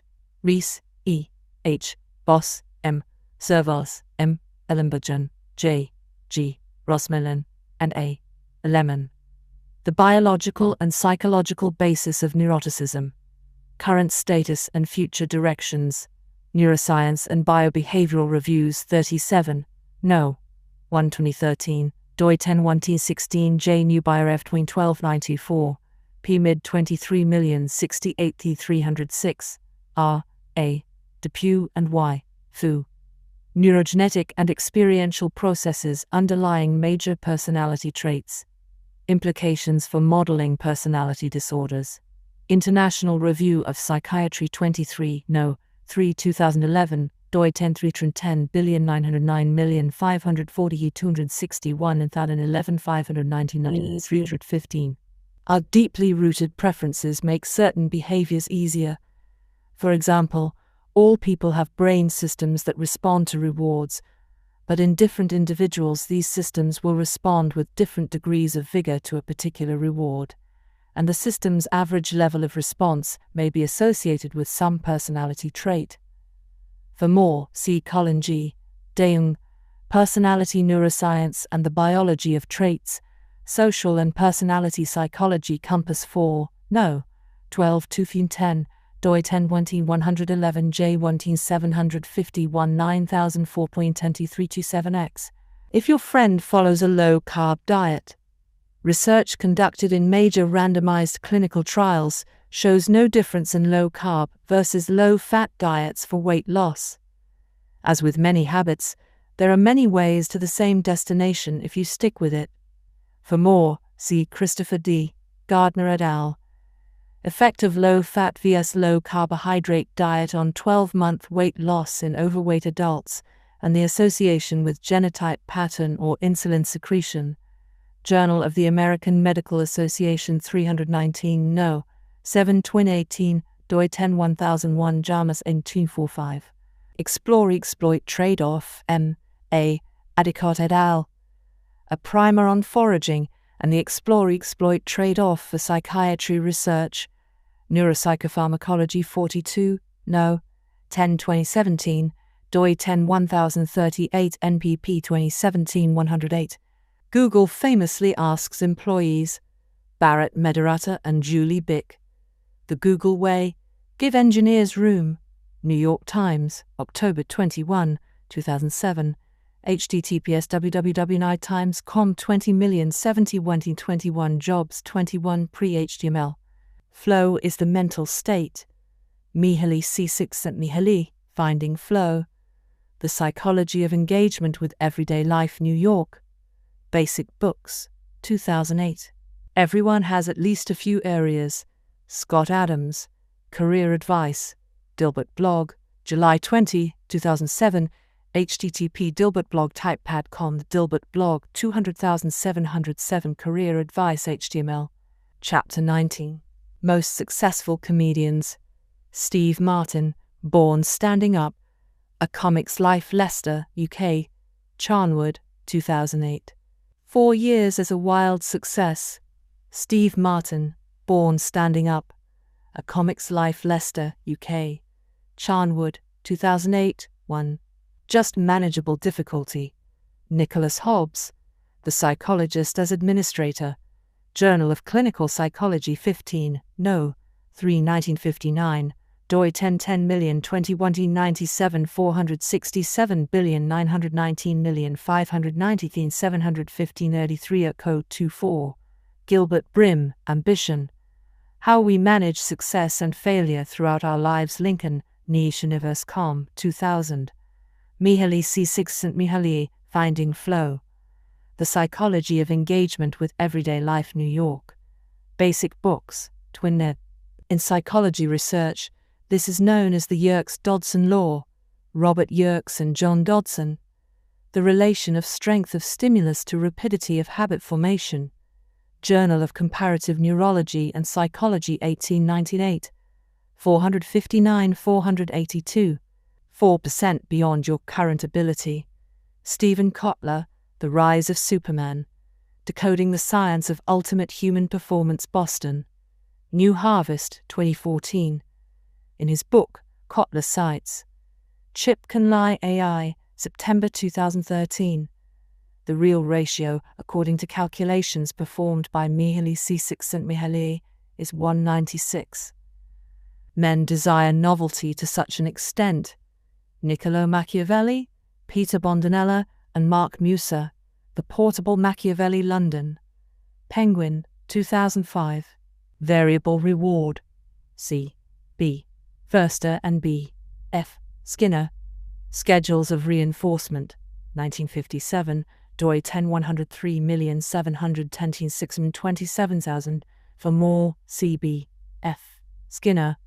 A Case History and Scientific Method. American Psychologist 11, No. 5 1956. 226, doi 10,1037 H 47662. This variance leads to the greatest spike of dopamine. Matching law shows that the rate of the reward schedule impacts behavior. Matching law, Wikipedia, https://n Wikipedia or Wikimatching law. Chapter 20. There is usually a slight decline in performance. K. Anders Ericsson and Robert Poole Peak. Secrets from the New Science of Expertise, Boston. Mariner Books, 2017-13. The pundits were saying, Pat Riley and Byron Lawson, Temporary Insanity and Other Management Techniques. The Los Angeles Lakers Coach Tells All. Los Angeles Times Magazine, April 19, 1987. http articles latimes.com 1987-04-19 Magazinetum, 18669-1 Lakers. A system that he called the Career Best Effort Program, or CBE. McMullen's book claims that Riley began his CBE program during the 1984-1985 NBA season. My research shows that the Lakers began tracking statistics of individual players at that time. But the CBE program, as it is described here, was first used in 1986-1987. If they succeeded, it would be a CBE. Larry Bird, Irvin Johnson, and Jackie McMullen. When the Game Was Ours, Boston. Houghton Mifflin Harcourt, 2010. Sustaining an Effort. Pat Riley and Byron Lawson, Temporary Insanity and Other Management Techniques. The Los Angeles Lakers Coach Tells All. Los Angeles Times Magazine, April 19, 1987. http articles latimes.com 1987 419 Magazinatum, 19669 1 Lakers. Eliud Kipchoge, Cathal Dennery. The Simple Life of One of the World's Best Marathoners. Runner's World, April 19, 2016. https www.runnersworld Carmelite Runners. Simple Life of One of the World's Best Marathoners. Eliud Kipchoge. Full training log leading up to marathon world record attempt. Sweat Elite, 2017. http www.sweatelite Eliud Kipchoge full training log leading marathon world record attempt. Her coach goes over her notes and adds his thoughts. Yuri Sugiyama, Training Katie Ledecky, American Swimming Coaches Association, November 30, 2016. https swimmingcoach.org Training Katie Ledecky by Yuri Sugiyama Curl Burke Swim Club 2012. When comedian Chris Rock is preparing fresh material. Peter Sims, Innovate Like Chris Rock, Harvard Business Review, January 26, 2009, https hbr.org 200-901 Innovate Like Chris Rock. Annual Review. I'd like to thank Chris Guillebeau, who inspired me to start my own annual review process by publicly sharing his annual review each year at https://chrisguillebeau.com. Keep Your Identity Small. Paul Graham. Keep Your Identity Small. February 2009. http www.paulgraham.com Identity HTML. Conclusion. No one can be rich unless one coin can make him or her so. Desiderius Erasmus and Van Loon Hendrik Willem. The Praise of Folly, New York. Black, 1942-31. Hat tip to Gretchen Rubin. I first read about this parable in her book, Better Than Before, and then track down the origin story. For more, see Gretchen Rubin, Better Than Before, New York. Hodder, 2016. Created by Ganga of Audiobooks. Please like, share, and subscribe. And also donate to support us. Link is in the description below.